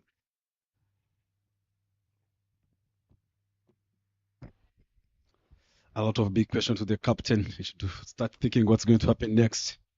I tell you, you don't have to think much. It's the magician Lindro Blaze Rivero.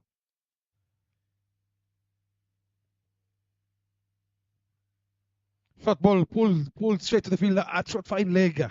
He gets away with that one. Is Rangaje. That should have been another boundary. As we come to the end of the fourth, 39 for naught, 2 overs to come in the power play. Is he going to throw the ball to the spinners? The question here.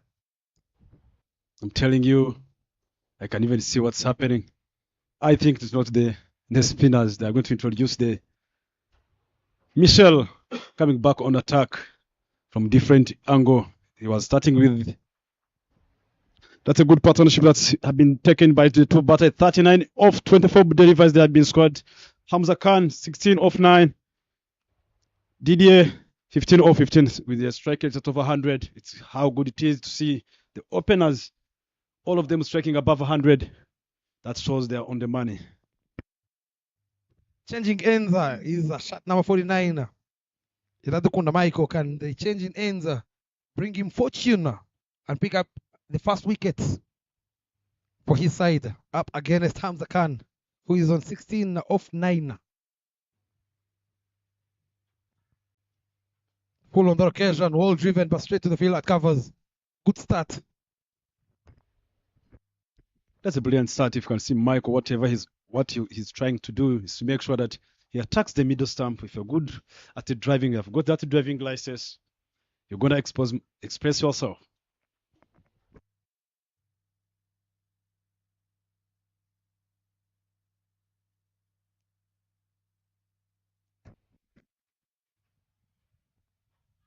Down the leg side. To pick up a quick single at these two.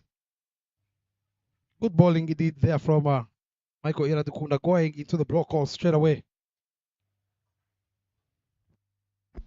Being more smart, trying to bowl a lot of yorkers.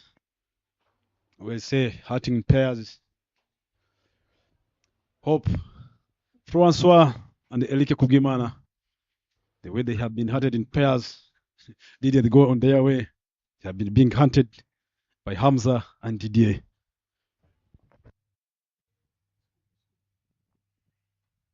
I said off stamp again. But not enough timing, but they pick up yet another single at these two. I love the fact that even though they're not getting the boundaries from Iradukunda Michael, they've made sure they keep the scoreboard ticking.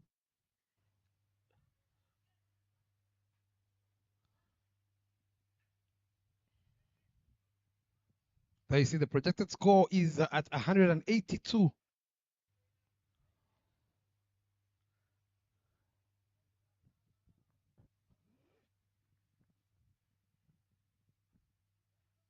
Outside off stamp, a swing and a miss. White signal by the umpire, missing is Rwanda International. Not the happiest is Michael Iradukunda, thinking the ball was well in with the reach.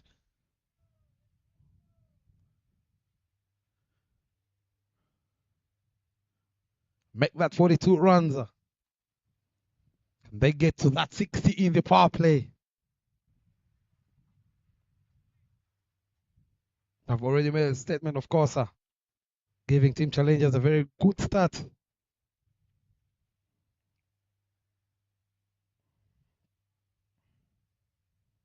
Full ball in the slot.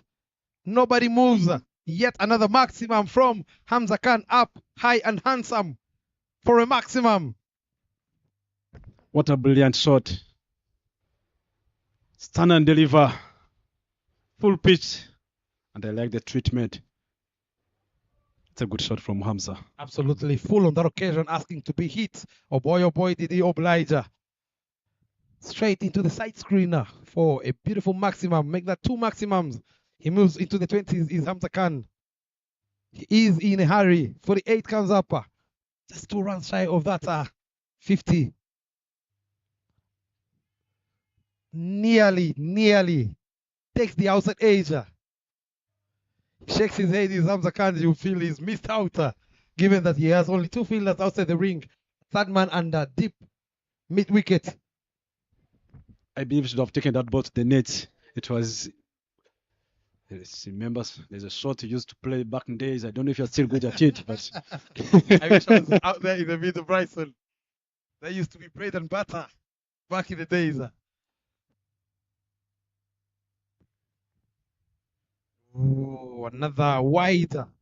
Very expensive the bowlers have been for Team IPRC in the power play. 49 runs. Moving at 10.1 runs and over is Team Challengers. Remember, if you're just joining us, it's Team IPRC who won the toss on a very sunny afternoon, given the weather. Wicket has not been doing much. And they decided to have a ball first. They have licked 49 runs so far in 4.5. Still 1 more over to go. 7 balls to be precise left in the power play.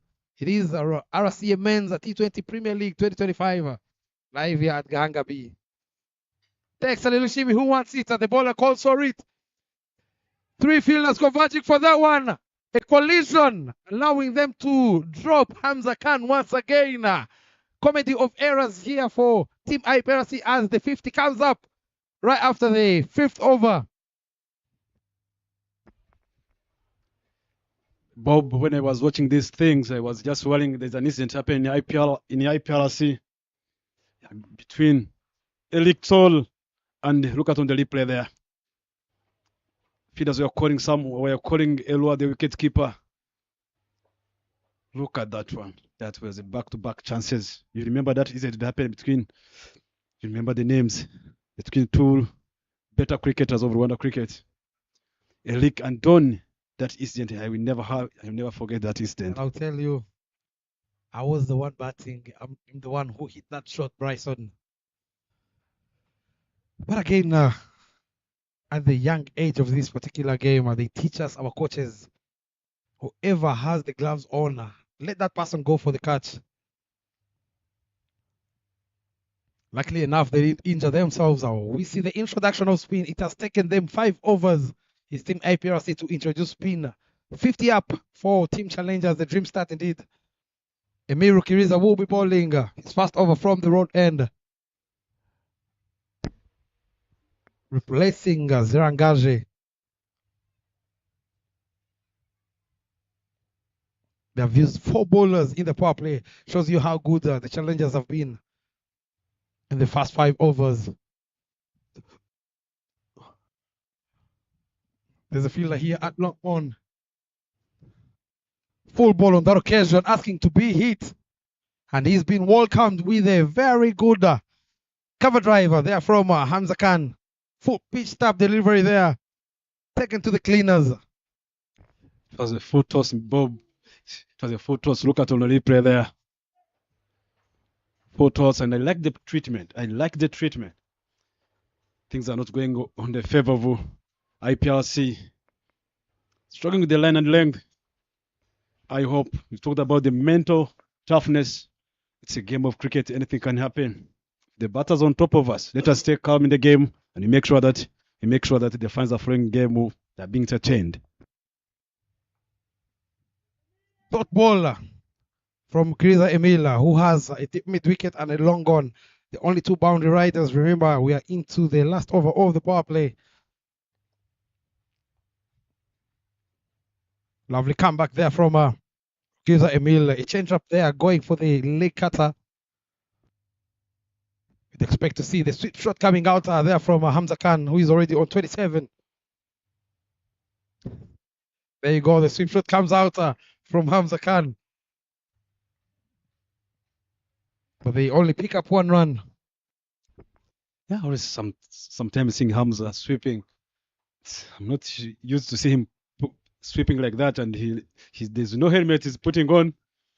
Took that risk shot, but at the end of the day, he saw the ball. It's the confidence he possesses. He knows he is the trump card. Up the order, of course, of team challengers in terms of batting.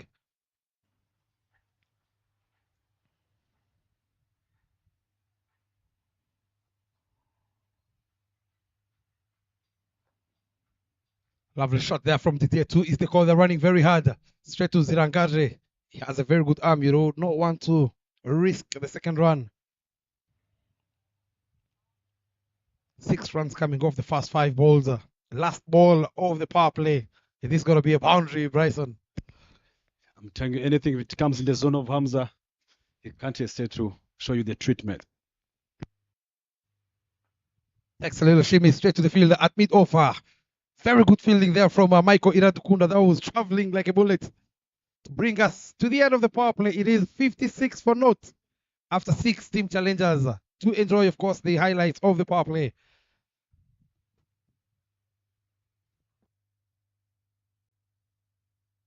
There you see the first boundary outside off stamper. He threw the kitchen sink. On that one is Hamza Khan getting his first boundary. Same similar fashion as he picked up his second on that occasion, backed away, cut powerfully, no chance whatsoever for any fielder at pointer. Took a little shimmy. That was the chance that went down by the fielder in the deep, who misjudged that one, that allowing the ball to go all the way to the boundary. The first boundary there from Didier Kupgimana. Again, the bowlers kept on feeding the challengers batters outside off stump, making it look very easy for them. Picking up easy boundaries on the off stump. Took a little shimmy on that occasion, picked it up on the half, pierced the gap between covers and pointer. Down the leg side, the white signaled no chance whatsoever for the young Eloi Loic. Remember, Oscar Manishimwe is missing out. That was the maximum pitched up delivery there from Michael Iratukunda. And he had to go fetch, as of course Hamza Khan registered his first maximum, and he was given a chance by the two fielders converging, the wicket keeper. Those are some of the highlights of the power play. 56 for naught after 6. It's shot number 24. The magician with the ball. Rindiro Romeo Blaze, a man who has picked up a couple of wickets on this particular pitch, who will be bowling in from the Mount End. Edged. The chase is on by Zirangaje. He catches up with the ball off. What an effort in the deep, looking for the third one. But Didier Kupgimana tells his partner, hold your horse, young man. We've done our part now. The field is spread. We need to chip in those doubles and singles, which again is going to be very interesting to see here, Bryson, how Eric Kupgimana, the captain, is going to fly himself and the bowlers and the fielders. Of course, he has a long on, long off, deep square leg, deep mid wicket, and deep extra cover for the Indiro plays. With on off again, but this time round there's protection as the field is spread. I think challengers have won the power play, having those 56 without losing a wicket, and that gives confidence to the next batters who are sitting in the dugouts who are coming in. Oh boy, the foundation have been set by these two, Hamza Khan and Didier Kupgimana. Slow in the air on that occasion, straight to Berthe in the deep, who's been kept very busy. He's the young Berthe. I think the the score that the captain of challengers talked about during the toss. I hope they can even go beyond this, because with the start they have got, There's nothing wrong can stop them to go for 180. Same ball, same shot, same fielder, same result. Keep the scoreboard ticking at these two. And I love the way they've played out Rediro Blazer, who's been the best bowler for Team IPRC for the past 2 years. They're not risking it, playing it on merit, using the full face, of course. They have already picked up 5 runs so far in the first 4 balls of his spell. Flight delivery of the occasion. They will pick up a double once again at these two. They keep the scoreboard ticking.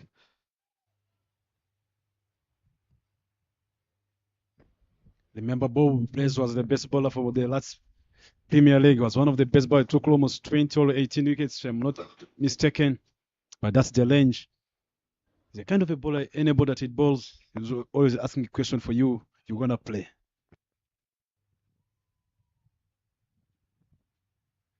Last ball is gone for 7. Outside off. Another bye. Sloppiness there from Eloi behind the stumps. Gonna be the Indian young man. They can't afford giving away all those buys. As we come to the end of the 7th, it is 65 or not.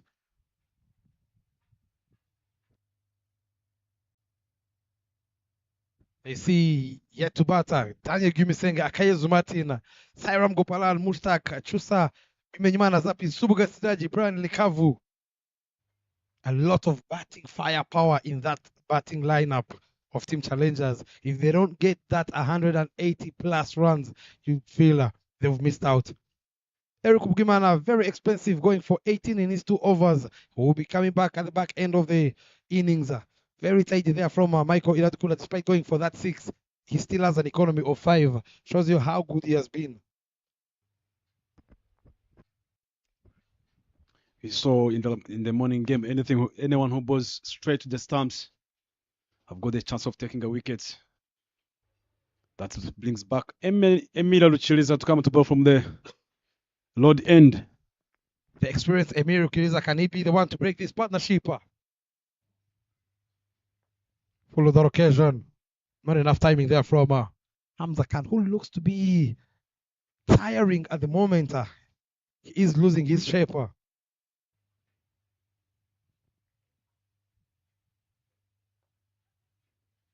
Flicked. But there's protection in the deep square leg. They will settle for only 1 run. Smart move again there from Hamza Khan, rotating the strike. I'm not sure if they're playing like this because the boss is in the house, Mr. Srinath Vardineni. You might call him the captain. You might call him the coach. You might call him the mentor. Whatever you want to call him, Bryson, I'll tell you, the moment he talks to the players, they listen. He would love this win, of course, given, of course, the rivalry, his friend, Jackson Zaisenga. Smartly done there by Didier Kubgimana. Toying with the field of IPRC.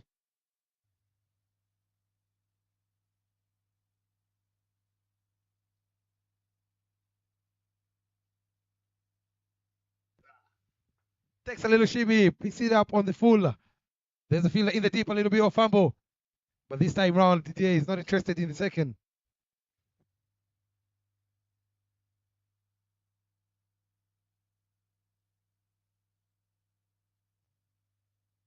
Turning out to be a very good over there from Rukiliza Emil. 3 runs coming off. Goes cheeky again. In the air. Oh, I'm not sure what's happening here. He almost lost it in the air is the young Theophile. Tidy over there to end his second, going for only 4 runs is Rukiliza Emil. 68 for not after 8. The projected score has gone down now to 170. The fans, of course, are coming in handy this afternoon. Biggest of the overs being the 4th, of course, that went for 17 runs over Zirahangaje. After that, they've managed to keep it right under that 9 runs and over is Team Challengers.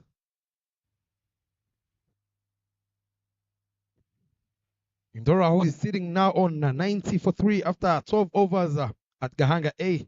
Kizimana Baptiste out there, 35 of 23 with 4 maximums and a boundary, batting alongside the captain, Mihail Bat.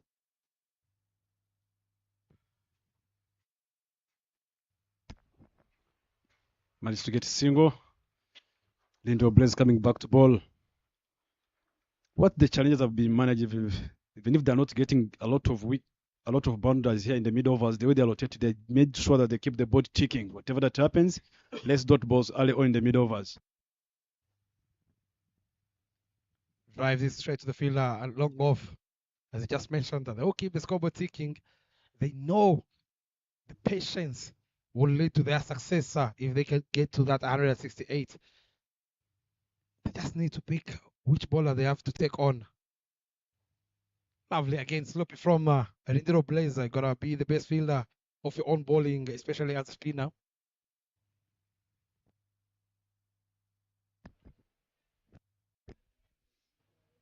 Spinners are slowing down things here. The scoring rate of our team challengers.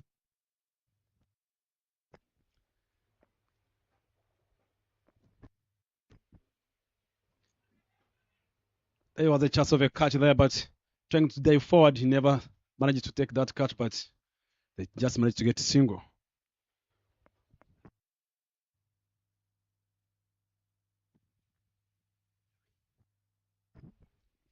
The sun is heavy here outside. I cannot tell the players who are in the field. Oh boy, the heat is on. Roxbacker trying to create that room, but he could only manage to pick up a single. They don't mind chipping in these singles handy. These two, Hamza Khan and T20 Kugimana. The partnership is now worth 73 from these two. You'd feel like one of these two has to go.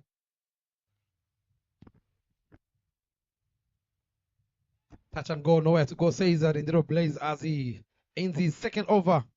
12 runs from his two. He's 73 for not after 9. You can see the tall man entering the field. Maybe they were still waiting for the 10 overs, halfway stage of the over, and they can start accelerating. But you should keep the engine moving the way you started. If you're on top of the team, you want to make sure you keep applying such a kind of a pressure to the bowling side. Now the message that Zapi brought in to the feeders is just to make sure that you're on now. Look at that's the bowling card from Elike Kugimana, the most economy of 9.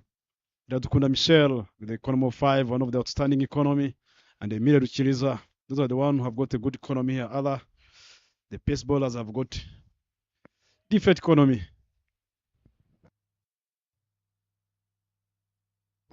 Emile Ruchiriza being introduced again by the captain himself to come to bowl his third over from the Lord end.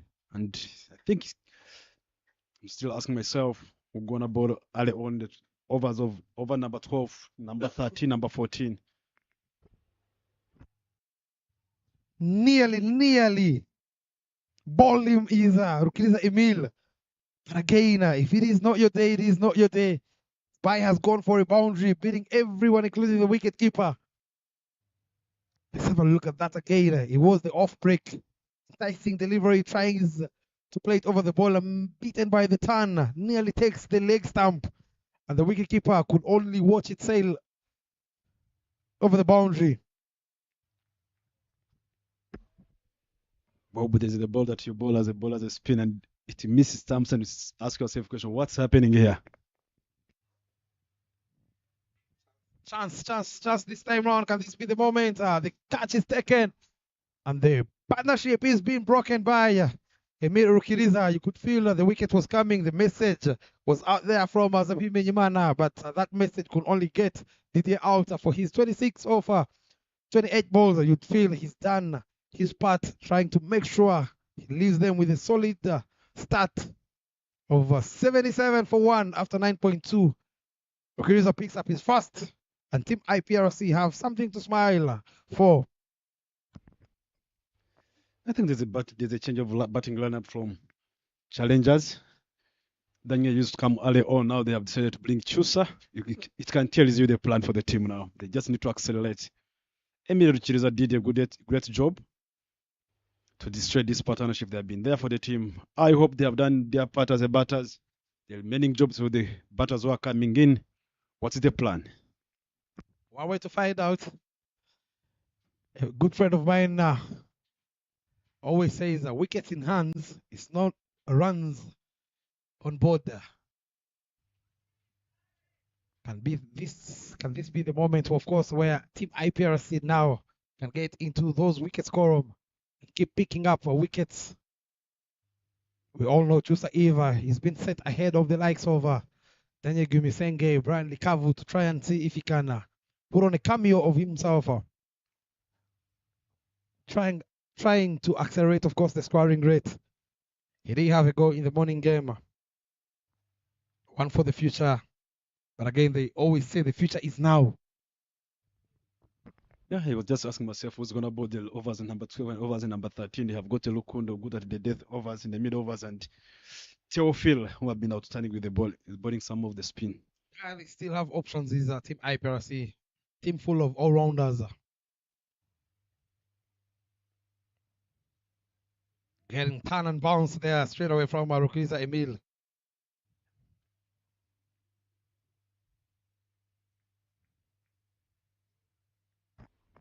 Look at the batters that are batting in the middle this time. I can't say they are quick between the wickets, but they can rotate the strike rate matters most. There's a chance of a catch. He went for the catch and has given Chusa Eve and Team Challengers the boundary. Very sloppiness there from Michael Iratkunda and long off. He is not happy there on your screens. He is Emiru Kiriza. You would feel he had his man. Would have been easy to wickets. Let's have a look at that again. A ball into the slaughter. The slot was there, to be honest. Nearly caught into two minds is Michael Iratkunda. The raw mind, these boundaries coming in handy is Team Challengers. The word anticipation always comes to my head when I saw such a kind of catch that can be taken. Try to stop the ball with the leg, Bob. Big shot out there, excellent ball. Not untaken. The word anticipation comes back into my head. They were just 5 meters away from the boundary. That was supposed to be a catch. Let's see how the captain shouting the field, telling the boys, wake up, wake up.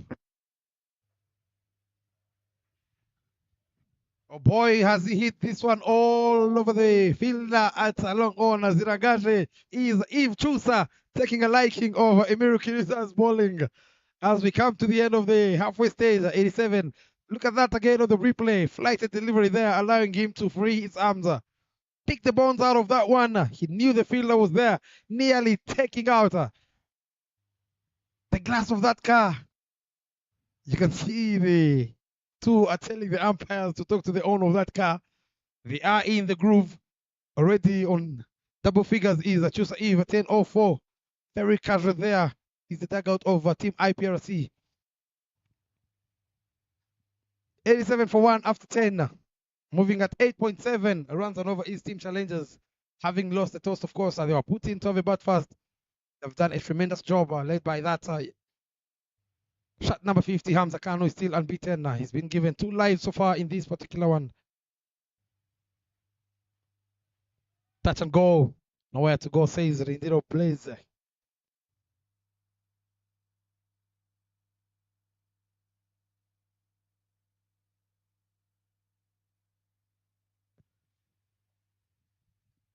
Backed away by this protection in the deep in Berte Mujisha.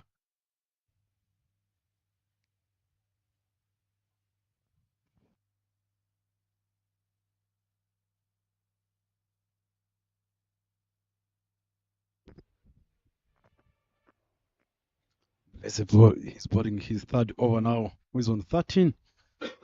13 runs, but there's no wickets this time.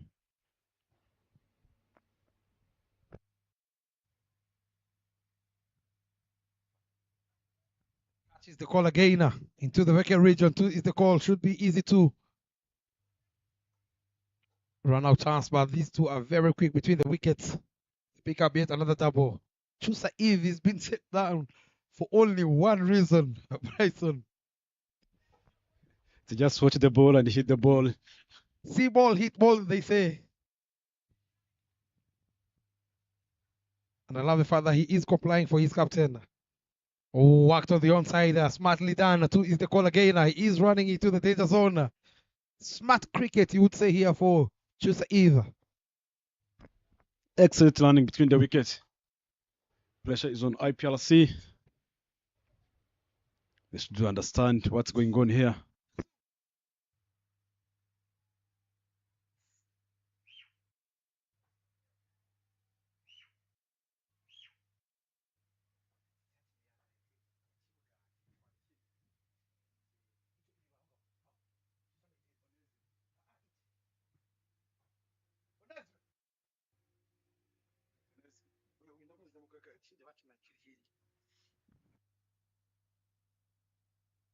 Still in the heart of the wicket is Rendro Blaze. Backed away straight to the field, run out chance. Very tight fielding from the young MA. I beg your pardon, that's Isai at covers.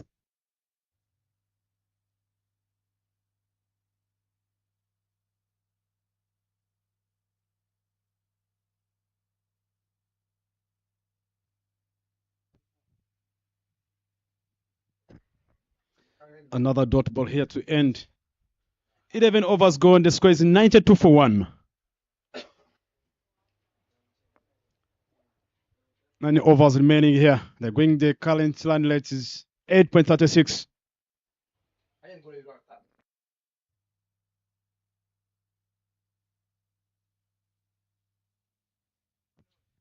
$26 dot balls so far. 25 singles. That should be the difference, of course, if they win this game. 4 doubles, 7 boundaries, and 3 maximums. 16 extras being bowled by Team IPRC. That's nearly 3 overs being bowled in extras, Bryson. That was because of the pressure when the batters are ahead of the bowlers. That's what always happens. That's what always happens when the pressure is on.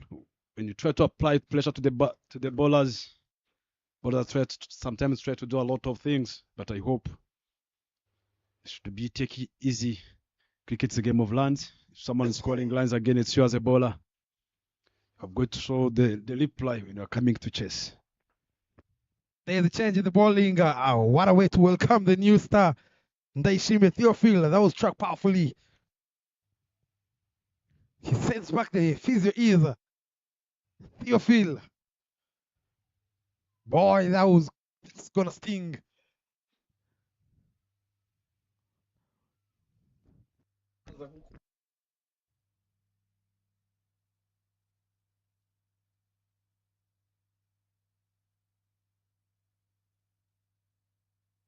Young man with the heart of a lion. Tell you, Bryson, that was struck powerfully straight back to his arm. Gonna hope he is okay. Into the pads, I walked on the onside, but straight to the fielder. It is the captain who's fielding at short mid wicket, not allowing them to pick up. Those are easy singles. He has a long on, long off. Takes a little shimmy. Catch is the call. There's the fielder under that one. And the catch has been taken. Ndaishime responds to his captain as he picks up his first wicket. And he's the big one over Chusa Eve, who was looking very dangerous, but he has to depart for his short stay at the crease. 14 runs off 10 deliveries. They lose their second is Team Challengers for 93 runs inside 11.3 overs.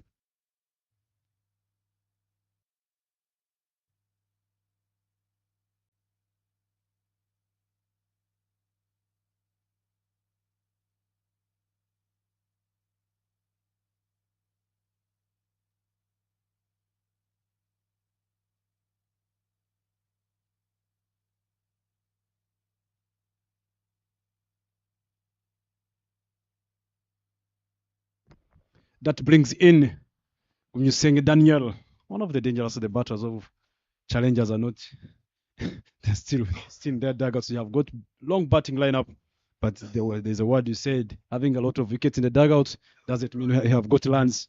Absolutely. But again, I see that contribution of Chusa Eve of 14. If the next batters can get anything close to that, I'll tell you that 180 is very possible. Samsa Khan, who's been kept quiet, 37 off 31.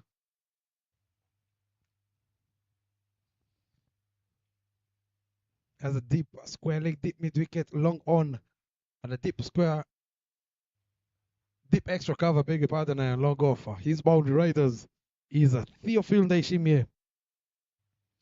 Tends to have a way of picking up wickets with ease. Oh, what a turn, what a pitch. Sharp turn there. You can see the wicket is now getting some patches.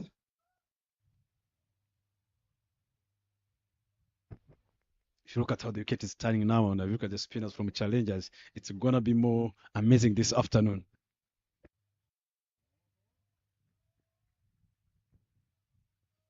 Sun is out. I'll tell you, Bryson, the cracks on those on the wicket are opening up. One of the reasons, of course, you're seeing the spinners getting some patches. Goes for the big sweep shot. Wicket keeper again. The ball goes all the way to the boundary. Leg buys, beg your pardon, signal by the umpire. Let's have a look at that again on the replay. He went for the big sweep shot. Brushed, of course, his arm. No chance whatsoever for the struggling Elwa Loic behind the stumps. Should be the end of the 12th over. It is a 97, edging closer and closer to that 3-digit mark. His team challengers right after 12 overs for the loss of 2 wickets. Still moving at 8 runs and over here. Yeah, that's well said. If I'm saying it, Daniel, if you look at Hamza, been quite not facing a lot of rivalries. If I'm saying it, Daniel, it's easy job for me to make sure that I keep rotating. I give him more strike to Hamza. Been there for quite a long period of time. Again, it's spinners. It's going to be easy for this last 8 overs. It's not always, of course, comfortable playing the slow bowlers. Is Hamza Khan. He loves pace on. He loves the ball coming quick onto his bat. If he can stay in and play out, of course, this last over of this young man there on your screens, Indro Blazer, who's gone for only 17 in his 3. And then now he can allow to play the likes of Kukiman Eric, who still has 2 overs, the likes of Michael Iratukunda, the likes of Zirangaji, who only bowled 1 over. Full outside offer. No run taken again. 2 dot balls. We all know dot ball pressure now. It's getting the best out of the challengers, batters.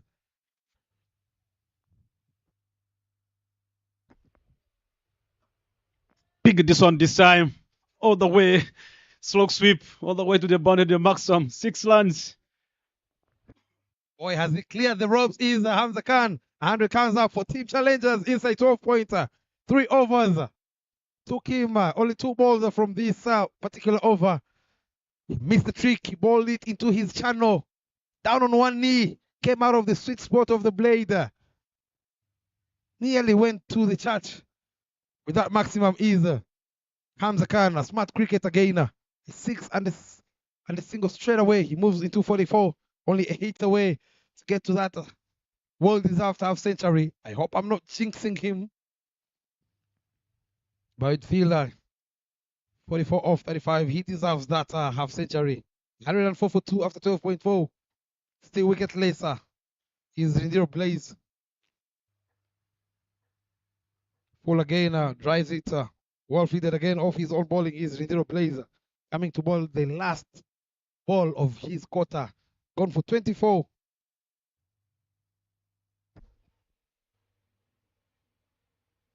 There's a chance of a catch. Drop this one by Francois Gahanga on short third man. But they managed to land 2. Excellent turning between the wicket. Getting off the mark inside is Daniel Gumisenge. They say fortune favors the braver. He finishes his quarter wicket later. He would have been 1 wicket if he had held on to that one. Isa Zirangaje. 26 in his Alore overs. 106 for 2 after 13. Still moving at 8.1 runs and over is the team challenges. We're in for a big one and a big finish. Of course, given that they have 8 wickets in hand, these team challenges. They see when you look at those bras, the spinners have done a tremendous job at turning down all the music to the challengers batters.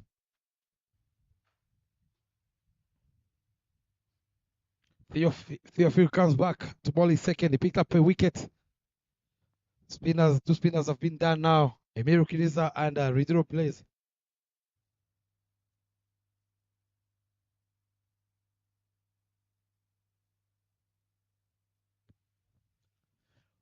Hamza Khan on 44 off 35. Just a hit away to register that half century. He has a long on, deep mid wicket, deep square leg, and a deep extra cover.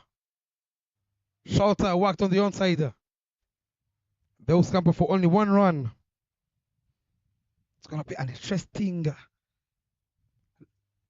last couple of overs coming to, of course, the back end of this first innings. Ebiru Kiriza still has 1 more over, and Eshime, who's bowling his second. That means the spinners will be left with only 3 overs to go. Allowing now, of course, the likes of Hamza Khan, who loves pace on, Martin Akayezu, Brian Likavu, Siraje Subuga, Sapi Vivenyumana. Come and unleash their long levers at the back end. Lovely shot inside out. There's the fielder in the deep and long off. Those cap for only 1 run.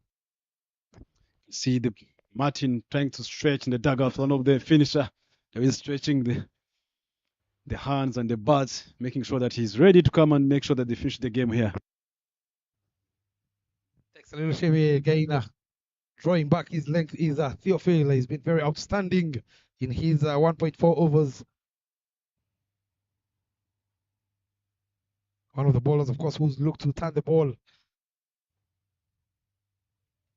Takes a little shimmy again, loses his shape. But there's protection in the deep in Muchotsege. They'll settle for yet another single. Excellent bowler. He knows what he's doing. He's a smart guy. If you look at the way he's just waiting for Hamza, you saw he's trying to step out and trying to move the pace on the ball, and ball a little bit outside the off stump, and the ball is coming inside. Look at good bowling, but well played by Munyusenyi Daniel. Managed to get a single. We're done and dusted with 14 overs here at Gahanga B on match day 1, game number 4 of the RCA Men's Premier League 2025.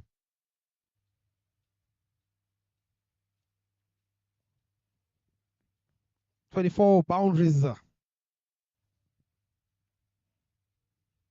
Led by, of course, Nyomgawa Izai with 3 boundaries, Hamza Khan 3. I believe those 3 are going to change right after these innings.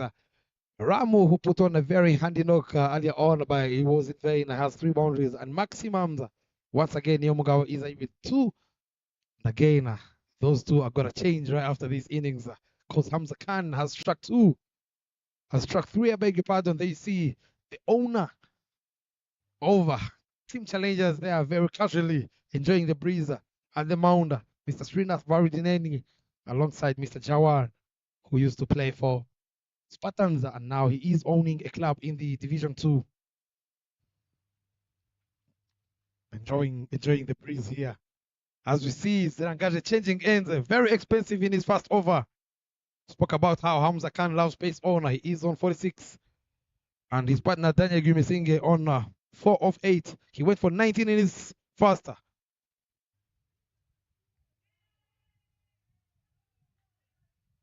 Full outside off, and the finger is up. Starting off with the wicket. Very casual appealing there from Team IPRC, Bryson, as they picked up their 3rd wicket. There was an inside, I can call it inside the edge. There was a gap, there's a gap between the bat. Maybe there was an edge, because if you look at how Zirangaje celebrated, but the other wicket keeper and maybe other feeders, no one was being interested and showing that they have been looking for that wicket. I think they are being worrying about the score. Oh, very good decision indeed. You could see clearly the deviation right after the ball left the bat, straight to the wicket keeper. Bradley Kavu joins Hamza Khan, the new man in, who spent nearly 2 days on the road to come and play this particular game, all the way from Kenya. Mr. Bob, there's the worst trip when you can get if you don't score runs and your team lose and you're going back home. That's the 2 days you are. Very good point there, Mr. Bryson. I remember our first tour at under 15 level. We traveled all the way from Rwanda to Kenya, Nairobi, playing at Peponi. My first game, I remember we played Kenya. I went for a duck, and it was a 50 over game. So you could imagine. Sitting 2 hours, 3 hours in the dugout, and you want to get another 3 days on the road in the bus. But like now, this modern era, the cricket have changed. It's just a matter of taking a flight. You take like 45 minutes, you're ordered to Nairobi. First time taking guard in Rwanda is Brian Kavu. Right on the money from Zirangaje. He gets off the mark in Rwanda. And for team challengers is Brian Kavu.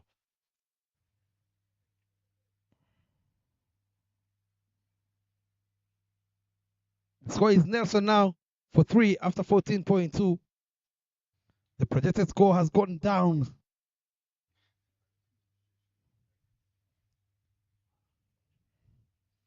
Hamza is on 46 of 38.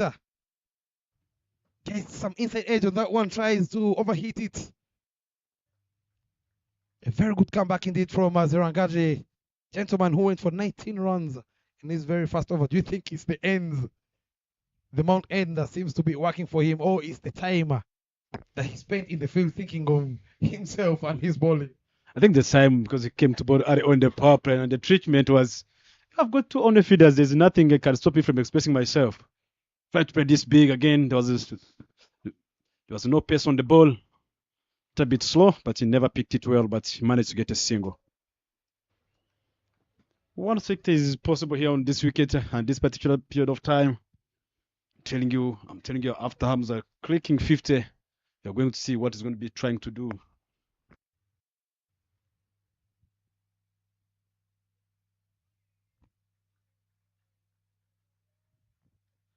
Keeping a tattoo low on that occasion from Zirangaje. You can see the wicket is playing a lot of magic. Some balls are rising, some balls are keeping very low.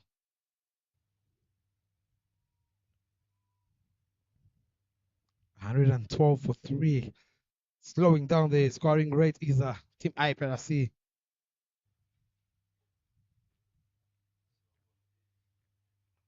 Takes a little shimmy again, straight to the field at covers.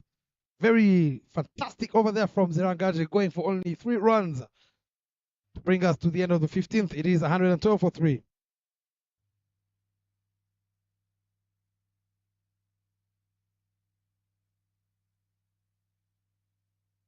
Too many dot balls, you would say 39 to be precise, and 33 singles, 5 twos, 7 boundaries, and 4 maximums, 20 extras. Happy for the singles that have been taken. Those ones are on the mid overs and beginning. But 39 dot balls, that's a lot of dot balls. I think they start getting a lot of dot balls in the mid overs now when they introduce spin. And that goes back to our question I asked you in the morning. Playing 40 dot balls almost now, the overs are still on. Playing almost 8 overs of dot balls. It's something that things to be worked on. We're going forward. He's very suicidal, giving away 40 dot balls in the T20 game. Takes a little shimmy. Would have been an easy stamping again. He's been given life.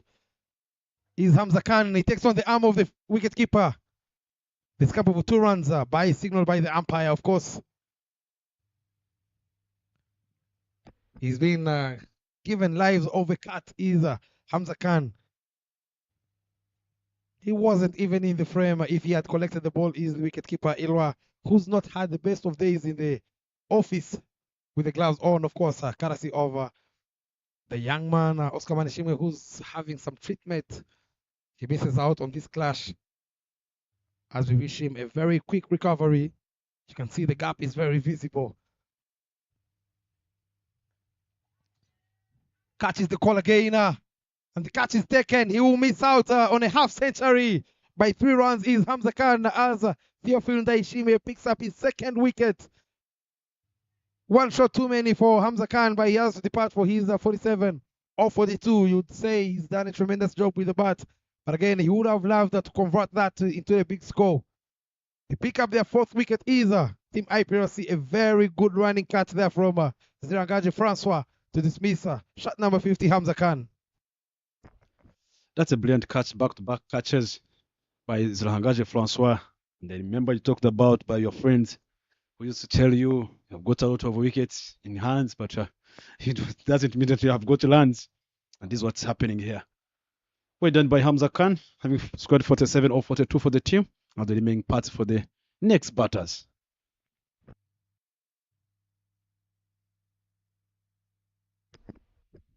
Look at there on the lead play. It was a little bit shorter. The intent was right, but he never get enough on it. Zirangaji Francois, look at the energy. The IPRC I saw today in the terms of the fielding, it's not the same team that we normally saw when they are doing in terms of fielding. But I think the main reason was the power play took them alive in terms of the batters are on top of the bowlers, and that created pressure to the bowling department and the fielding side. Martin Akayezu joins Brian Likavo. 2 new batters at the crease. Should be an interesting one. But again, a lot of credit has to be given to Team IPRC. Bring back the game into their liking. At one stage, of course, they were moving at 8 runs and over before that young man Ndaishime was introduced into the attack, picking up that very fast wicket over Chusa Ive, and now the big one of Hamza Khan. He's gone for only 5 runs in his 2.2.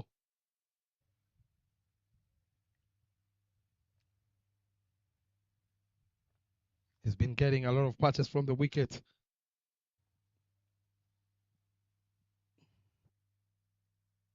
Would love now to pick these 2 new batters at the crease. Martin Akayezu, who doesn't normally waste a lot of time at the crease, to get going from ball 1.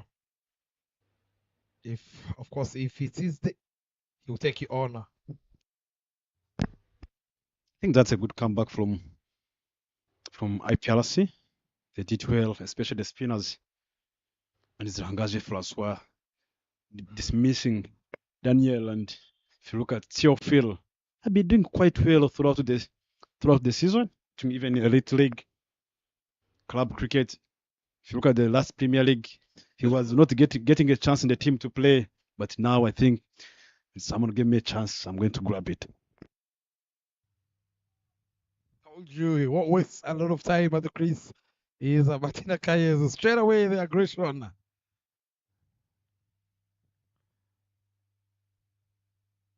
Make that 21 extras. Shot. Where's that gone? Out of Gahanga B. He doesn't need any fighters. Is Martin Akayezu. Lost ball. Onto the road. What a hit. As he announces himself at the crease. Have a look at that again on the replay. Belated delivery there. Right out of the middle of his bat. Merely takes on the car in the parking lot.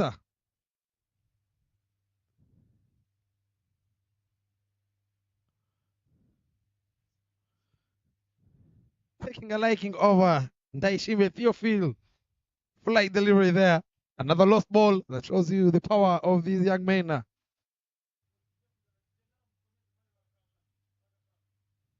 That's the beautiful, of course, Gahanga.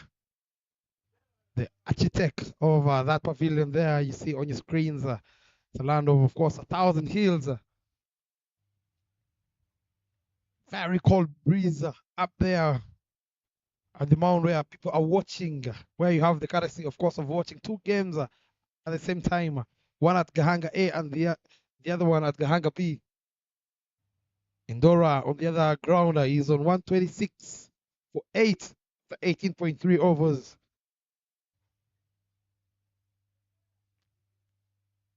Spinning away is Irakoze Kevin back into the side of right guards. done a tremendous job with the ball in hand. Back to the live action here at Gahanga B. Theophil, the ball.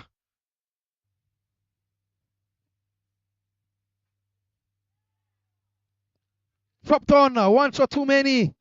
6th and out. Neshimia picks up his 3rd wicket. And the 5th wicket for Team Challengers falls. Martin Akayezu again unnecessarily done there, you might say.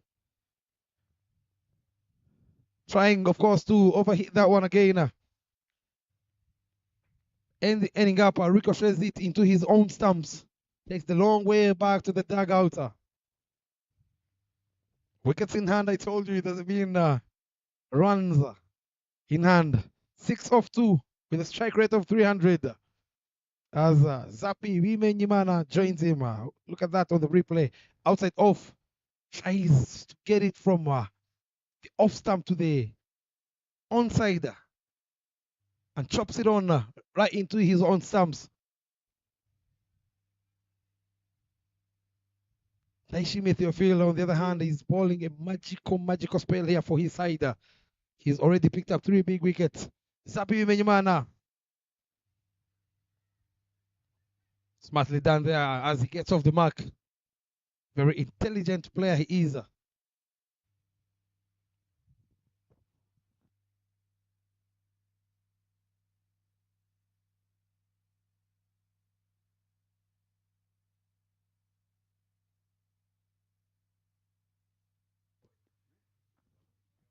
Last ball.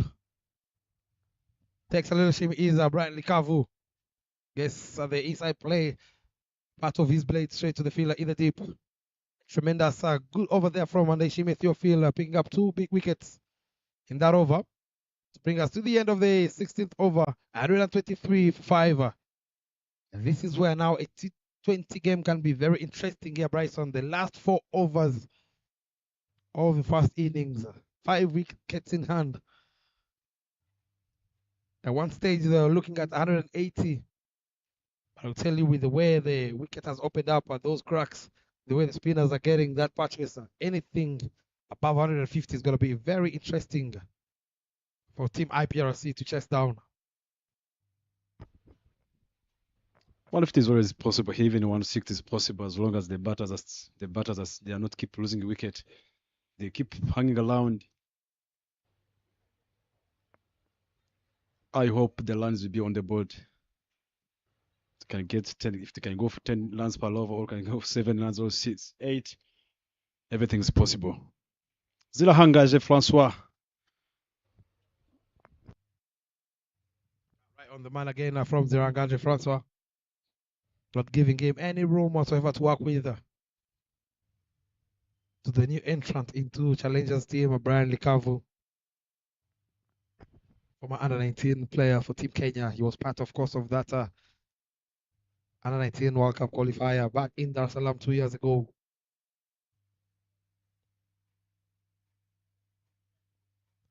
Takes a little shimmy, drawing back his length is Zirangaji. They just need some lesson.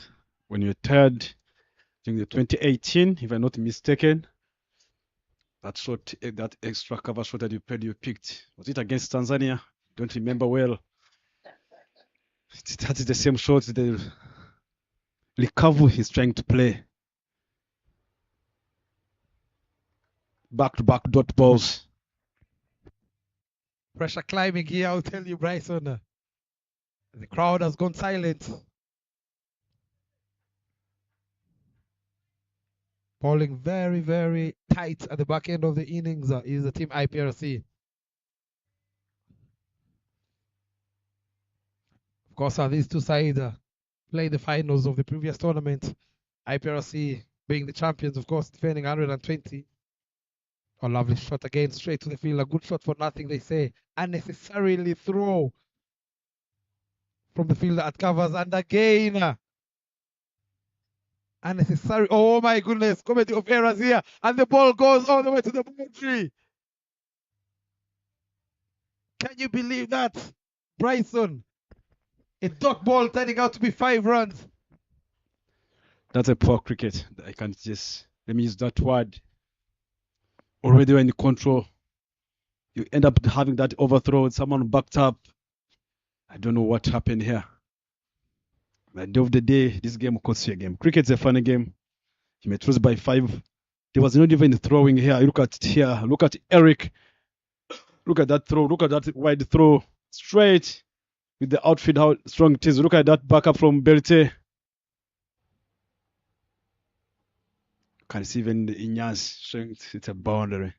Bob, if you are captain the field, what can be going in your mind with your fellow teammates? Boy, oh boy, I don't know, Bryson.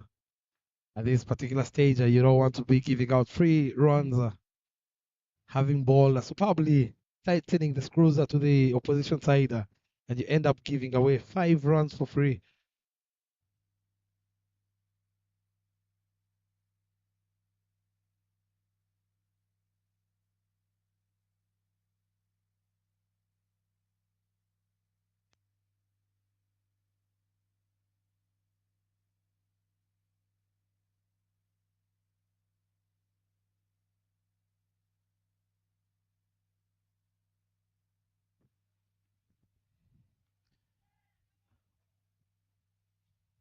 Captain is Sapivi Menyimana trying to create room to access the offside, and he has to depart against the run of play as Zirangaje picks up yet another wicket.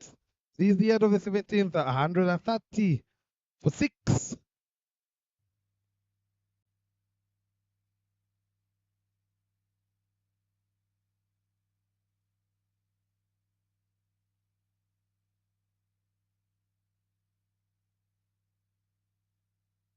The intent was there, pitched out of the off stump, trying to go hard.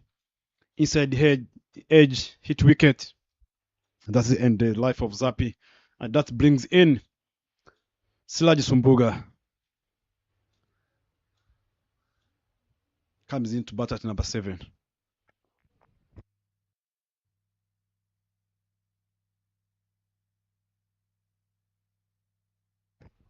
Now he's joined by someone they play cricket together back in Kenya League. They're friends. They traveled together on the same load when they are coming here.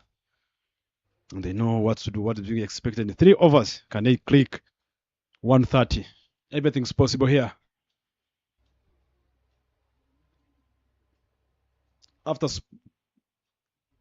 IPRC winning the toss, and they asked challengers to go and have a bat first. Challengers started well with the 56 runs in the power play without losing a wicket. After 10 overs, they almost 80-something runs on the board. The net run was, they were saying the projected score was almost 190, 170. Now it's always declining. The graphs going down to almost 153. But 153 on this pitch, with the bowling attack of the challengers, everything's possible.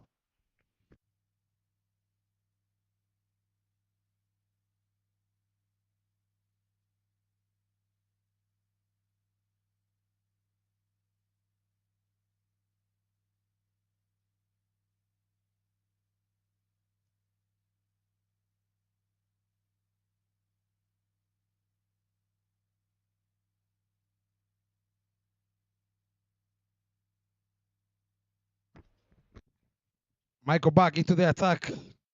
It's too low. Swing and a miss there from Brian Likavu. 2 very good friends in Tsubuga Siraji and Brian Likavu.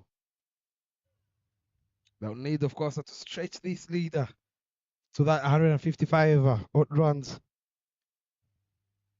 Very good bowling indeed, you'd say, here for Team IPRC. Right after the halfway stage of the first innings, they made sure they don't go for more than 7 runs and over. Led by, of course, Theophil and Zirangaje. Good comeback, as we said, Bob. Played well, stretching the gap to deep extra cover. There's excellent running between the wickets. We said it well. They understand each other. They are friends. Anything going to the boundary. And I believe after 8 overs, they should have started doing this. They thought about going bigs. Then they end up losing quick wickets. Wicket of Chusa. They went out after receiving that message from the dugout. At the end of the day, the way you get a message as a batter, it's you who's batting on the crease. You know how the wicket is behaving. If you're going to get 10 runs, it's always possible. Wide Yorker here. You see the batters recover and Sumbuga Sludge saying they are not understanding. He's shaking the hand. If you can see on the replay, gotta be better. Very tight bowling here from Iratukuna Michael. Bowling at the death, they say. Targeting that white line. He knows, of course, Brian Lekavi is trying to create room to access the offside. He goes again. Beautiful down there from Michael Iratukunda. Putting on a smile. That was it. He took a little shimmy.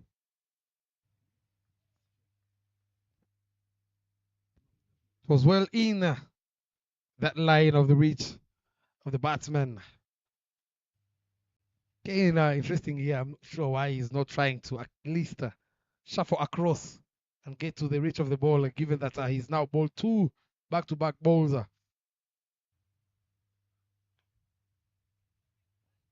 Another lovely shot. Oh, nearly takes off with the head of the man in the deep, Rukundo.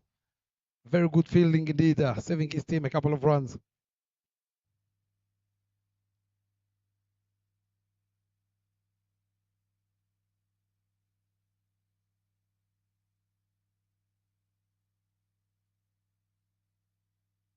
One more delivery to go.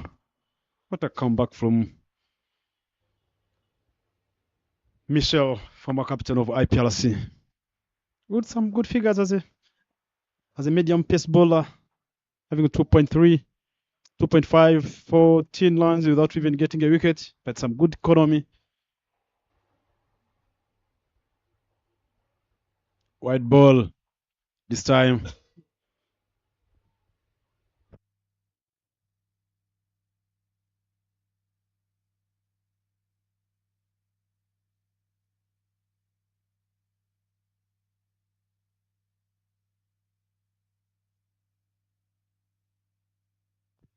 Siraj is one of interesting characters I've ever seen. He's always got a chat with the bowlers, trying to get into their minds. Knocks him over straight away, bullseye. You miss a hit. Is Iradukunda, Michael. What a beauty of a toe crusher as they pick up their 7th wicket. His team IPRC Suvuga Siraji calls for a golden duck. Sees again yapping with the bowler. Sometimes, Bob, you always say cricket, you're gonna talk less, you're gonna work more. Cricket's a game of runs. A bat on ball, you're gonna play cricket. Don't fight a play against the umpires. Toe crusher, off stump, uprooted. The furnitures have been rearranged for Siraji Suvuga. Nearly 4 wickets falling for nothing for team challenges. Something, as we said earlier before the game, they need to work on their middle order batters. The captain joins Brian Likava at the crease.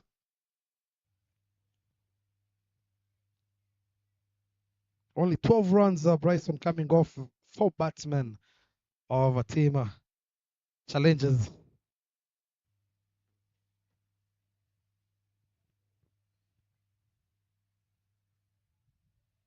Hope they should have done better, likes of Chusa, likes of Martin, Daniel. That's a wide delivery from Eric. Struggling with the line and length.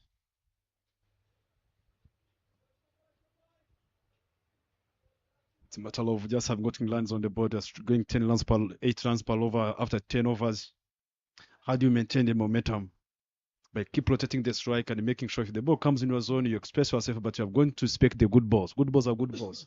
Turn ones into twos. You can get 10 runs even without getting a bounder. I agree with you 100%, Bryson. The moment they say it, faintest of ages there. There is an appeal by the umpire, says Not out. We'll have to wait for that on the replay. He looked very convinced either. Eric Ugimana. Let's have a look at that again. I took a little shimmy ball it a little bit wideish of his reach. But again, I'll tell you, when you look at the reaction of Brian Likavu, most of the times as a batsman, when you nick, you look behind and see if the wicketkeeper has taken the ball. But him, he wasn't interested. You might say that body language might have saved him.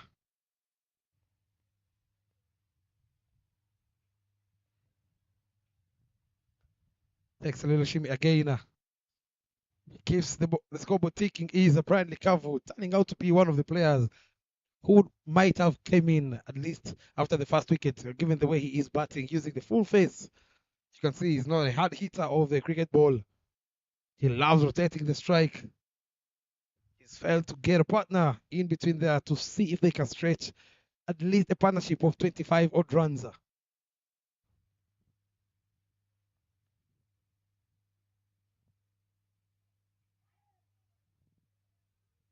Beaten by the pace and time there from Gimana is the captain, Mushtaq. Mushtaq likes striking the ball. That's what I know. The one of the big hitter. You just need to stand and deliver. Loves, I'll tell you, balls bowled full at him. I don't think he will get many from the captain, Eric Gimana, who's been very expensive in today's game.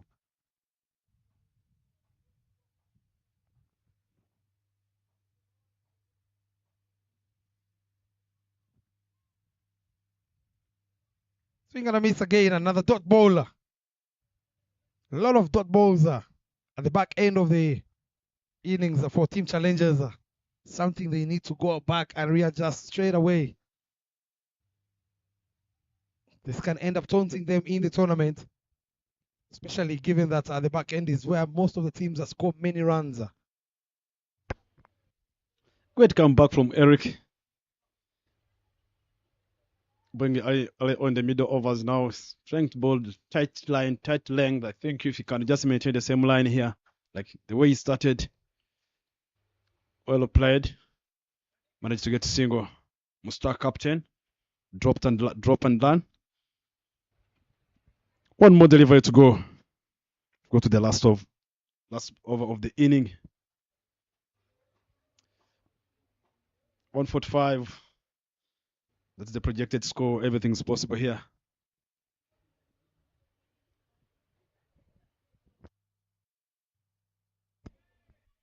One of the things challengers batters should go and start working on, just making sure the middle order batters are going to come and go for the pattern, take more responsibility.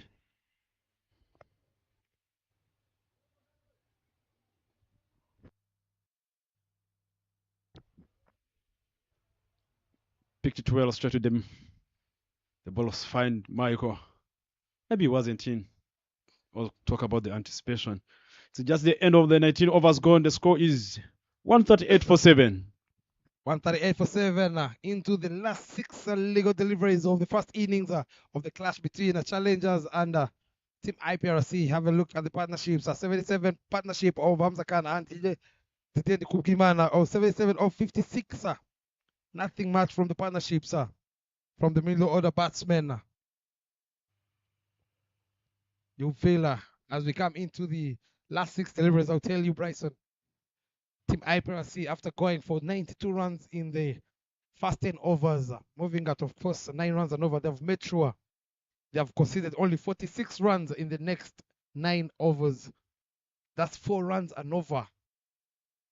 Tremendous job done by the spinners, of course, and the likes of Zirangaje. Last over being bowled by Michael Iratukunda. Full on the rocket into the block call. 2 is the call. Captain is running very hard. Run out chance. Direct hit. Ooh. The uneven bounce saves Mohamed Mushtaq as they pick up a double. They move into the 140. Good running between the wickets. You would say risky but effective. Given, of course, that we are into the last 5 balls. 150 is still possible here, Bryson. Given, of course, the way he's bowling very full. If he can go a little bit cheeky, is Bradley Kavu and see if he can access the fine leg region. Good bowling there from Michael Iratukunda. He's really troubled Bradley Kavu. I think if you look at Likavu, he's trying to expose the stumps so that you can, if the bowler, if you're not smart enough, you come and try to attack the stumps, which can be easier for him to play. But Michael being smart, ball outside the Yorker. By the looks of the way he bats, you would say he's one of those batters who are very strong on the offside. One of the reasons he's trying to create that room to access the offside.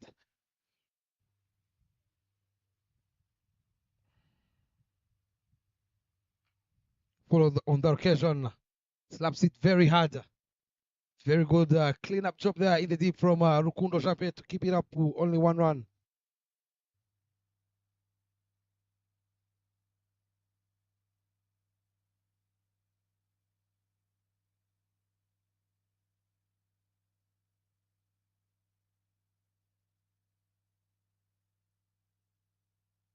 One for 2 runs for 7, 19.3. 3 more deliveries to go. Even 140 is a score to come and bang on this pitch. The bowlers early on do the job like what they did in the morning. It's a good game. It's always a battle. IPRC and the challengers. Full on the occasion again, a rush team. Run out chance, and the run out is completed by Michael Iradukunda. And to make things worse, it's going to be a dot ball. Very good athleticism from Michael Iradukunda. Off his own bowling. Everything they have touched after the 10th over has turned into goal for them. Picking up the 8th wicket, the captain being the last, of course. Allowing now Mr. Sai Rama to join Bradley Kavu with the 2 more deliveries to come in the first innings of this derby. The 30 there, the ball was a little bit photos. Well done. Good job done by Michael. That brings Salam inside. You can see the likes of a Vodem Twimana. Can't wait to see him coming in to bat. Play together with Salam. See, they always come to bat with a smile. But the batters would have done better. But I hope even 140. Needing 7 runs per over. It's a good score to come and bang on. When you do well in terms of fielding and you bowl well, everything's possible. The team, T20 is a game of chasing. If you're good at chasing, it's a big task to the batters of IPRC Kigali.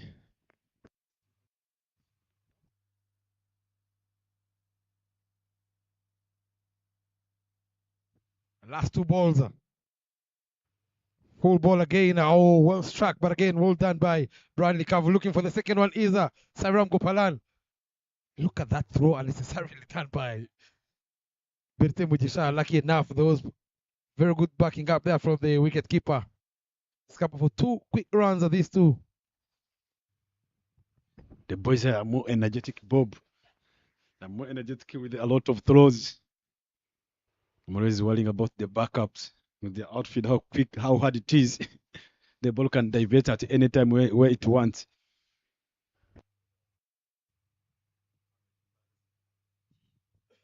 Last ball of the first innings of this clash. Michael Iradukunda up against Bradley Kavu. Oh, lovely piece of bowling there.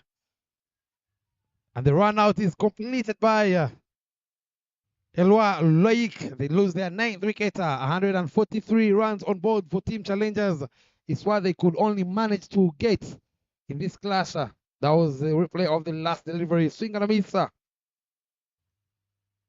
Held his shape, didn't throw it as soon as possible, but he waited and waited until the last moment, running out Mr. Sai Rama. If you're just joining us, of course, IPRC won the toss, decided to have a ball faster.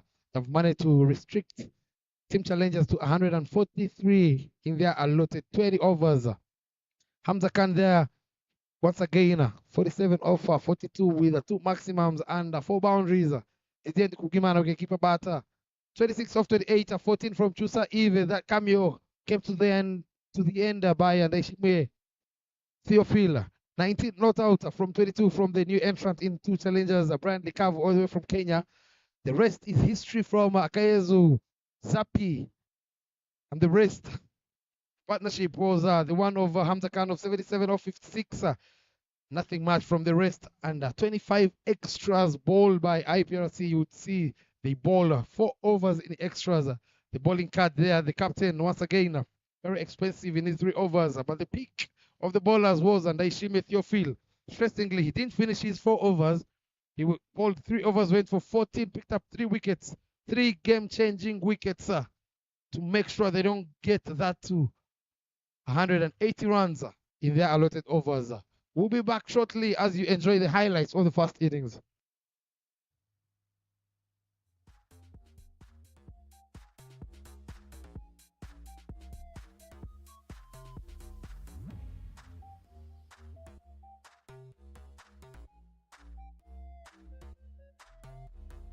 Respect.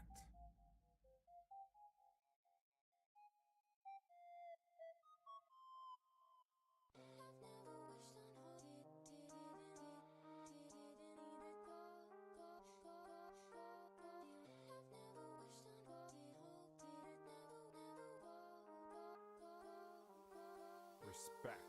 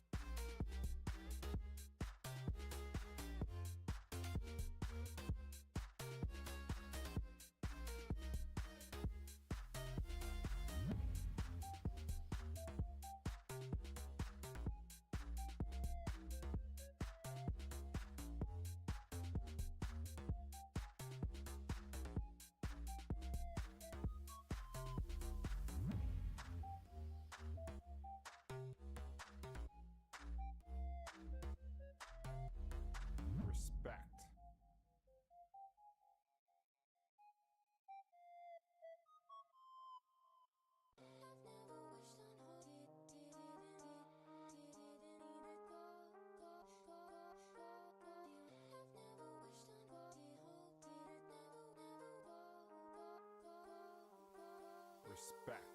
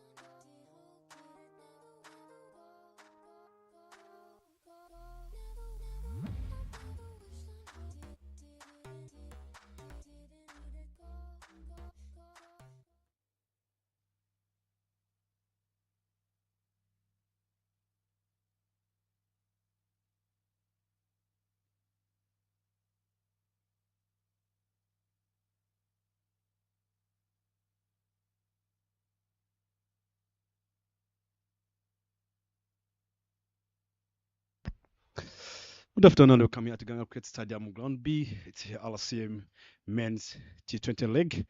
It's just chase time after IPRC winning the toss. Asked Challengers Cricket Clubs to come and have a bat first, and Challengers managed to score 144 runs, and that was the score they set. And it's time to come and defend. Let us see what might happen here. Opening the bowling is a PV Menyimana for the Challengers Cricket Club. Opening the batting is Berite Mujisha. Na Izayini Omugaba. I'm not alone in the commentary box. Welcome, Bob, for the comment in the commentary box. Thank you, Bryson. Fast ball from Azapi Menyimana. Intentions are clear there from the young Izai as they pick up their first boundary straight away into the wicket region.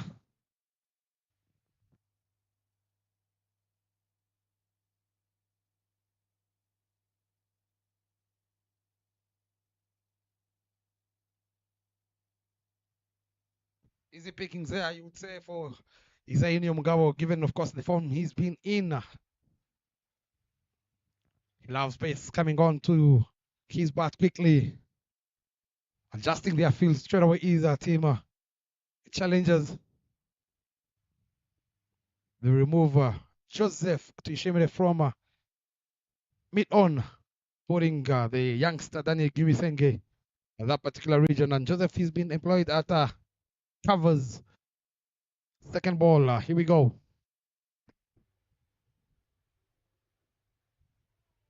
Swing and a miss again. It's too low. The occasional run out chance. Not the best of throws there from Didier and Kupkimana as they scamper for a quick run at these two.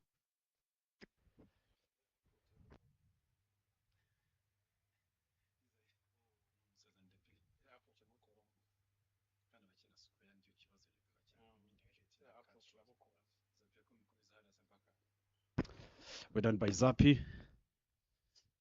And I know he's just not trying to bowl a lot of quick balls this time because he saw how the wicket is misbehaving, except players like Martin Akezurek to bend the back and use his shoulders a lot. He tried to earn in the morning, it didn't work, but later after first over, he started being more smart by attacking the stumps. A good ball there, right on the money there from Zapi Menyimana, allowing these two again to scamper for a quick run. The running between the wickets is going to be very key for these youngsters from IPRC. Berite which are being promoted after the absence of Oscar Manshime, getting opportunity to come and open. The man has been struggling with the breathing. We wish him a quick recovery so that he can come and play again this coming week for Elite and for his club. Too low again from Zapi Menyimana. We saw that in the first innings. Some balls are keeping low. Some balls, of course, are rising, rushing the batters. They know Nyomugabo Izai is the wicket they're looking for. Is a team challengers. He's always been the long ranger for Team IPRC. It's good to both someone you always know. You practice together. You get a chance in the different clubs. It's an opportunity you as a bowler. When you're doing strategy, you're always together with him. It's all about giving him hard times, excellent bowling again. Nothing. If you look at Zapi's length and Zapi Elike's length in the morning, it's totally different. Pitch outside of stump, anything outside of stump. We saw Hamza. Sorry to use this. People are not taller than like me. It's easier to. They are good at pulling and good at cutting. Always, sometimes you call them butcher men. Anything outside of stump is good at that area. Anything short is good at pulling. And Zapi is doing it well. Experience is what that man possesses on your screens. Charging in to ball the last ball of the first over. Well played this time round, straight to the field at covers. He will keep strike is Nyomugabo Izai. He's always busy at the crease. 7 runs coming off the first over of the chaser.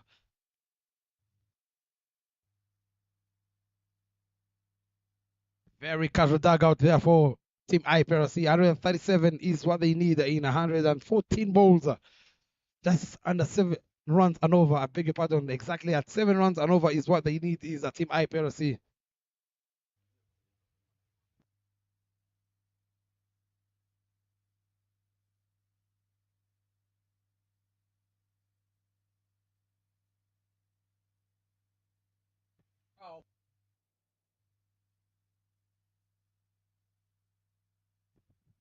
Martin Akayezu will be bowling the second over from the Mount End. The end that brought him a lot of fortune in the first game. Picked up a fast fifer in this particular tournament, the RCA Premier League Men's T20 category 2025. They would love, of course, our team challengers to see him replicate that spell where he went for only 8 runs in his 4 overs. He has the third man in play and the tip square leg. The only 2 fielders outside the ring up against the busiest batsman here in the league, Nyomugabo Izai. Full ball, well struck again. And a good fielding from Zapi Bimenyimana. Bob, that was a heavy ball from where you're saying in the commentary box. That was a heavy ball, I'm telling you. From the sound of the bat, how ball was heavy. You can even listen that heavy, how heavy it was from the bat. Yeah, absolutely.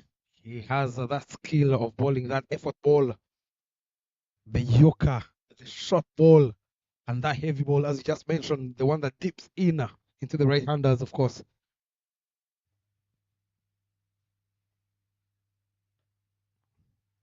Right into the pads that worked on the onside. They keep the scoreboard ticking at least 2. Very good start. I would love to see batters using the full face of their blades up front.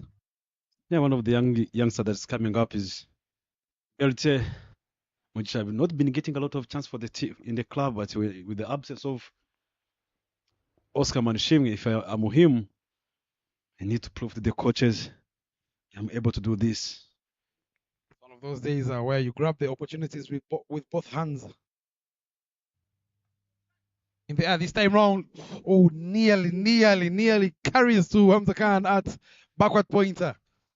Rushing him with that quicker seam up delivery there from Akayezu Martin. Have a look at that again on the replay. Ended up fishing, nearly takes the screamer. There is Hamza Khan. Gotta be very careful, young man. Your team relies highly on your batting is Izai Nyomugabo.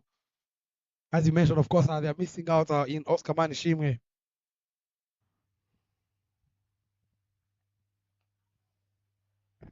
That one came in his zone. Anything pitch on the leg side, he's strong on that side. Easy all the way. The ball is all the way to the boundary. 4 runs taken here.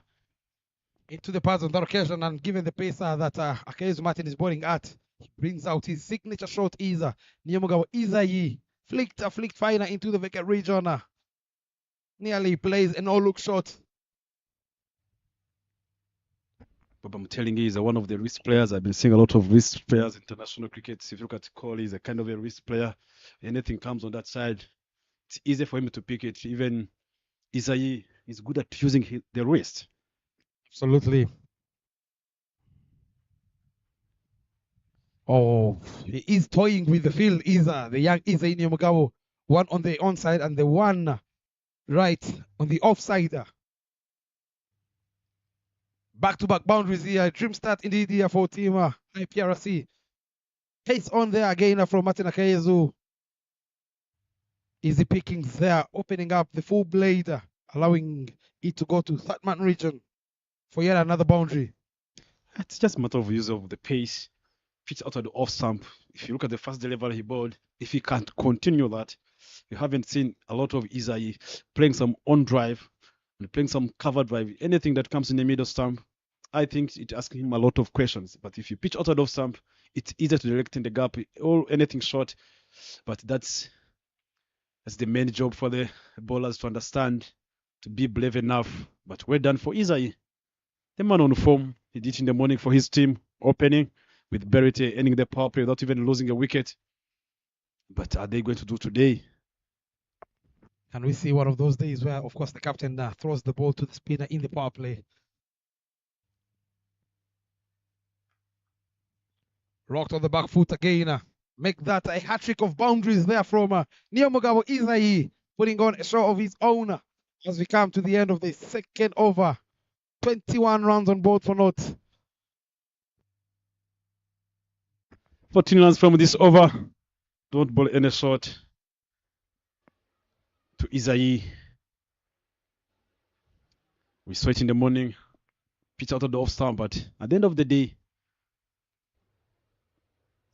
you need to be smart as a bowler. Which length, which line should I go for now? You can see the big man you have been talking about now. You can see the pull shots. The man, they're not understanding it well.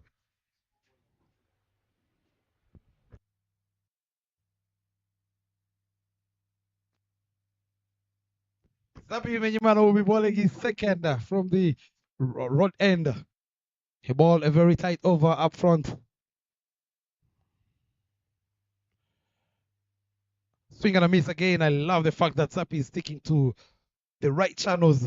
Top of offer. You miss. He will take that outside edge, given of course that he has a sleeping play in Hamza Khan.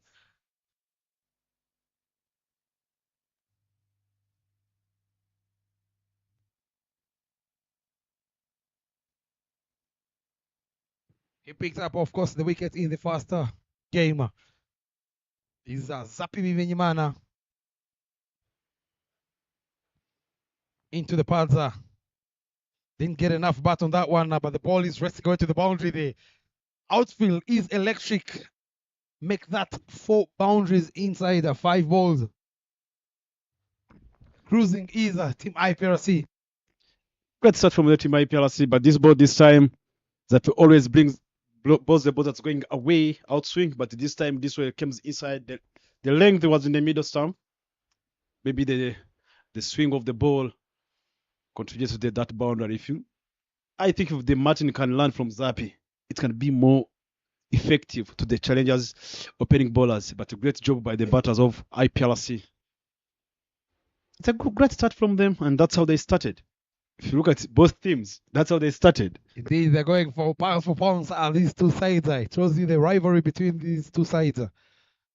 Oh, what a pitch of a delivery there from Zappy Menyimana. Nearly takes the outside edge. Acknowledges is the batter. Berthe Mujisha telling Zappy Menyimana, I was beaten on that occasion.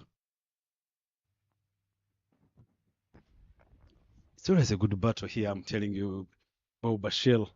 It's always a good battle. Seeing challengers and IPRC, it's a game on. Worth all the money in the world, you'd say here, Bryson.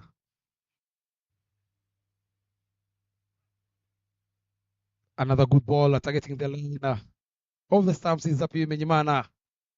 Always putting his body behind the line is Zappy Menyimana, runner international.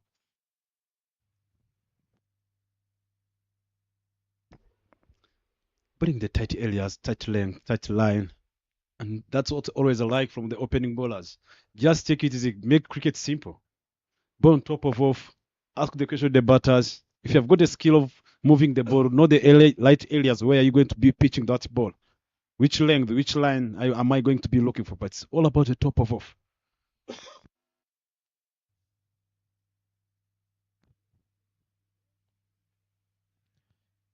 Oh, nearly carries to Zappy Menyimana. Taking the bottom part of his blade is Nyomagawa Isaye. That extra bounce that he possesses is Zappy Menyimana. Very tidy over, despite, of course, the buys, the 4 buys. He's gone for only 1 run.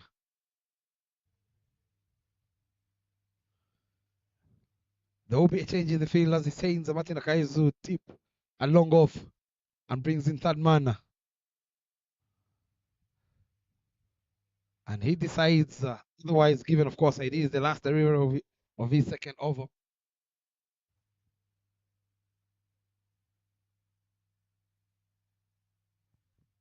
Last ball. Cut away powerfully straight to the fielder at pointer. Sirajit Subuga does a tremendous job saving his team a couple of runs. He might have hurt himself, but they pick up a single to come to the end of the 3rd over. 27 for naught. Nearly moving at the same rate as the team challengers early on in the 1st innings. Yeah, that's well said. And if you look at the batters of the IPRC, they have good exit running between the wickets. I'm seeing someone coming in the field with a helmet. Maybe early on they're going to use slow bowling early on the power play. I don't know what's going to go through in the mind of the batters. Our Gambo is being straight away, given, of course, the way Martin Akai's just ball his first over. So in the first innings, Zirangandri went for 19 runs in his first and was given a break, and he came back superbly at the very back end of the first innings. It's a good strategy and a good tactic to use at this particular time. Let us see. Is it going to be effective? Bring Sludge. One of the bowlers at the no some off spin always pass around the wicket. But when he pass around the wicket as an off spinner, they forgot about the LB. And that's all. He bought some quick spin, some full and straight delivery. Sometimes the balls are not turn a lot. I always say it's all about trying to back up yourself. If you don't have a ball, if you're not good at turning the ball, you try to change the angle so that you can work on your work. You can work on your economy. If you find someone who's good at playing on drive, some slog sweep, it's gonna be so easy to be played. But sometimes he's smart enough. He played a lot of cricket, a lot of domestic cricket in Kenya, in Rwanda, and he's a boy from Rwanda. That's what I can say. He played for Chinese for quite a long period of time. He's a local lad, you would say. He's a Siraji Subuga. He has a long on and a deep mid wicket. The only two fielders outside the ring.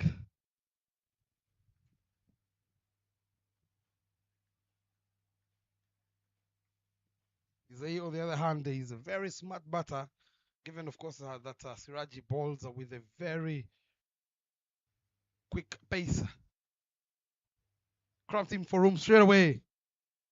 He's not a spinner that will turn a ball that much, but he will keep bowling it in the right channels. But we're going to see what happened with the challengers when they are batting, when they have introduced the spinners, the way they started slowing down. Peter straight in the gap here, all the way to the boundary, 4 runs. You can't pitch the ball outside off stump to Izai. Well played, well picked. Cut it this powerfully, straight in the gap. He's dealing in boundaries is Nyamugawa Izai. With offer there from Siraji Subuga. Boy, oh boy, it came out of the sweet spot into the gap between point and covers. The moment the ball leaves the fielders, you don't have any chance. Dry outfield it is here at Gahanga B.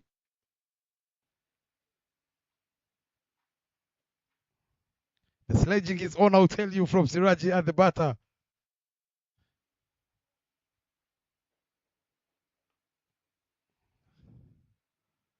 Straight to short leg, avoid Mutuyimana, and this couple for a quick run. Smart cricket here. Boundary and a single straight away from young Izai. They like the field set. They have got deep. There's no mid wicket. There is no, except square leg. Play this way, but straight to the fader. I think sometimes the strategy works. I like the way he's thinking. They open the mid wicket, trying to force you to play that ball, the mid wicket, and I'm gonna ball straight the stumps, and which sometimes it's working for him. It is indeed a very good strategy, trying to force him to play a false shot. Tidy over. He's gone for 5 runs so far in his first 5. He would love to bowl a dot ball. Is the young Siraji Subuga. Gotta make sure you don't leak a lot of runs, given that they have only 2 fielders in the ring. Make that 6 runs coming off the first over of Siraji Subuga. Not a bad over indeed, given, of course, they were moving at 9 runs on over. 33 for naught after 4 overs.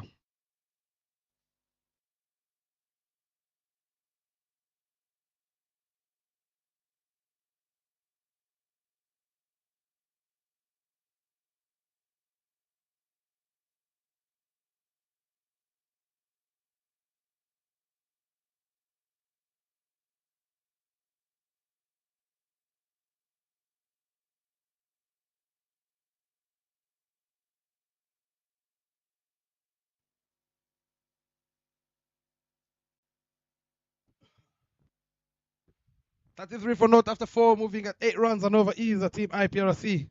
Zappi's been handed over to ball his 3rd over on the trot by the captain. I'll tell you why they would love to pick up a wicket, try and break this partnership as soon as possible, especially the wicket over Nyamugawa Izai. That's what they should be targeting. Down the leg side, wise signal by the umpire.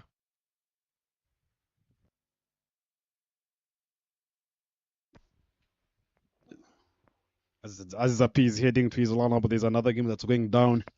Right guard is chasing 126. Again, it's Indorgwa now. Light guards on 59 for 1 in 9 overs. David gone for 20. David scored 20 runs in 21 balls.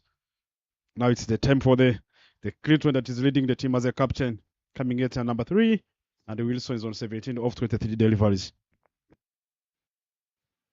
Who nearly takes the glove is Zapi Menyimana. Very good comeback.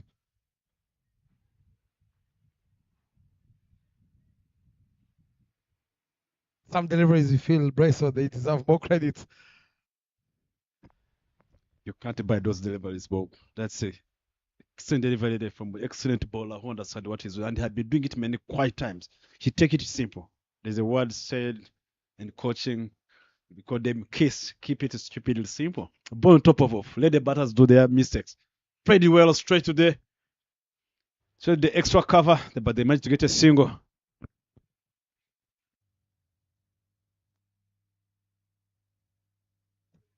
Very good feeling there from the veteran Joseph there at covers.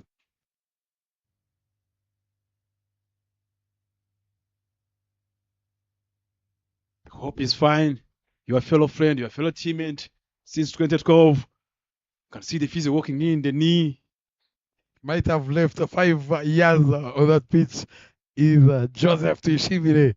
But again, I'll tell you, he saved his team 3 runs. The ball was struck powerfully by the young Bette.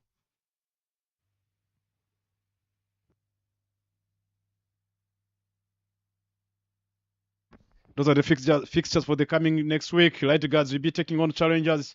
Light guards they're going to be playing 2 games against Spartans.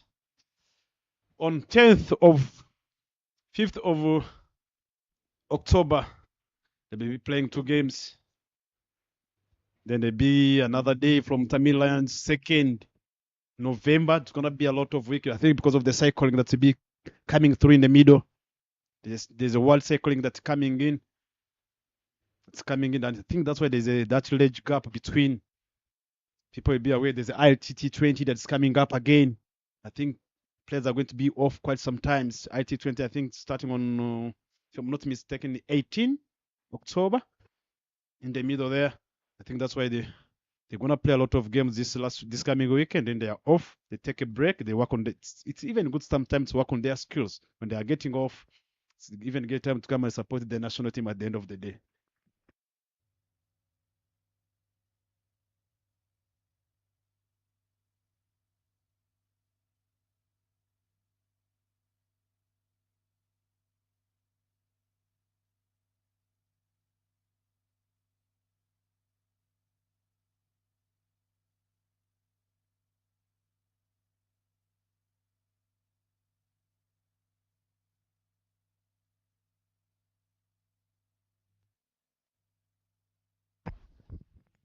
Looks like good signs. He's back on his feet. Is Tuishimire Joseph.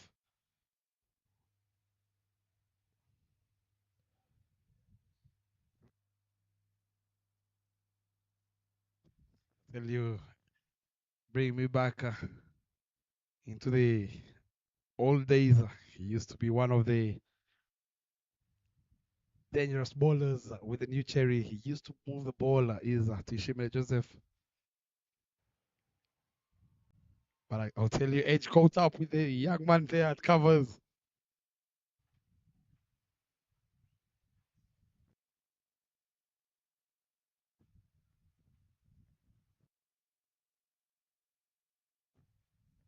Back to the live actions, a bit to continue from the road end up against Nyomugabo Isai. Full ball, flicked in the air. Who wants it? Who will drop shot at the fielder in the deep? Chusa Eve. And this comes for 2 runs. Bob, I was going to tell you, always get ready for that simple break changes everything. And if you look at if it was Zai before when he was still in the momentum, and that ball should have gone somewhere else, but there was that few minutes he was switched off.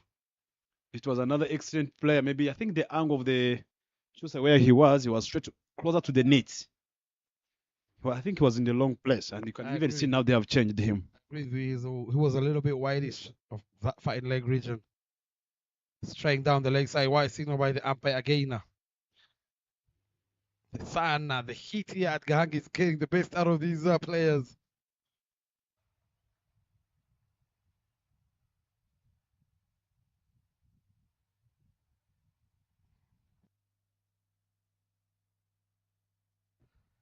He's already on to 26 of 16. Is Neomugabo Isayi. Very good, talented player. He is. Cut away powerfully, but straight to the same field again. Saves his team 2 runs again. Is to Shimile Joseph. What Joseph tried to do well. You can't see him diving at this particular time. A man who had been there, who had got the swagger in the field, he enjoys what he's doing, and that's what I like from him. He played a lot of cricket for the national team, for Titans. Did he play for Titans? Yes, we did play for Titans, all of us out in the Bryson. Back in the days, we did have many teams, of course, many clubs to play with here in the league in Rwanda. We had the likes of Right Guards back in the days. The team that groomed most of us. Right after Right Guards, we played for Titans, Young Tigers. So without even lying to you, ever since I started playing cricket, I started in Right Guards. Played well, stretching the gap. Managed to get only 1 run. Mr. Bob, I don't know if he was with the team that was when you're banned because you guys have not given out the jerseys back in that time. When just Light Guards was being banned, almost 7 players, and we just formed another team called Dugout. Oh boy, don't remind me of Dugout. Dugout, that year, 2013, led by, of course, Tiger Dennis Mukama, the former captain of the national team. We won all the trophies that year. That's how good the team was. Can't lie today, at that time was in the Dugout. Remember, there's a time I think that was the best trophy I've ever had. There's a trophy we took. That was the biggest one I've ever seen. Since ever we started, it was a good trophy. I remember that day. There was a beer that was being introduced called True Ball during that time. I had it most of the time in the Dugout the whole night. There will be a change in the batting.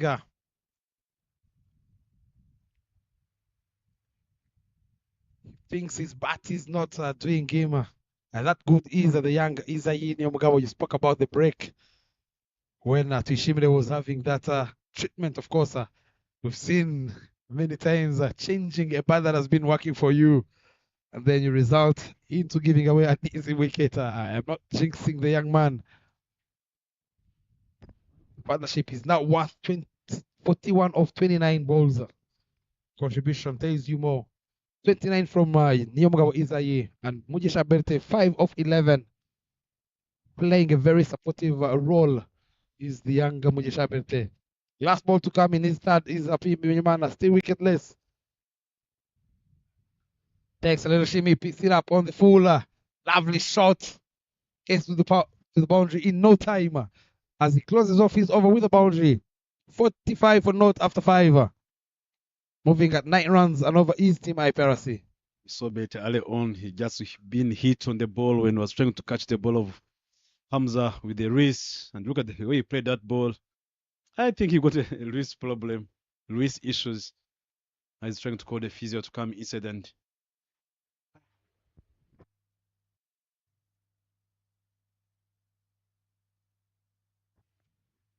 the equation is very clear there on your screens. 99 to get in 90 balls. Nearly a run a ball is what they need. but things are still going at the same rate. And if you look at how the graph is going up, it's still almost the same. They're on the 50, even them they're on 45. You look at for them, they were just 5 runs ahead before they lose a wicket, which means they're closer. I think the game is still go on here. You can even look at all the fans that are following. If there's no action on the ground B, they are turning into to see the Light Guards versus Ndogwa down the side on the ground A. Credit the physio. He always try his best. But for me, I always say it here. He needs to have someone who can support him when there's action like this that's going on. And if he's in the middle like this, even if he cannot be full time, but I always believe that you can have someone as a part time. If I need to up and down, and then he's in the ground, it's gonna give him a lot of work. So far, very expensive over there from Martin Akayes, who went for 14 in his one over. Subuga Siraji, very tidy over there, went for 6. And Zapi Minyimana, after bowling 3 overs, 8 dot balls, 20 runs coming off his 3 with a very good economy of 6.6. He's been very outstanding. Once again, is the experienced shot number 47, Zapi Minyimana. Spinner to bowl the last over of the power play.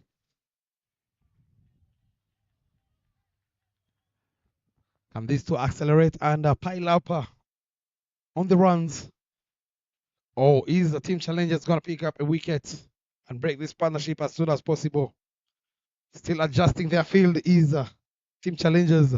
There is a short fine leg in Ishime Joseph, a long on and a tip mid wicket.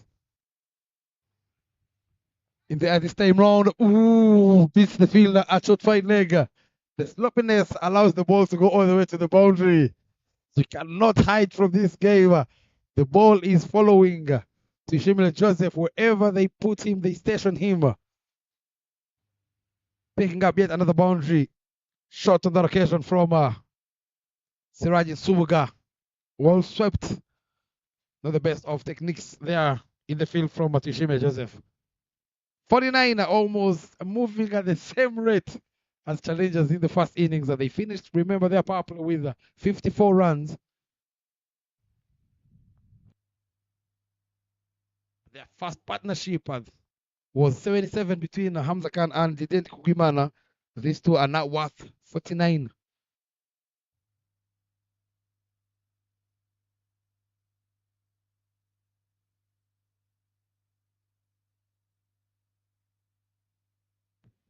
Cheeky again from Young.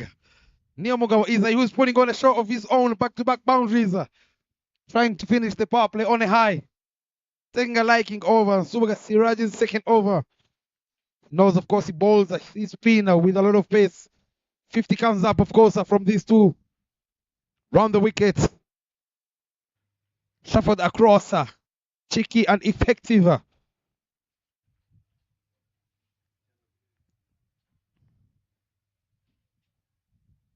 $50 comes up here, Bryson, inside 5.2. They are in desperate need of a wicket is team challengers if they are to defend 144. Smartly done again. Soft hands there from young Neomugawa Izai. One of the players, of course, in the league with a lot of half centuries here in Rwanda. Short ball pulled away. Listen to the sound. 1 bounce, 2 bounces over the ropes. 3 boundaries coming off. The last over of the power play with, of course, 2 balls to go. Already 2 runs ahead of what the challengers had in the power play.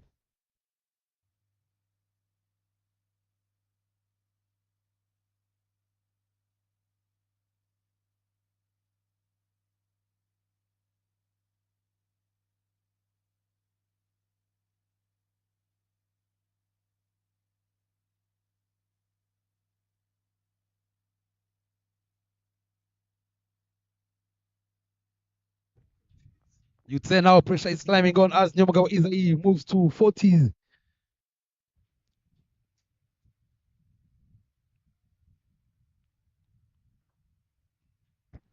Played well this time. Find that gap. Clipped. There's no mid wicket.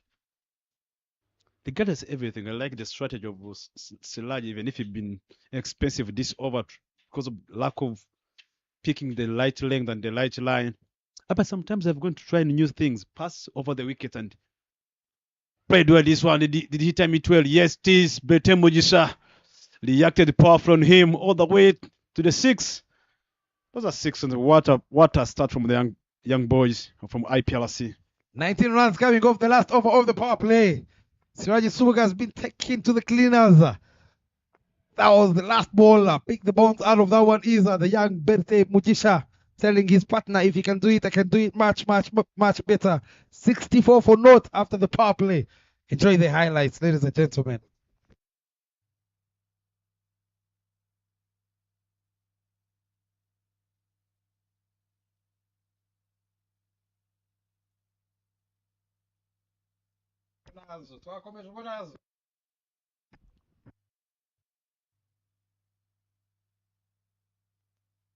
Some of the highlights, of course, of the power play.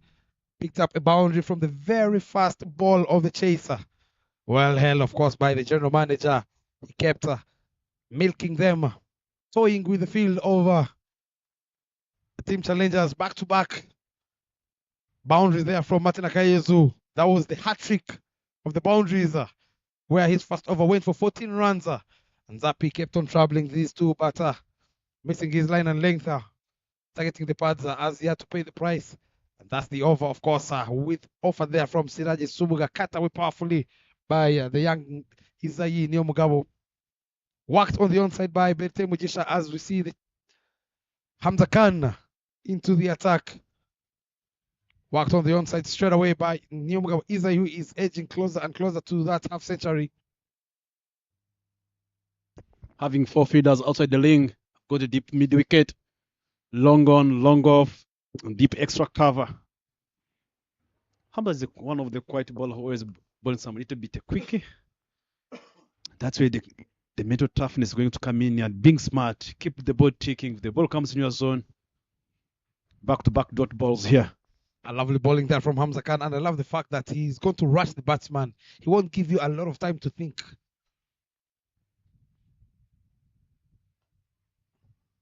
Again, worked on the onside too is the call. But they decide not to take on the arm of the young Daniel Gumisenge. With no surprise, we might see Daniel Gumisenge bowling in this game. He normally bowl medium pace sometimes. I don't remember the last time I saw him bowl. But again, given the way these two are moving at the rate of 10.1. Shot again, a very good play. He squared the wicket straight to Brian Likavu in the tip. I think this is the first ball that you've taken, if it's not the second one in the game. Change of the angle. Hamza trying all the way so that he can get a wicket. But he's too, I like that approach. If I have got ball in the hand, I'm going to be played well straight to the long on. What a good cricket I'm watching here, Mr. Pope, making sure that we keep the ball ticking. Absolutely good cricket all round. A very good start they have given their side is Mujesha Bete and Neomugabo Isayi. Tidy over there from Hamza Khan goes for only 5 runs. It is the end of the 7th, 69 for naught. Yeah, good to see the IPRC batters, the top order batter, the openers, all of them, they're striking 100 strike rate and above, which it gives some confidence to the team and the next batters who are coming in. And I believe if they keep this, the game is still on, the party is still on, and I hope the fans are going to enjoy the party. The party is on, as you say, but Jacob Bryson, I'll tell you, it's just a matter of time. They just need to pick up a wicket to make things very interesting. Is the team challengers. They throw the ball now to Eve Chusa, another right arm off break. Siraji takes a break after that big over that went for 19 runs. Young Chusa Eve tends to have a way of picking up a wicket. Every time he's been given the ball, he has a long off, long on, deep extra cover, deep mid wicket, and a deep square leg. Those are the 4 boundary riders for Chusa Eve.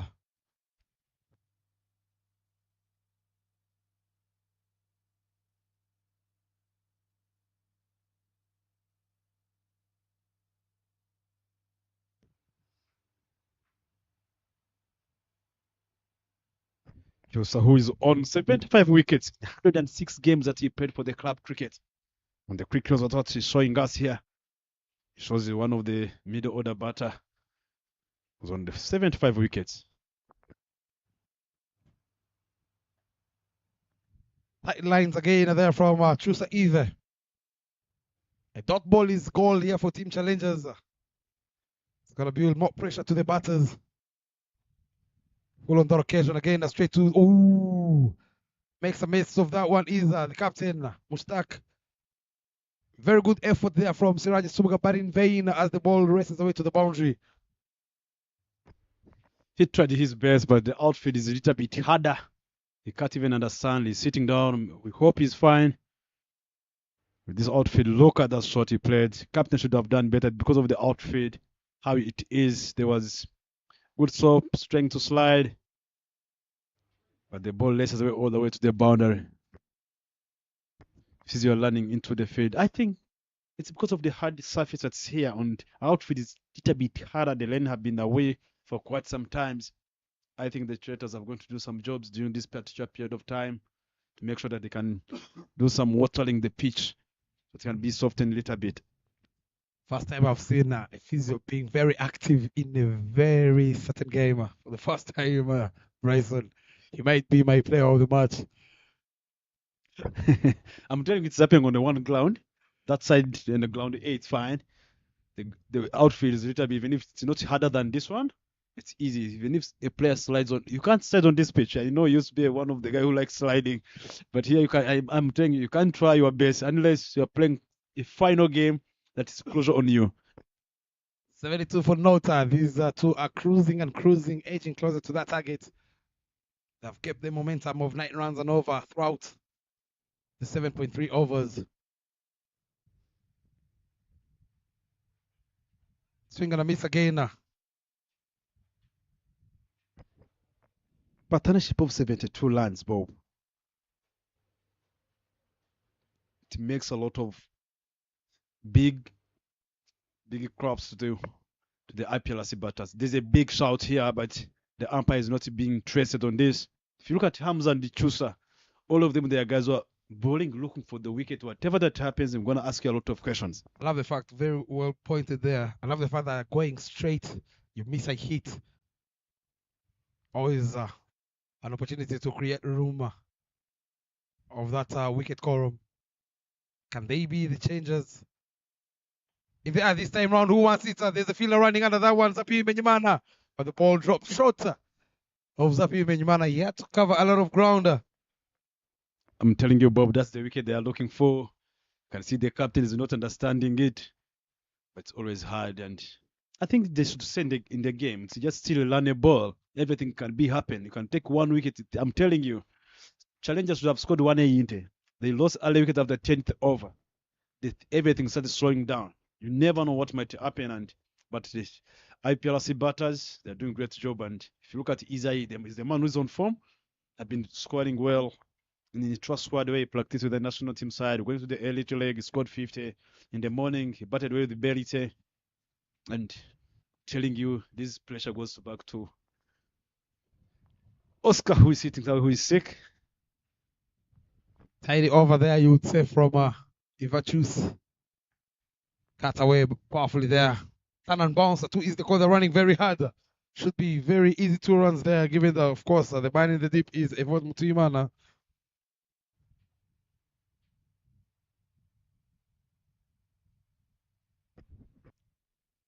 It's going to be a very, very crucial 8 overs from Hamza Khan and Chusa Eve.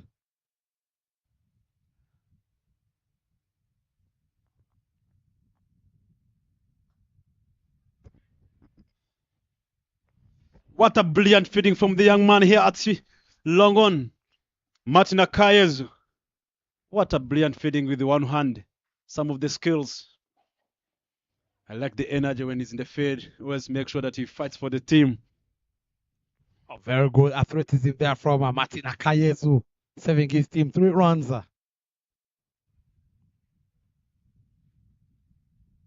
There, of course, to upset Team IPRC, who is cruising and cruising, yet to lose a wicket. They have to be very extraordinary in the field.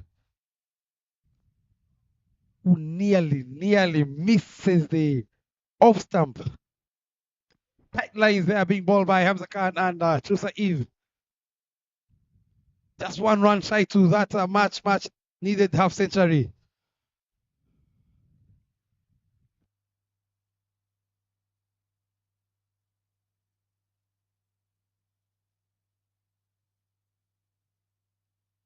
What is happening here? Man canting here for Hamza Khan. It shows you tensions and how desperate they have been to pick up a wicket as the 2 umpires, of course, converge as we wait for that decision.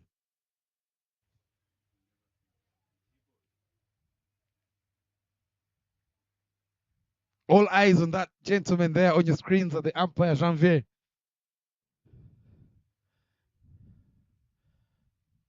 Looks like he's going to be knocked out.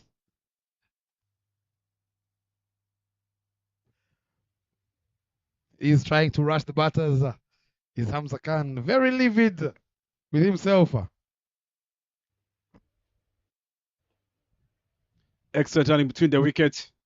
1 run taken, Bob. Sometimes if you 50 up from the young man, Nyomgawa Isai, doing for the team again before the halfway stage. What a innings. What a player. What a gem of a play is 50 runs off 30 deliveries, 8 boundaries, no maximum with a very good strike rate of 166. He registers, of course, the first half century of the tournament. He knows the job is not yet done. Into the block all again, worked on the onside for yet another single at these two. 6 runs coming off.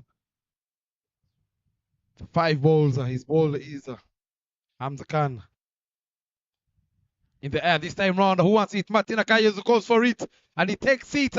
He doesn't drop many. Is Martin Akayezu 50 and out from the young Nyomgawa Isai. What a gem of a player. And what a gem of an innings he's put up here at Gahanga B. He leaves his team on 80 for 1 after 9 overs. And they break the partnership. Is Hamza Khan. I think that's a great breakthrough. The man did well. He deserved to do better. After being, going to the mental toughness, you said in the morning. Every batter here, most of here in the Premier, as long as you clicked 50, you started thinking about going a lot of big shots, and that's the end. Look at the excellent catch from the Martin, one of the players who is outstanding during this IPRC Men's Premier League, that's T20 League that's going on with our main sponsors, Dafabet and Sportsbox and the Rwanda Cricket. And that brings in Mucho Dusenje. Big wicket, you'd say, for Team IPRC. Courtesy of sticking to the line and length is Hamza Khan targeting that line of the stumps. IPRC on the other side, they have a very good batting lineup as we see Mucho Dusenje joining Mujisha Berthe, who is on 22 over 23. He's been playing some handy knock. Very supportive role he's played in that partnership of 80 that was broken by Hamza Khan. We saw in the first innings the partnership of 77 and now 80. Shows you the rivalry between these two sides. Worth all the money in the world. Chusa Eve will be bowling his second from the Mount End. That's what just said, losing your wicket on the last ball of the over, and you need 6 runs per over. Played it well, straight on the leg side. Flick this one. Managed to get only 1 run. Losing your wicket on the last ball of the over, you're batting, you picked half century. And you're needing 6 runs per over. Sometimes when you know you are chasing, you know the score you are chasing, it's easy. It gives you a direction. It gives you an approach to understand this is a score I need. These are the runs I need in an over. Either I'm going to be more aggressive or I'm going to hang around. White ball it is. Just coming back to bowl his over.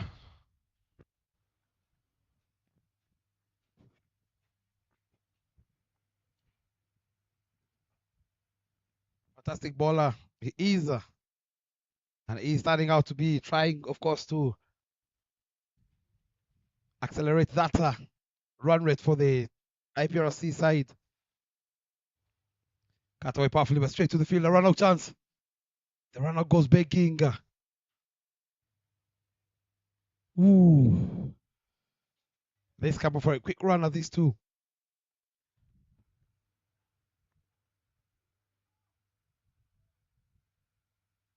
Almost going at the same rate as these two, Bryson. Another injury once again.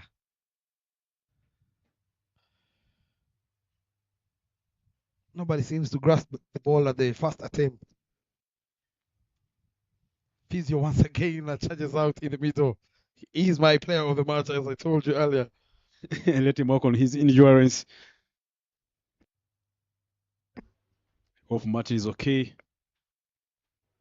We're gonna be fine. I've got some few delivers to bowl for the team, especially in the death overs. He's good at death overs. Big game we have on our cards in international cricket. It is another rivalry, the biggest derby you would say in terms of cricket. Pakistan taking on India. Pakistan won the toss, decided to have a bat first. They have lost their first wicket in Sam Ayub, who's been struggling in this Asia Cup. Goes for a golden duck ball by, of course, Hardik Pandya, caught by Jasprit Bumrah. It's going to be an interesting game here. And later on, we'll be having a decider in England taking on South Africa. 61 to get off 63 is what the equation reads there on our screens.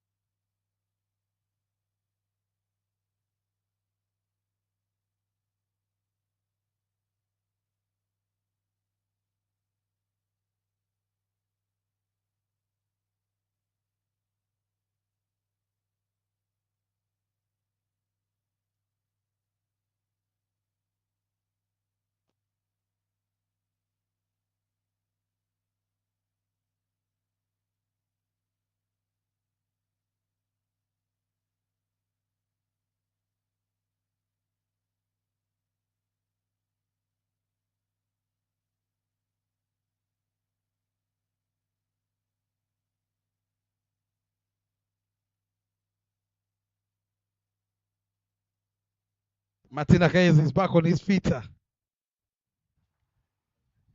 Getting that treatment, of course, from the physio, who's been doing a tremendous job.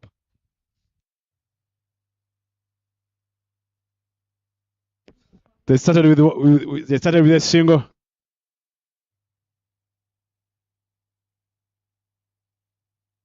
Shusa Eva has been very tremendous with the ball in hand. Yet to pick up a wicket, but again, I'll tell you, he's been very economical, very stingy in his bowling, not allowing these two to free their arms. Touch and go again from Mucho Tsengarano. Chance, direct hits. Oh, what an effort there from Shusa Eva. Creates a wicket out of nowhere. Second wicket falls. Mucho Tsenge Eme has been run out. Karasi over. An extraordinary fielding from Shusa Eva off his own bowling. What outstanding wicket they have been looking for. Back-to-back wickets here. And that's the moment challengers have been looking for.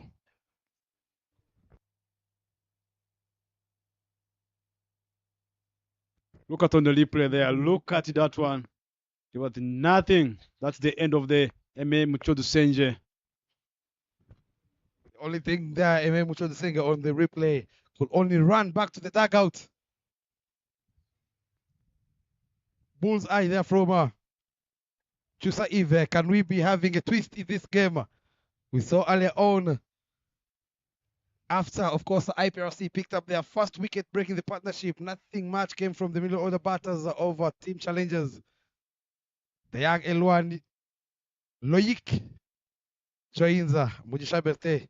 He's had a very bad day in the office behind the stumps in the young lad there, but I'll tell you, he has a heart of a lion.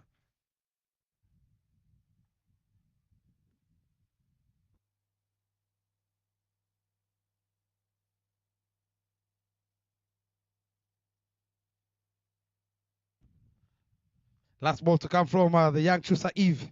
Up against Mujisha Berte. Now they know the wicket they need to get is Mujisha Berte to make sure they have two new batters at the crease.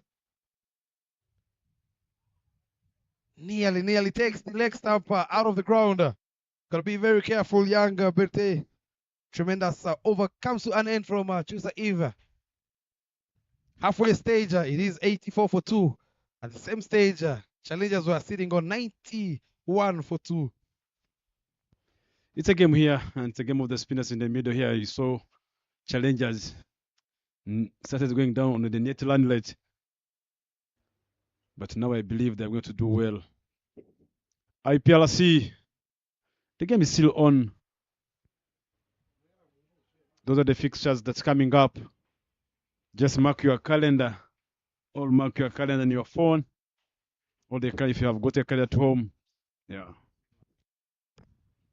There are no games next week. Coming this week, there's no games. Be just enjoying the cycling that's going to be going around here in Ichigari. Played well this one. Straight to the deep mid wicket. 1 run taken.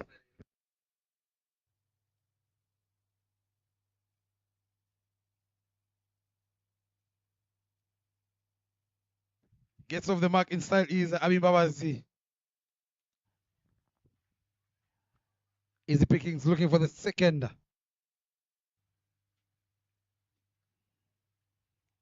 Gave the scoreboard ticking at these two. Hamza Khan is trying to rush these two batters.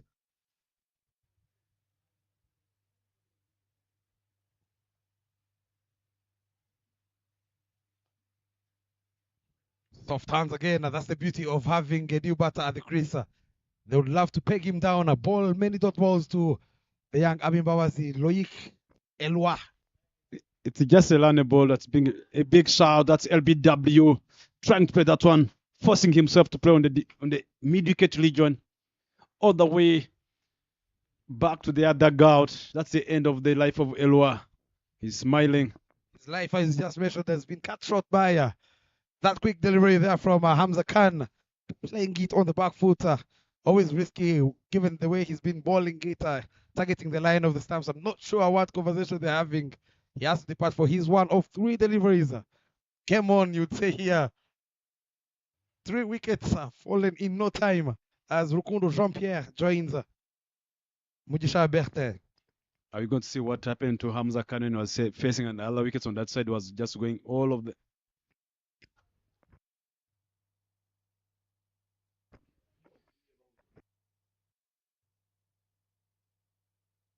Let's have a look again on that replay of the LBW. Looked very close to me here. Might have pitched outside leg stump here, Bryson. That's well said. Pitched outside the leg. There are a lot of the impact there, but the umpire, at the end of the day, is the one who's in the decision. He's the one who owns the decision. And we have the courtesy, of course, to have the look at the replay here. 3 wickets down. It is 86 after 10.4. Nearly moving at a run a ball. Quick again now. Well played. Well stopped. Well bowled from Hamza Khan. Gotta make sure, young man, there you have some serious spikes on.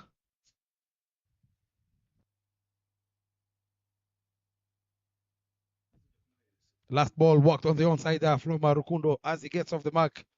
I'll tell you, challengers, they don't mind seeing Rukundo taking strike as we come to the end of the 11th. 87 for 3.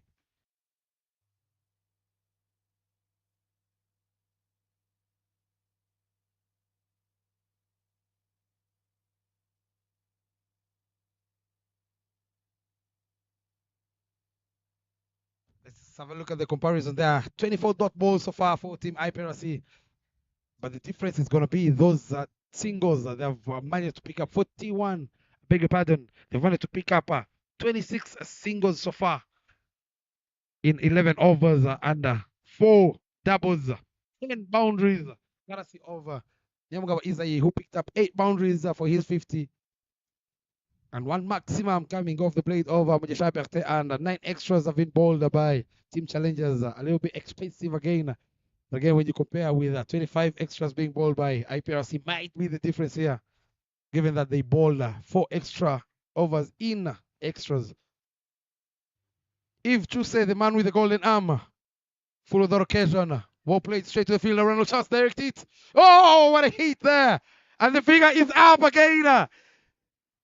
He's the bullseye is Martin Akayes. What is happening here at Gahanga B, Bryson? These are the winning moments, I'm telling you, Bob. This shows there's a winning moment for challengers. Can't lose this game with such a kind of run-outs that are coming in here.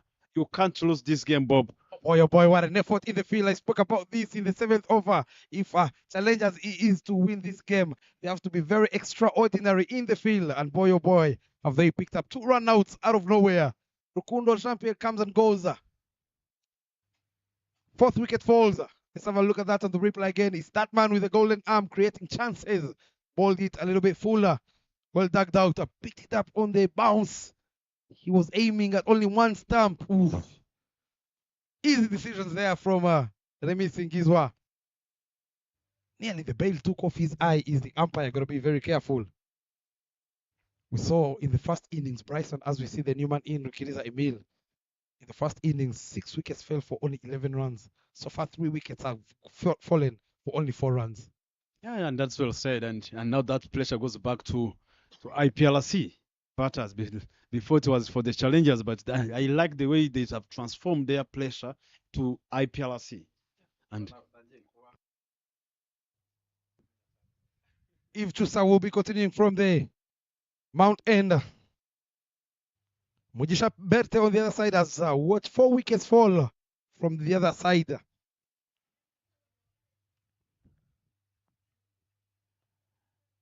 Another dot ball. We all know dot ball pressure. He might coming in from a big hit. There is a long on mid wicket, deep square leg. edge this one straight all the way to the boundary. 4 runs taken there. He wanted to go on long on, but there was extra edge with a quick spin from Chusa Eve, and the ball lets us away all the way to the boundary. Look at that. They say fortune favors the brave. Boy, oh boy, has he gotten some fortunate boundary is Mujisha Berte. They don't mind those ones coming in handy, I would say. But again, the plan is clear. He is trying to target that gap between long on and deep mid wicket. Worked on the onside too is the call. It won't be interesting in the second one. Is Emero Kiriza, who is no rabbit with bat in hand. He is a genuine all-rounder. Is Rukiriza Emil. He did his part, you feel, with the ball. Hope the IPRC have got to understand the art of chasing the score. When you know the net run, the runs are being recorded in an over, what kind of an approach are they going to be using? Are you going to be up to go big? Play this one quickly. Managed to get a single.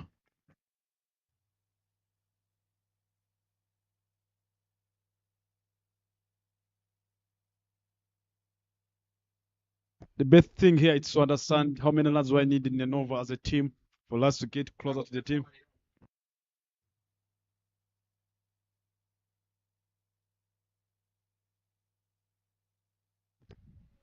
12 overs going, 93 for 4.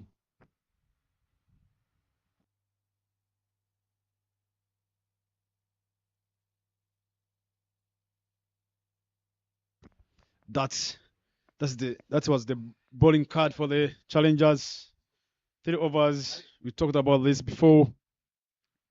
That was the bowling card from the Challengers Cricket Club. 3 overs, 8 dot balls, 20 runs from Zapi, column of 6. Sakez Martin, 1 over, 1 dot ball, 14 runs. One of the expensive overs that have been going through this 14 with the column of 14. Sumbugas Lange, 2 overs, 4 dot balls, 25. The column of 12. Khan Hamza, 3 overs, 7, 13. It's the over. He was a bowler that will change everything for IPRC. Again, as I said, it's going to be very interesting to see how they bowl their 8 overs so far. In their 6 overs, they've combined in Hamza Khan and Chusa Eve. They've gone for only 28 runs in their 6 overs. Worked on the leg side too is the call again. Very good fielding from Subaga Siraji. He had to cover a lot of ground. Game on, ladies and gentlemen. I'm telling you, Bob, it's a game to enjoy here. I'm telling you, wherever you are, even if you're following, stay tuned on with our help over the media guys here. Gotta be very careful, young man, but they're going on the back footer. Given, of course, Hamza Khan has the one that doesn't turn, the one that skids through. Don't be surprised. He doesn't turn the ball. He makes sure he tucks the stumps, whatever that he's doing, and which is good. That's why he changed the angle. Big shout here. Good hands behind the keep with the keeper Didier. Turning out to be another magical over there from Hamza Khan. Would love to finish, of course, his quarter with 1 other wicket. One nearly ricochets it into his own stumps. Fortunate runs again for Mijusha Berte, who is living dangerously at the moment. I'm telling you, it's going to be the same ball that Emil, which is a ball early on, the way it meets the stump. So look at on the replay. In T20, they're hitting inside the edge and miss. Look at Hamza. They always say, fortune favors the brave, I'm telling you, Bob. And the ball laces away all the way to the boundary. There's nothing you can say, you can talk about that. You can't even blame anyone. What a game to watch wherever you are. 2 more balls to pick up the big wicket. Well played again from Mujisha Berte. I love the technique of the youngster. He's kept on losing wickets from the other end, but he's made sure he is well composed at the crease. See, I think, Bobo, one of the things that I have picked from the Berite Mujisha is he's smart. He's the one who never used to try to overhit the ball, even if the wickets are falling. He just keep rotating the stroke as long as it's still batting. He always believes that everything's possible. Full ball again there from Hamza Khan. Well dug out. 100 comes up for Team IPRC as Hamza Khan finishes his quarter. He picked up 2 wickets, went for only 20 in his Alore over 4 overs. 100 for 4 after 13. Some smart batting here, Mr. Bobo. If you look at Emile Luchiliza, the way he got that single when the ball was full pitch, and he managed to get that single under normal circumstances, he always want to go for the ball. And that marks the 13 overs gone. The score is 104.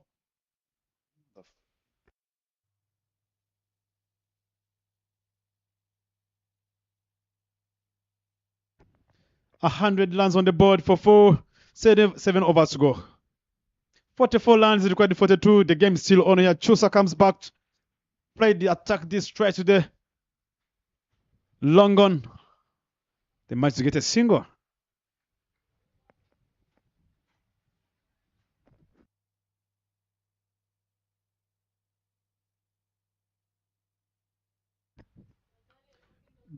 Tried to go big. Straight to the fielder who is at deep mid wicket. Mujisha Berite trying to make sure that he keeps the ball ticking. What a player, what a youngster coming up. What a player to watch. He was standing back of the leg stump. Big shout here. But the umpire wasn't interested on this. Half stage of the over. White ball here. The game is still on here. I can't tell you how good to follow this game. Oh boy, the game is much alive, Bryson. Up and over. Did very well to get a hand on that one, Isa. Chusa Eva, who is not very happy with the fielder in the deep in Daniel Gumisenge, allowing them to scupper for 2 runs. I was going to say, whenever learning for a fumble, maybe especially in the 30 yard, you can't try, but on the boundary, you have got the light to do it. Balled very well. He would love to pick up a wicket. Is Chusa Eva. Lovely shot again downtown. A little bit of fumble there from Zapi Menyimana, but this time round, Bete tells his partner, hold your horse.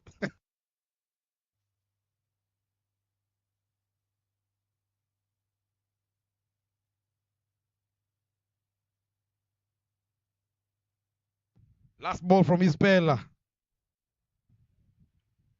Deft touch again straight to Martin Akaizwala. This time round, that fumble allowing them to complete the single. Fantastic spell there.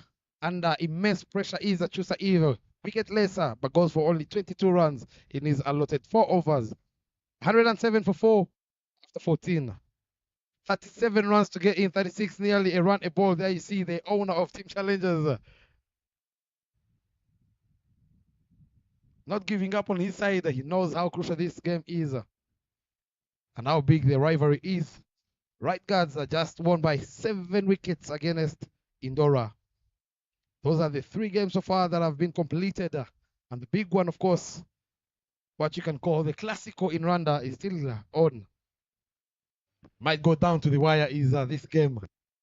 Martin Akayezu is being given yet another over. He was very expensive, went for 14 runs in his very first over.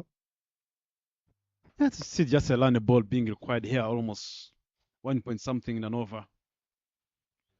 They keep that momentum. It goes back to the art of chasing. If you know runs being required, are you gonna make sure that you want to go to the wire, or you're gonna make sure that you keep it simple? You make rotating the strike. If the ball comes in your zone, you express yourself. But Martin Akai is one of the ball I know who likes playing a lot of slow balls, backhand slow balls, yorkers. Is he going to be trying to do those things? He's always going to go for bouncers. Touch and go, but there's protection this time round. A third man. They keep the scoreboard ticking at these two. Again, allow me to throw you under the bus. Do you think if you're on the batting side, do you win the game now or you wait after the 16th over? Do you try and get those 10 runs out of the equation right now? It depends here because you have got to be smart. I've got to know the clients. I've got behind the dugout. He always told me it's not all about the wickets. It's all about the lands. You must have wickets in the hands. But at the end of the day, we saw it on behalf of Daniel, Chusa, Zapi. Played well straight the stumps. We saw they were sort of lands of like 30 lands challengers should have got when Daniel have been contributed some lands on the board with Martin and Daniel should have contributed some lands. It's not all about having wickets in the hands outside. You must have wickets in the hands when they came, they don't score lands. He has 4 boundary riders in the third man, a long on, long off, and deep extra cover. Is Martin Akayezu, you'd feel he's got, of course, a try and target that Yorker line and length. Full ball again, driven straight to the captain. Not the best of throws, but they don't mind this as he comes in handy as a dot ball. You'd say pressure now is climbing. Team IPRC at one stage, they were sitting on 80 for naught. Would you believe that, Bryce? Yeah, cricket's a funny game, as you said. You have got to be more smart enough. If you look at those direct hits, Bob, there's a time I was just saying when I was a coach somewhere, and there's some direct hits you get to say, this game is not mine. Water bowling. How did that ball miss the stumps? Change of pace there. The off cutter comes out from Martin Akayezu, nearly takes off the middle stumper. But to make things worse, it is another dot ball. Not the best of techniques there from Rukiriza Emil. Exposing his stumps, allowing the ball, of course, to get that gap between bat and pad. Very good comeback, you'd say. We saw earlier on Srangaje, who went for 19 runs, and he was the hero at the back end of the first innings.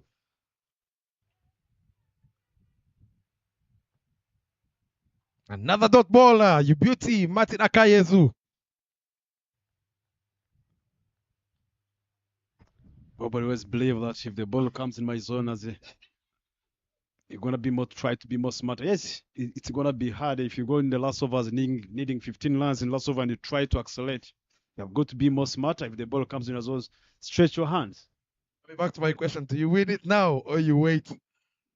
If I was Emil and the ball comes in my zone, I'm gonna express myself whatever that happens. But managed to get only 1 run, which means they were supposed to get 6 runs and they are short of 4-point-something runs, almost 5 runs in an over. And to make it worse, he will be taking strike, allowing now Berthe to stay out of strike, who is on 38 or 38.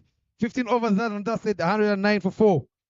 Moving at exactly the required rate of 7 runs and over. I'm telling you, maybe he's waiting for the light ball. I'm telling you now here, Zapi is on. It's remaining 1 over. You can see the discussion that's going on with the captains, talking to the 3 bowlers. You're the one who have got the experience. You're going to have a chat together here. You can see the chat that's going on. You can see the IPRC have going a chat in the middle.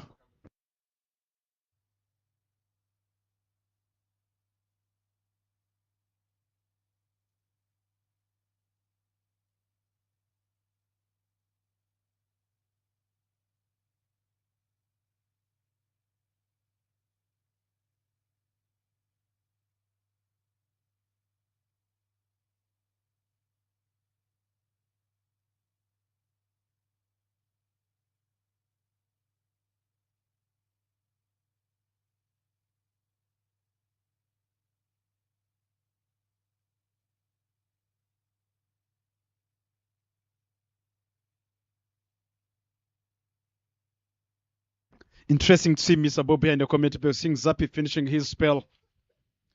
5 overs to go. I think they're going to use the slow bowlers at the end and imagine being slow. It's gonna be so interesting. I'll tell you, this is an interesting strategy given that Zapi has only 1 over to bowl. It might work in their favor or work against them. Sometimes I've got to guess. We need a wicket. Here, wicket of Berete can change everything. Do you need the wicket of Berte or you need Zapi to defend 7 runs in the last over? Yeah, he needs that to defend, regardless of everything. Here, this particular, you can defend the lands, but with the next over, you can being smashed by 20 lands. But it's all about dot balls now. Here we go. Zabi Benyamana bowling his last in the air this time round. 1 bounce over the ropes. All of those days I just told you the gamble, they don't work in your favor as they will come in with a boundary, much needed boundary here for Team IPRC.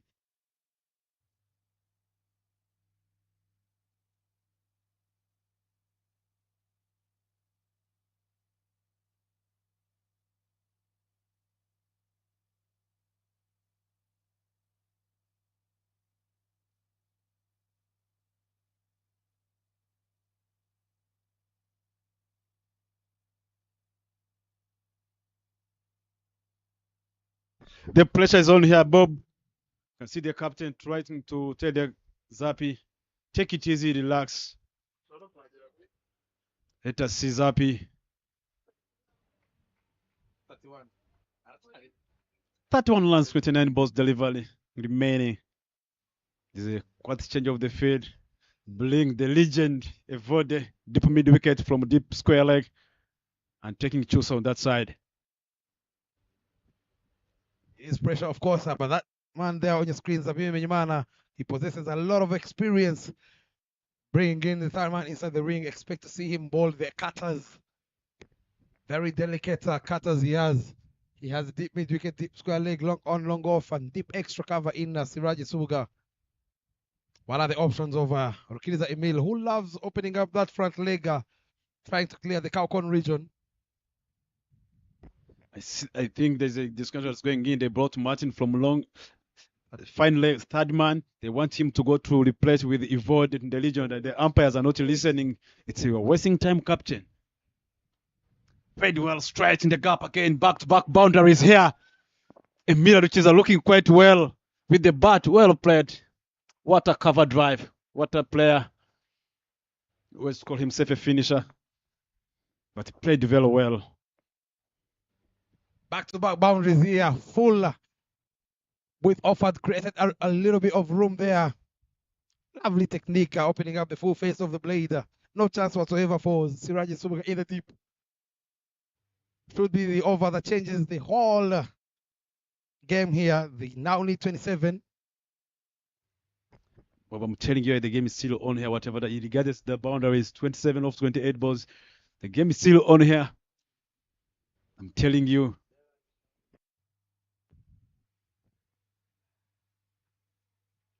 Full straight, misses the leg stump from Zabi Menyamana. I wouldn't mind that. Is Kiliza Emile telling his partner, having of course a strike. 8 runs from the very first 2 balls.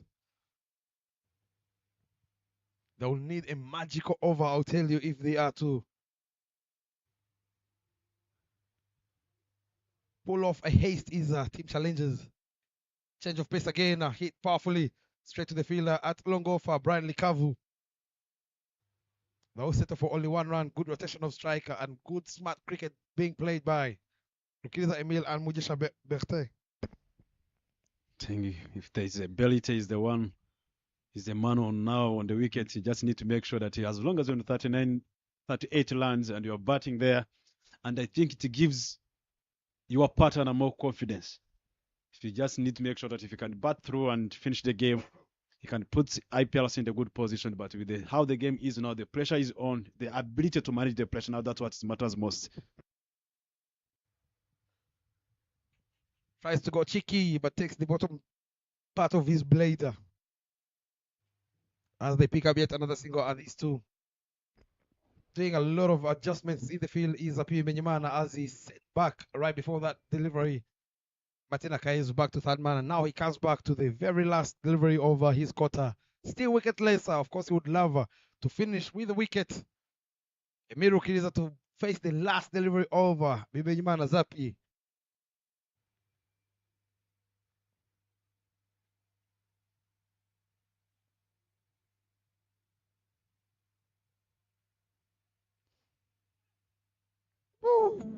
Swing and a miss. Who finishes quarter wicketless? He's gone for 30 runs, a little bit expensive, of course, for the player of his caliber is Bimenyimana Zapi. 25 to get in 24 balls.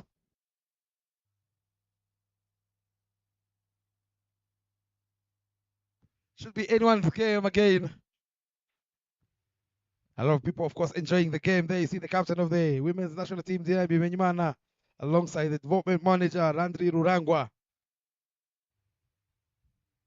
Former international umpire, Itangishaka Olivier, in the house, you'd say. He came, of course, for a wedding for his brother. He stayed for a little bit longer, enjoying, of course, the land of 1,000 hills. Martin Akais will be going to ball his stand over. Big question here is who's going to ball the last 2 overs, Bryson. I'm telling you, they're going to introduce spinner or the captain himself. They're going to introduce Sludge. Hamza is done. Maybe they're going to introduce Sludge, who went for 14 runs in that over. He bought 1 over. He went for the 19, sorry, in the second over, but you never know when there's a pressure. Sometimes there's someone who lies as always. The only thing is dot ball and wickets is what team challengers need. Otherwise, this game is slipping away from them. Needing only 25, you would say. They're still on the upper hand is team IPRC. Swing and a miss straight away. Calls for the ball. Pressure now climbing. You can see he is living with himself. He's the young Verte Mujisha. He has a 3rd man in play. Final leg is inside the ring. Interestingly, is Martin Akais is a deep extra cover, long off and a long on. A very big vacant region from long on and deep square leg. He should be targeting that gap is Mujesha Berthe. Anything that goes past Hamza Khan there at short mid wicket will be a boundary or even 3 runs. Oh, fortune favors the brave again. He's had 3 boundaries in the similar fashion is Berthe. When it is your day, it is your day. And that takes him on 43 or 41. Look at on the replay there. The intent was there, but the fortune favors the brave. Bob, this is the 2nd time. You don't have anything to do. But sometimes, Bob, I have got to just go back. It's the last 4 overs. You have got to make sure that if you're good, you're going to remove pace on the ball. Ball a lot of slow balls. Let them use their energy with the bat. But if you're going to be quick, there's an edge that can go for, you can nick that inside the edge and goes for 4. You have got to be smart, or you trust your Yorkers. I agree with you, and given that when you look at the field setting, he has a fine leg inside the ring, so you expect anything that leaves the inside part of the blade of Mujisha Berthe will run away to the boundary. Change of pace again, muchly better done there by Akayezu Martin. 21 to get off 22. It is still very, very possible. This game can go either side. But again, I'll tell you, IPRC have been very tremendous in this chase. Started off things with the young Isai Mugawa registering the first half century of the tournament so far, the RCA Men's Premier League. And of course, Mujisha Berthe, who is edging closer and closer to that well-deserved half century. Full other occasion, straying down, a white signal by the umpire. Pressure, 20 to get now. You bowled a slow ball, it worked for you. You try to bank this one harder. You can see the keeper. I'm not surprised those are the hand of the wicket keepers wherever they are. They're always getting those injuries. Some of the funny throws that always come. Just need to make sure he put his hands into the ice, can pass to the physio after the game. He spent like 20 minutes in the ice. They need a wicket. Is the team challengers. Cut away powerfully up and over the field at points. Nobody moves. Says Mujisha Berthe. With offered. Boy, oh boy, has he obliged. 16 to get, Bryson. I'm telling you, Bob, those are going to be good shots from the young man. You have got to trust your Yorkers. You have got to trust yourself. Look at that short pitched ball outside the off stump, allowing Berite to stretch his hands. And the ball lets us all the bunny. What a player, what a shot, what are the innings. He started the innings. I believe if he can win the game for his team. That's one hit away from a very well-deserved half-century is Mujisha Berthe. He came, he saw, he conquered. The partnership is now 141 off 33. Courtesy of Mujisha Berthe contributing 22. Martina Kayezu once again. Full on the occasion. Toying with the fielder is Mujisha Berthe looking for the second. Tells his partner, hold your horse, young man. He moves to 48. One more delivery to go here.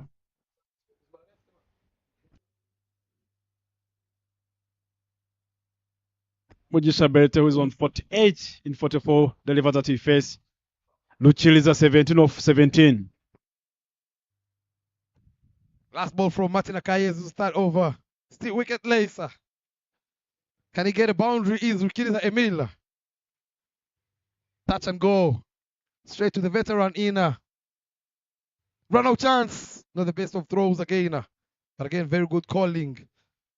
130 comes up for the loss of 4 after 17. Very casual dugout there. Oscar Manishime, who misses out.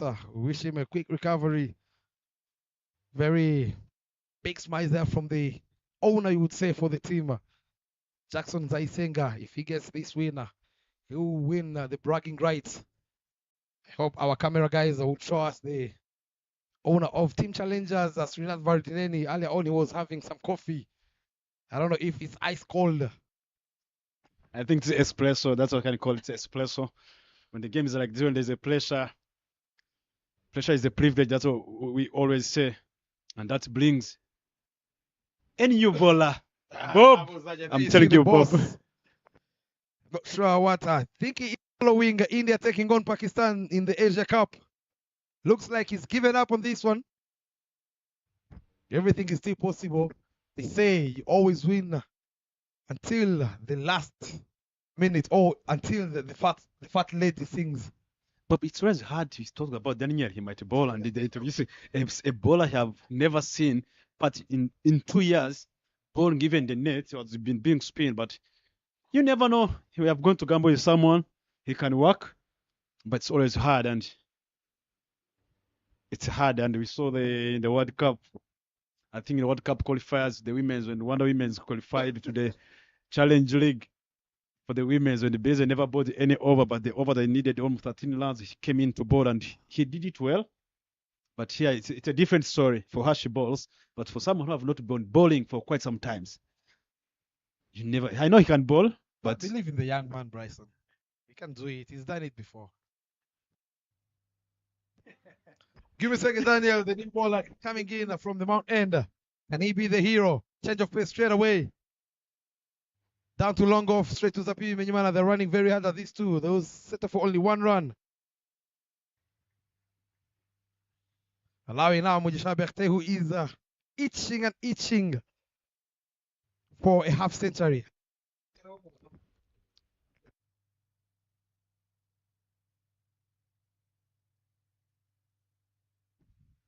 Can this be the moment for the young lad? Full and straight into the block hole from Daniel Kibusenge. Are we in for a late twist? I'm telling you, you like it, said he's a part-time bowler. He always have some practice in the nets, but at the end of the day, if you look at the slow ball that he's bowling and the Yorkers, it shows he can be one of the good all-rounders on the club cricket. Shot pull straight to the field, long on Brian Likavu, settles for only 1 run.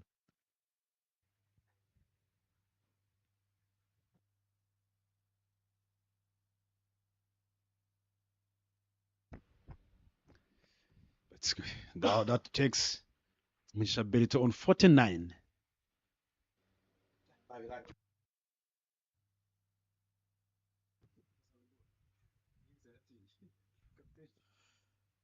Look, it is Emil on strike. Full ball on the occasion up. And the catch is being taken by the captain. He sent a message to the bowler himself and he's taken a very good catch to dismiss Rukriza Emil. And most importantly, it's going to be a dot ball, Bryson. Can this be the moment? Can this be the man? Shot number 95. Give me second, Daniel.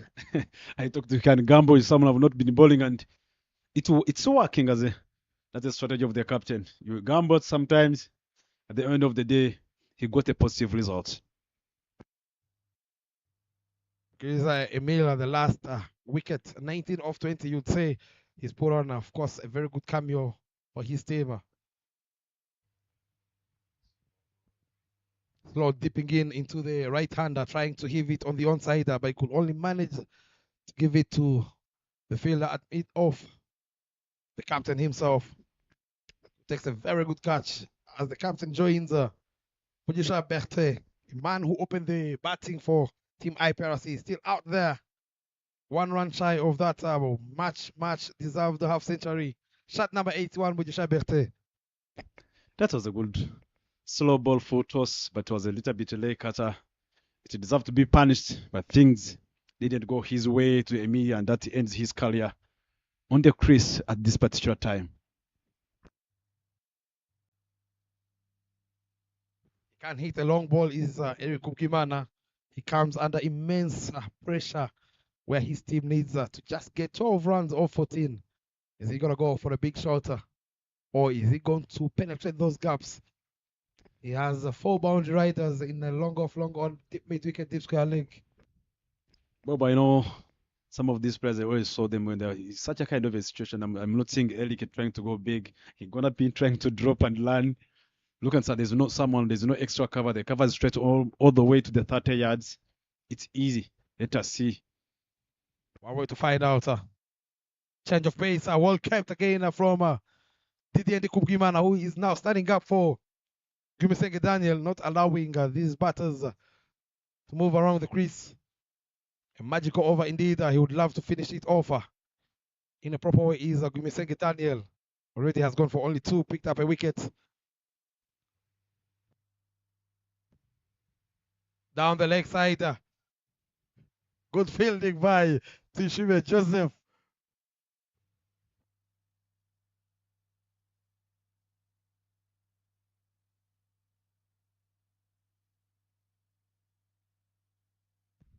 Fantastic over, you'd say, there from Gumisenge Daniel, going for only 3 runs. Pressure climbing there in the dugout. 133 for 5 after 18. Here comes the penultimate over, which is going to be bowled by none other than Martin Akayezu, the most important over in this particular game. Telling you this where you know that you're going to win the game or not. This is the over. 4s, 43 overs, 43 4s and 6s, 19. That's the tournament boundaries. 43 4s, 6s, 19. IPRC need 11 runs in 2 overs. And Mujisha bet on 49 or 46. They need a maiden wicket, you would say. They need an over that won't go for more than 2 runs. Is the team challengers. Do you think it's very possible? He has a long off. Can you see the Bob, the communication between the Martin and the wicket keeper? Said, can we have an extra cover inside and have a deep square leg goal? He's asking himself, can I bring the square leg and take the fine leg outside? What do you think? And I like the conversation, the communication between the two. They understand each other.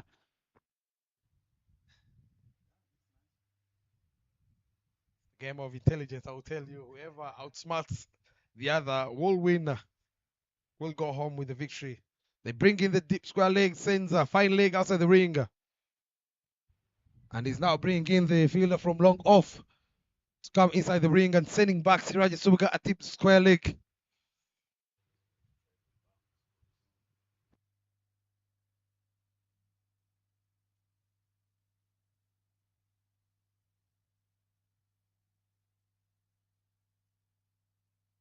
A lot is happening here. The captain, of course, chipping in a couple of wise words to Martin Akayezu. The long off stays inside the ring.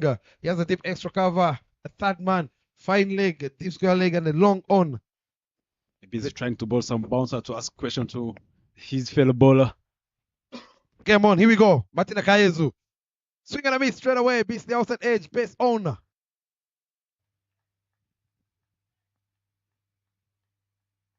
Turning out to be the game of the bowler and the wicket keeper. Though the first time we've seen this young man there on your screens walking back to his run out, defending 10 runs in an over. Again, when you look at the way Mujashabe is sitting on 49, I would love to see Captain Eric Gimana getting that single in first. Allowing to see the man who's been out there for almost the 20 overs. A lovely shot down the ground. This should be another boundary. The chase is on by the two fielders. They settle for 2 runs. Very good fielding in the deeper. From Daniel Gumisenge, who had to cover a lot of ground. That was a nice shot from captain himself. The ball was a little bit fuller. And played well the way in the gap. The change of the field said the captain just moved himself in the covers, trying to go in the middle. Sometimes it's good to understand who are the best fielders in the right positions. Let me bring Hamza to be here in this place. And the man's on the mid wicket. Pressure on, 9 to get in 10. Here we go once again. Martin Akayezu to Eric Ugimana. Touch and go again straight to the bowler himself. Ooh, very good running between the wickets, allowing now Mojisha Berthe, who's been sitting on 49. He's played out almost all the overs, nearly carrying his bat for his side to take strike against Martin Akayezu. He brings in the fielder from a fine leg, sending the captain himself to tip mid wicket. 3 boundary riders on the onside, and the long golf goes back at the boundary. Third man comes inside the ring. Expect to see him go full straight and quick.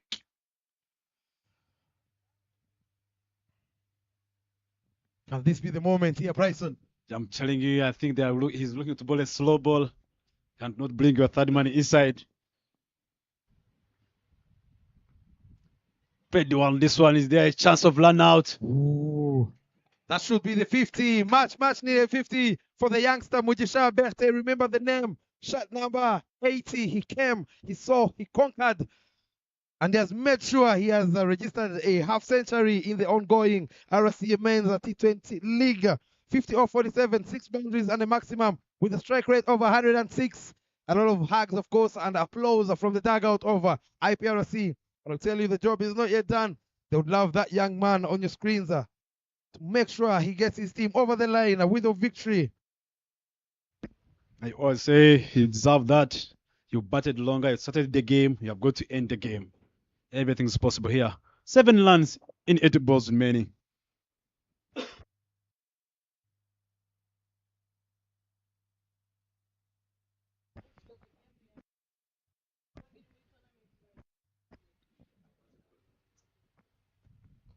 Played this straight. Yeah, we got to see the ball that went straight to.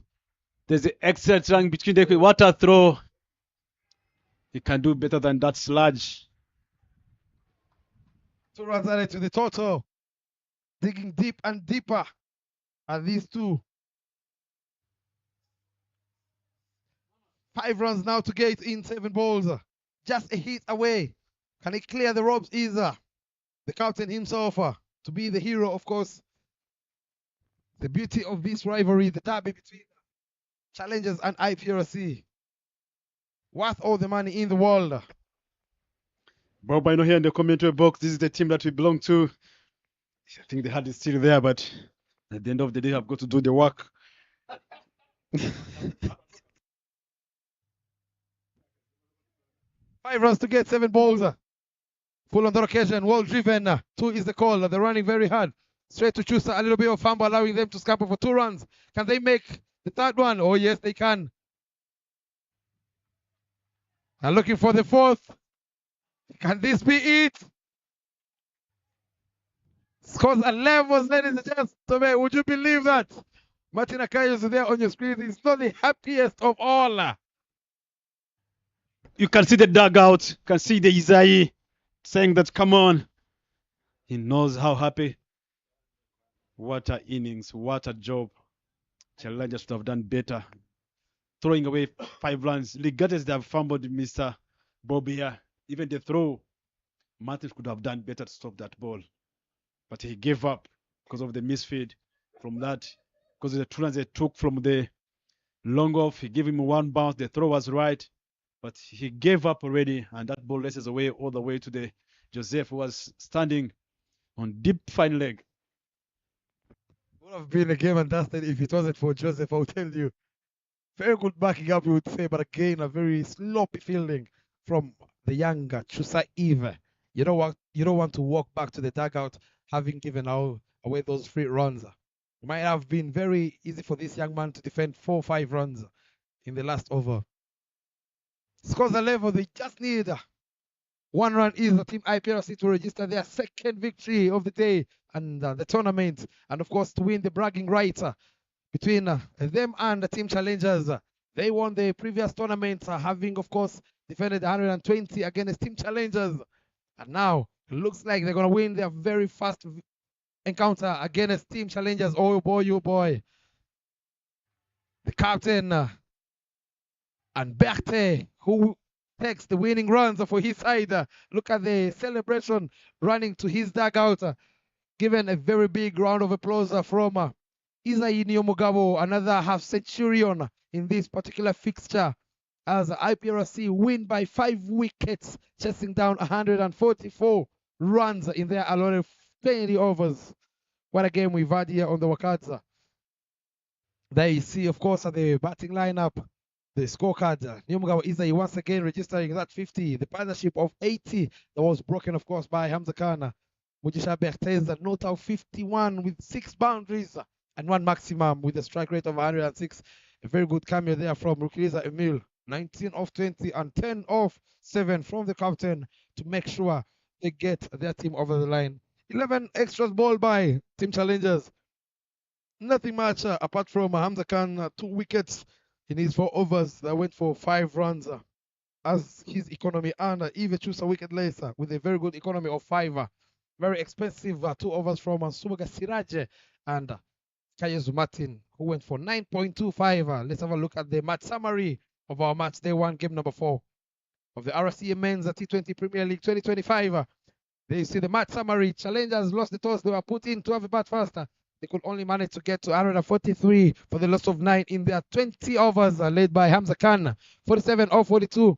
Didier Kugimana contribution of 26 off 28.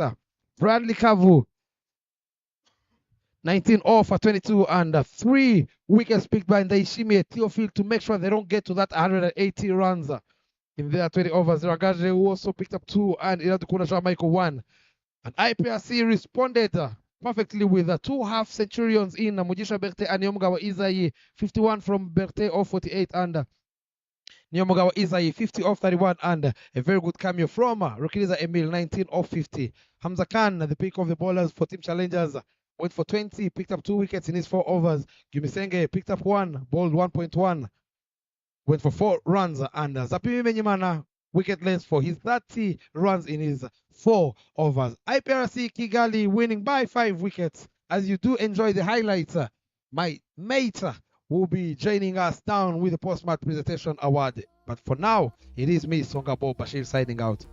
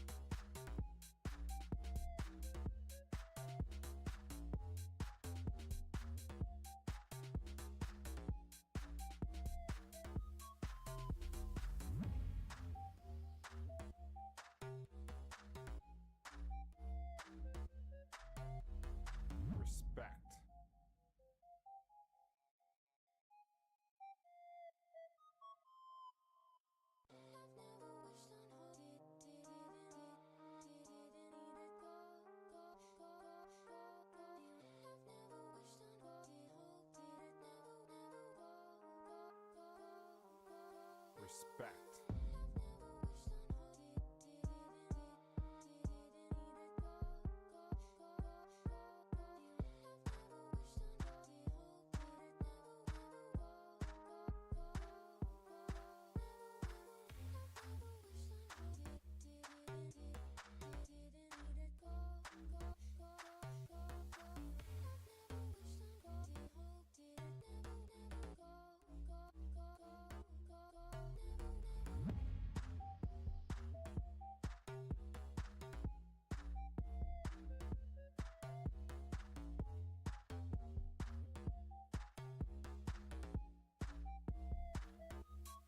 Respect.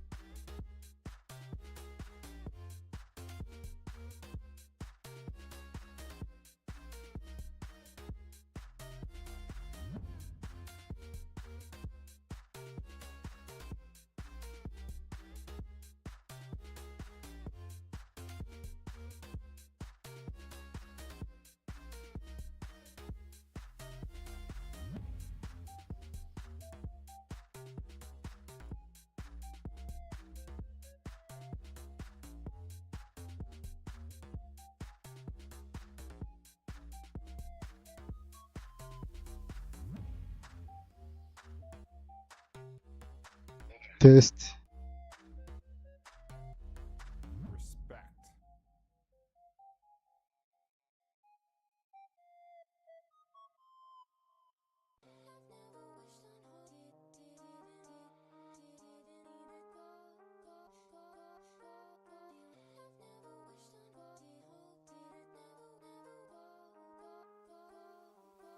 Respect.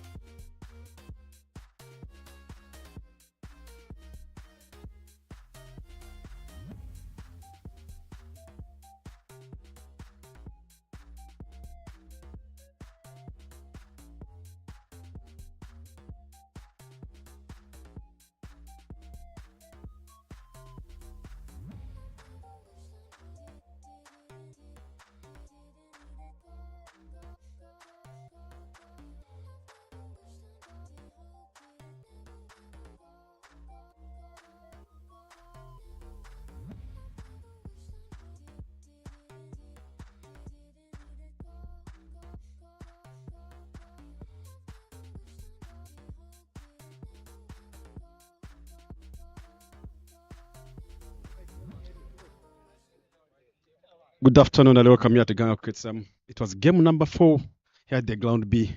The game was taking on between IPRC against Challengers.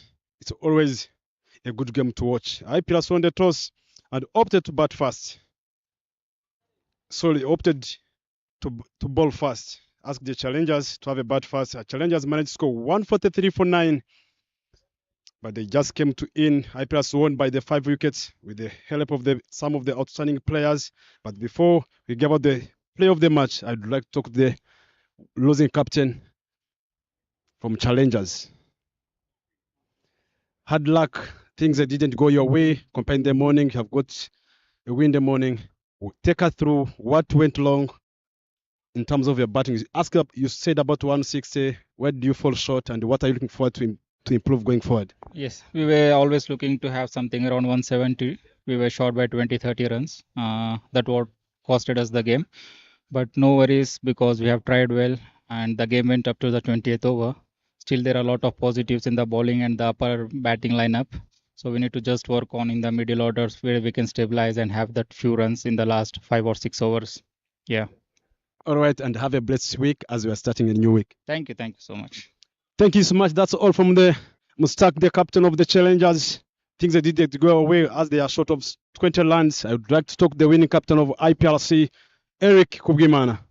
Congratulations, Eric, for winning back-to-back games. Take us through the performance of your team. Firstly, thank you so much about the performance of the team. As a team, we had a plan of putting them in and see the score that they can set. So our target was under 160, and you have restricted them under 160. They have scored 143. So the approach when we're chasing, we say that we maximize the power play. One of the top 3 have to finish the innings, and Bete have did it. Yeah, that was the strategy of the team. Yeah. Take us through the first halfway stage of the overs when Bete and Isai were batting. Take us through their innings. Yeah, as you have seen, it's a good partnership. They even play in the same team in Eritrea, so they have played. Played between I think 4 to 5 games together. So they have a good partnership between them. You can see once one look for the single, other can't say that no. They all know that if the ball is here, they know that that one must be a single. So it's a good partnership. Looking forward for Bete's innings. I think he'll be a brilliant batter. Yeah. And so the Theophil performance when he came in to bowl. Any thought you can talk about the Theophil performance, who bowled almost 3 overs, took 14 runs and 3 wickets? Yeah, it's a good performance. First game, I think he even bowled 3 overs for 10 runs. He's bowling really brilliant. So all of us, we are seeing that he's coming. He have become better. So day by day, he is becoming a good bowler. So if we keep on going like that, yeah, I don't think that. I'm even thinking that the core up of the national team. Yeah. Thank you so much and enjoy the rest of the week. Thank you. And that's all from the captain of the Elike Kugina, captain of the IPRC. They have won by 5 wickets by the play of the match. I've got a lot of contestants that was going there. There was Ndaishimia Theophil, who bowled 3 overs, 14 runs, 3 wickets. There was Neo Mugaba Isai, who batted brilliantly with Bete Mujisha, who scored 50 off 31 balls. But the play of the match goes to someone who batted through. He started the game. He finished the game. It's called Bete Mujisha, who scored 51 in 48 balls. But the one to handle the medal is one of the third umpire, Mbabazi, turned over the medal.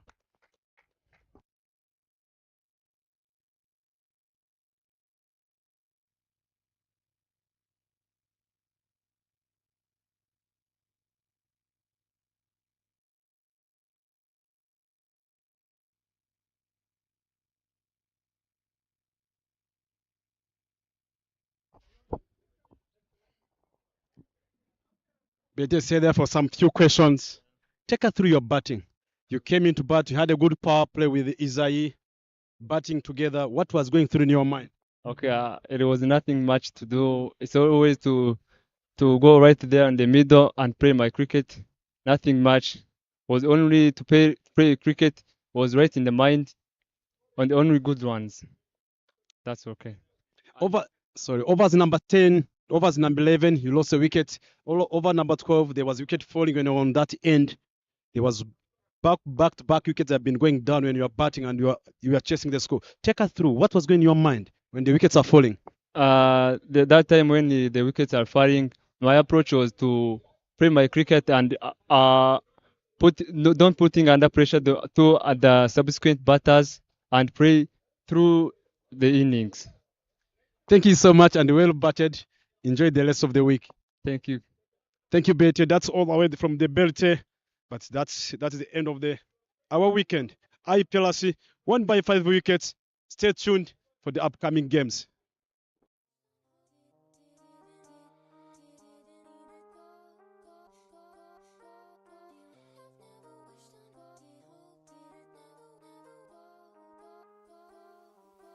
Respect.